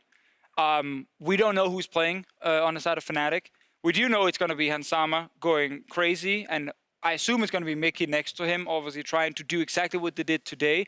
And it's a lane Misfits can play around. Is it going to be able to shut down the Fnatic bot lane, who tends to play very aggressive as well on their side? I can see openings on that side of the map for Misfits for sure. But this matchup on screen right now with the mid laners that you already highlighted. And a bot laner. Well, now it's a bot lane. Okay, never mind. There's a mid lane over there. We didn't have a picture. We couldn't put Reckless there. I didn't notice on the other side. Anyway, Caps for sure is going to be the big player to watch on Fnatic side. Yeah, all eyes on Caps as it has been. Broxa is obviously, I wouldn't say that similar of a jungler to you. He also supports Caps very much, but I feel like you are a bit more aggressive when you're in your elements. Do you think you'll be able to bully him at all? Are you looking at that matchup specifically, or is it more about the team? I think I don't know, because Brock's on some carries he plays very well. I don't want to leak, even though we're playing them next week. But he has, like, I thought he was only like 1 or 2 champ player, but he played a lot of other stuff in scrims that really surprised me. He played it very well, so I'm looking forward to facing him again and hopefully not get smacked like last time. We'll see. Yeah, but you know, the history for you in G2 also didn't bode well, and you still won today, so that's good. I do want to also talk about the other semifinal, because yesterday we had his honorary Amazing, and he just said about Vitality, well, I don't like him, but you are playing them. So what please, a surprise. None of us like him either. Like, whatever, you know? Yeah, so let's step away from the personal, and it was my fault entirely. Sorry, I baited you. But let's talk about this. Upset versus Attila, we're looking at. As a coach, what are you looking at showing off versus Schalke? Oh, I think looking at the series against Splice, I think they play way too slow for us. I think we're going to come at them really hard. I don't think they have any special advantage in the late game. I think it's whatever. And I think they've shown all the cards already. Everything. It's on the table. They do have a week, though. To ban Sejuani? I'm not going to show my cards on the table. Okay. That's not how it works, by the way. I got to buy for a reason. You know? It might be the top card of the deck, though. Jungle and Gragas, and show us what you got, Kikis. So, Kikis versus Amazing, Upset versus Attila. Mysterious Monkeys come back. Hey, there you go. I mean, relegation to top of the world, baby. That jungle matchup is going to be nuts, because we know Kikis has been basically the main win condition for this team when we look at the early game and when they want to play super aggressive. And the thing about Kikis is, last time he was a jungler, the man just has like 10 weird picks ready, and I can just imagine a world, and obviously you will never say anything, which is perfectly fine, but I can imagine a world where it will be impossible to actually ban him out, if that is the strategy some teams will try and take against him, and that's one of the things I'm really looking forward to. Maxer's grinning. Well, I don't know. I'm not revealing anything. I just want to see. Reveal. I just want to see, like, in terms of jungle matchup, I want to see Amazing on the most boring pick in the world. And then I want to see Kikis just go nuts first in the pick and man phase and then in the game. Like, so that's what I'm looking for. Without revealing anything, are you as like a jungler also looking forward to this matchup to see what Amazing's going to do versus Kikis? Or I think Amazing will be... Actually, I was pretty surprised that he picked Jarvan, but it seems like, let's say, an Amazing kind of champ. So it was like semi-predictable. However, I do feel like Amazing's going to play more standard, and Kikis is going to... do his thing. Show some fun picks. Maybe. The man in the past brought out Udyr. That's why we have the Flash Bear Slap. I think he played Shaco as well in a playoff game. Yeah, like they also accidentally put Poppy Was that against in the jungle. Capo? Many years ago. It's many years ago, obviously, so we don't know what he's going to do now. But I'm just looking forward to watching Kikis. Dude, you're obviously... This is a really good poker face, by the way. Yeah, I think everyone can learn from this. This is fantastic. I mean, I just mentioned he's on tank duty every game now. Done. So is there someone we're forgetting when we're talking about the semifinal matchup? We talk about the bottom lane, or just the AD carries, actually. We talked about the jungle matchup. Is there anything else you guys want to mention? Who can make a difference in the semifinal? Is it still the year of the Dark? Or I want to bring someone up. It was a bit in the quarterfinal, but it wasn't fully. You know, there was a lot of upset there as well. You think he's going to vamp up in power and he's gonna like be really ducky this semifinals? Gonna buy more Banshee's Veils maybe? I mean, Nuketook versus Suke is gonna be super interesting as well, but I want to bring up Cabo Shard, to be honest. Yeah, tell me about Cabo Shard, because it's so easy to fly under the radar on such an explosive team as Vitality, but together with Kikis coming in, Cabo Shard has been doing great things in the top lane. Tell me about him as a player, and tell me if you think we can expect something from him in playoffs. Well, I can say this. I think Cabo Shard is the best top laner in Europe. I think Soaz comes close, and then I think Cabo is definite number one. Can you give me some of the traits that make him for you the best top laner? He doesn't have a weakness. What is Cabo's weakness? He plays everything. He plays tanks, he plays carries, he can throw anything at you, come with a Lucian, he can pick a gangplank and into a Cho'Gath if you want to, you know, he can do it all. I mean, he is actually, whenever you've chatted about him, you always said, like, he's kind of the backbone. And, like, he's the guy, when you have 4 alpha males screaming, let's go all the time. He's the guy saying, come down here. You know, we don't need to go too far forward. We've actually heard also in one of the comms with the team, when you always have Shizuki literally screaming that he's going in, and then Cabo Shard is just super quiet, being like, let's focus this guy, now this guy. So we obviously don't get to see that a lot. But from what you're saying, like he's kind of the old man trying to keep all the young players under control, and that is something that's super important, especially in the semi-final where we know these guys are confident. We already heard the coach say that Schalke play too slow. We're gonna smack them in the early game. Like I'm ready for that, and I'm ready to see Kavacha trying to hold back 4 players who's running forward. Me too. Maxlor, what is your prediction, if you can tell us, of Vitality versus Schalke? I think 3-1 Vitality. What is the factor that makes them win so heavily? Early game. Early game, easy as that. Well, you guys showed it today. If you play a good early game, usually you have a lot of. I'm not going to ask your predictions yet. I mean, you're obviously going to say that Vitality's going to win, and I don't assume without research that you want to put your bets on the table. Right now, I'm going Vitality. Yeah, but let's see what happens in a week. Okay. Maybe it's some garbage VODs I'm watching. We see. Actually, I'm probably sticking with Vitality, to be fair. Okay, we'll see. We also have something else to bring up. At the beginning of the show in Ready Check, Medius and Vedius looked at the mystery of Yamato Cannon's shirts. You can see this full segment on a little Esports. I guess it's on Twitter or on the YouTube channel. So here they were looking at some of the things you wore in the off season. And you know they saw bears from Russia. Is it true what they said? Did you go to Africa, then to Russia, and to Canada? To like pick up all these strengths. If Medic would take a look at my shirt right now, then he would notice and see that we will play the finals against either Fnatic or Misfits. What? It's on the shirt. Let's see. Is Are it there from, keys? Is it from Madrid or Barcelona or wherever? Is it like Goldie or something? No. I'm baiting another episode, so I'm not going to say anything. Okay, cool. Thank you for entertaining our thoughts. This is right before his mustache fell off, I think so. So yeah, great stuff. So guys, as the quarterfinals wrapped up a bit earlier than expected, I want from each of you kind of a few takeaways after quarterfinals. You can pick a team, you can pick any meta trends you have seen, something that you think stuck out. I'm glad Tom Kench is dead. Dude, we're so happy. Definitely sets up a lot of different kind of things now. Tank meta is definitely here, if anyone ever questioned if it was actually going to be a thing. So that's 2 things, I guess. Something about a team? About a team. Misfits back. That's definitely... Make a sentence. Misfits are currently looking a lot better. They're not the 2-7 Misfits that we had in the second half. The 9-0. And I absolutely love the fact that they went back to the style that used to work for them, and they committed to it in this game. Yamato. I'm just super happy. Like, the results of every single match couldn't have gotten like better these last 2 weeks. Like Schalke losing to H2K, that's what just started everything. G2 losing to Rocket, I think. What did they lose against? In the last week. They lost to one of the bottom 4 teams. Like, Fnatic lost to UOL. Yeah. Everyone was just losing. And I was like, holy, okay. You kept going. Not just the last week. Yeah.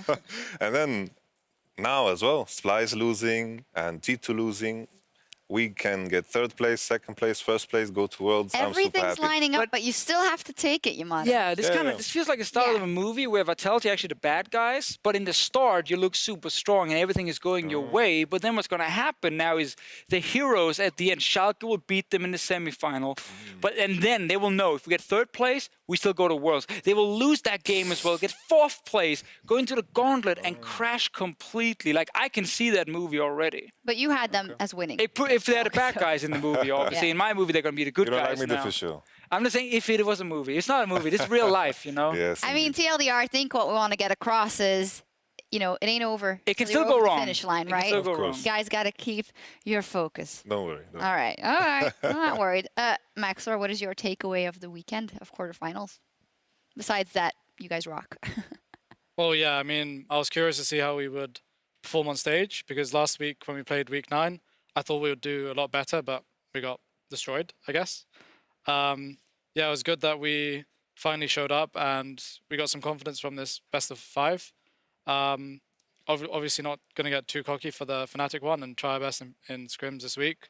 The series, Spice against Schalke, was super interesting to watch. Loads of new picks, Vizicachi on Poppy, of course, and the Maokai. My God. And that ending in game 1, it was really nice to watch. And the way Upset was playing was really good too. So I was surprised by both teams because Splice was like terrible, I guess, towards the end of the weeks.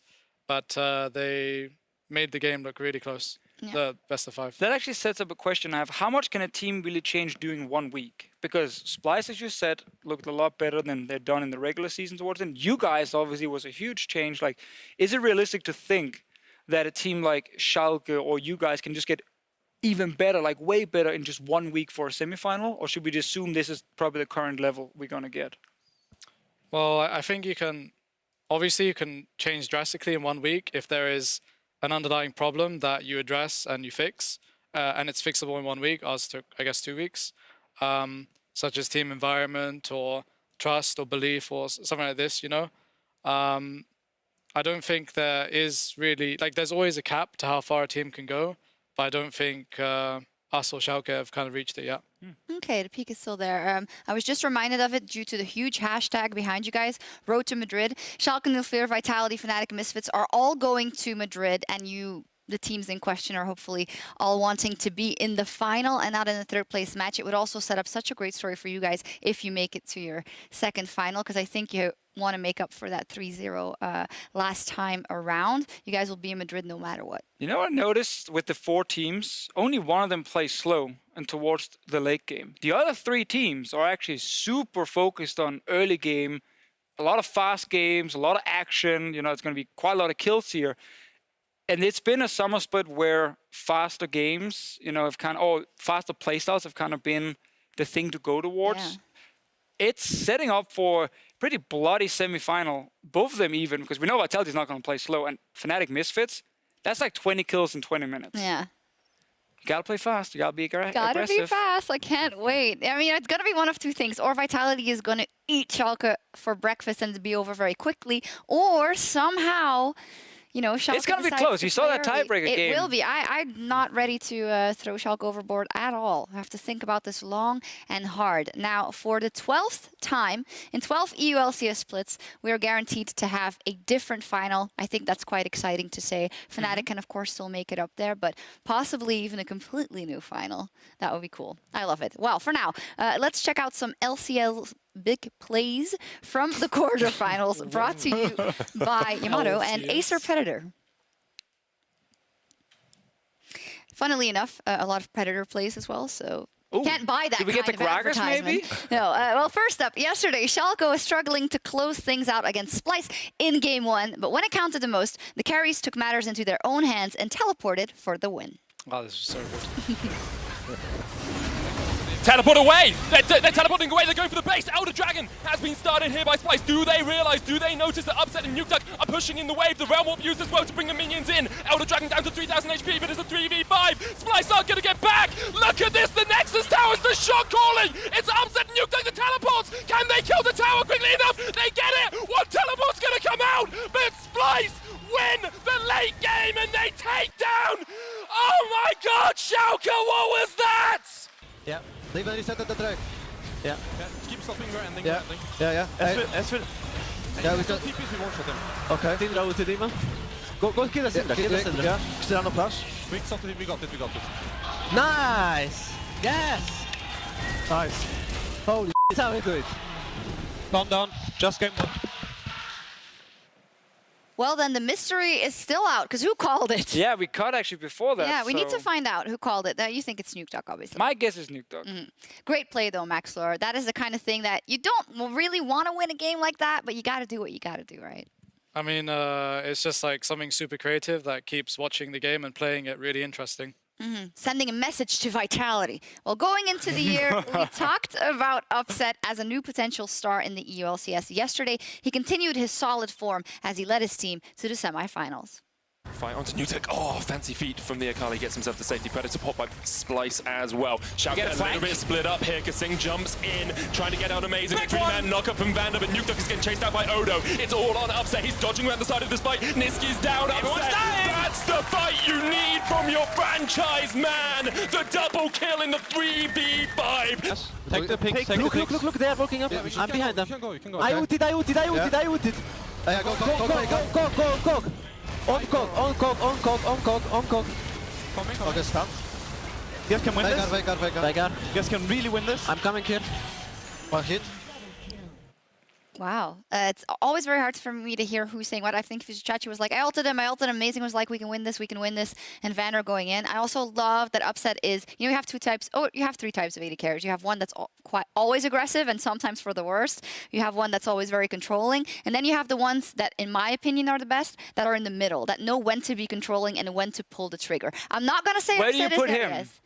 In the third category, but he's I not put him in there the first yet. one. Yeah, it's close. It's close. But I'm just happy when I see a young player who does, flash forward at times. Now, when it becomes a syndrome that they always die, that sucks. In this one case, it definitely worked out for him. not too bad. Final Acer big play in the last game of tonight's series. There we go again. Hansama, he got his signature pick, Draven. After that, there was no way back for G2 Esports.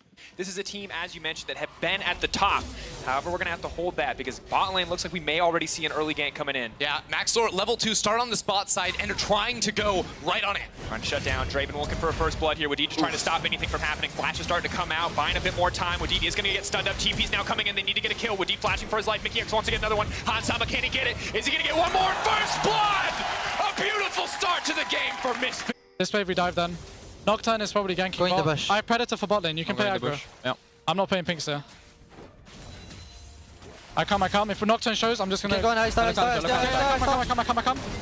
We win this. Play so. I'm coming. We win this really hard. I'm coming. Go, no flash, Alistar. Good job. So Nice.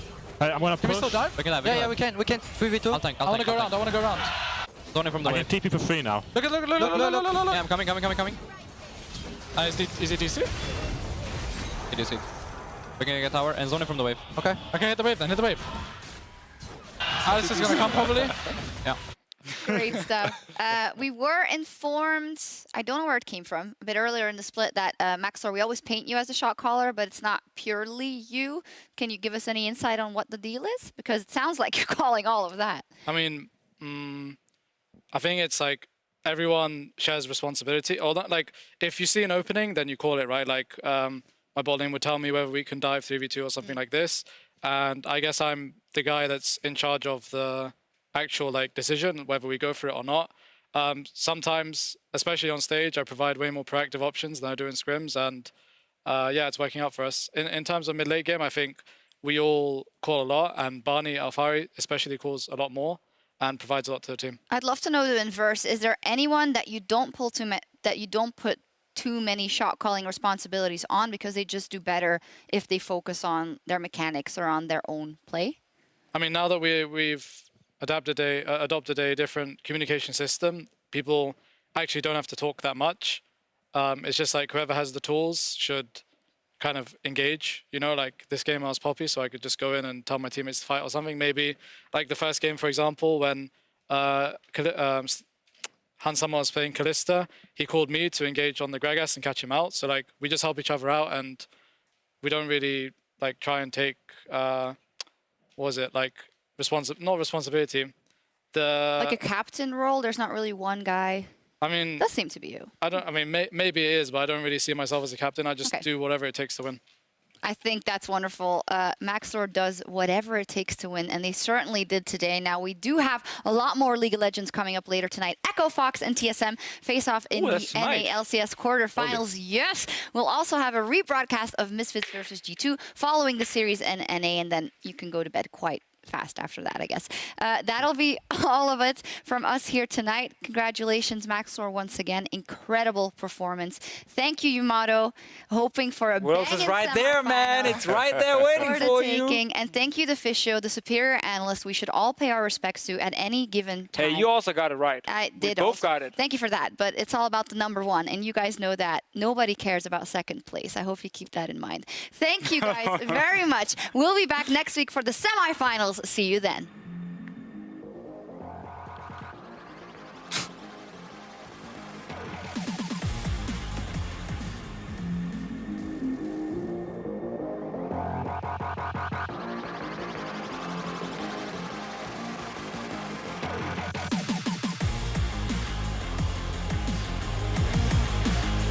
That is one unkillable Cho'Gath, but the sidesteps are going to secure their safety. Hansama now running his Perks, trying to find his way to the backside. Max Lord busts out the ult. He says, hey, one more for you, baby. But Perks gets out, but not for long. That's all it takes. Nexus in the side of Misfits. They're going to play with their food. They're going to try to throw in a little BM, and they're going to get game one. Alfari already burning the ult. Perks. Perks caught up onto the side. They're trying to do something, but he's got him. Misfits. This is just too easy now. Perks is gone. Yarnen's gone. Misfits. Oh my god, it's insane. We're in sync. They're in sync. They take down the Nexus once more. Maxor level 2 start on the spot side and are trying to go right on it. Trying to shut down Drake, looking for a first blood here. Wadidi trying to stop anything from happening. Flash is starting to come out, buying a bit more time. Wadidi is going to get stunned up. TP's now coming in. They need to get a kill. Wadidi flashing for his life. Mickey X wants to get another one. Hansama, can he get it? Is he going to get one more? First blood! Alfari trying to push forward. Hansama, rocking the Conqueror. Wants a little bit more. The flash forward from Zencucks to silence the immediate cleanse. Perks is running. G2 is running. They're going to give up Wonder. They're going to back off. They're turning it! Slore, bringing it back. Perks is back. Perks is back. They want to get it. Can they find it? I cannot believe my eyes. Hansama, is he going to get it down? Is it going to be enough? They do it! And the moment of pressure, Misfits come through and punch their ticket to Madrid.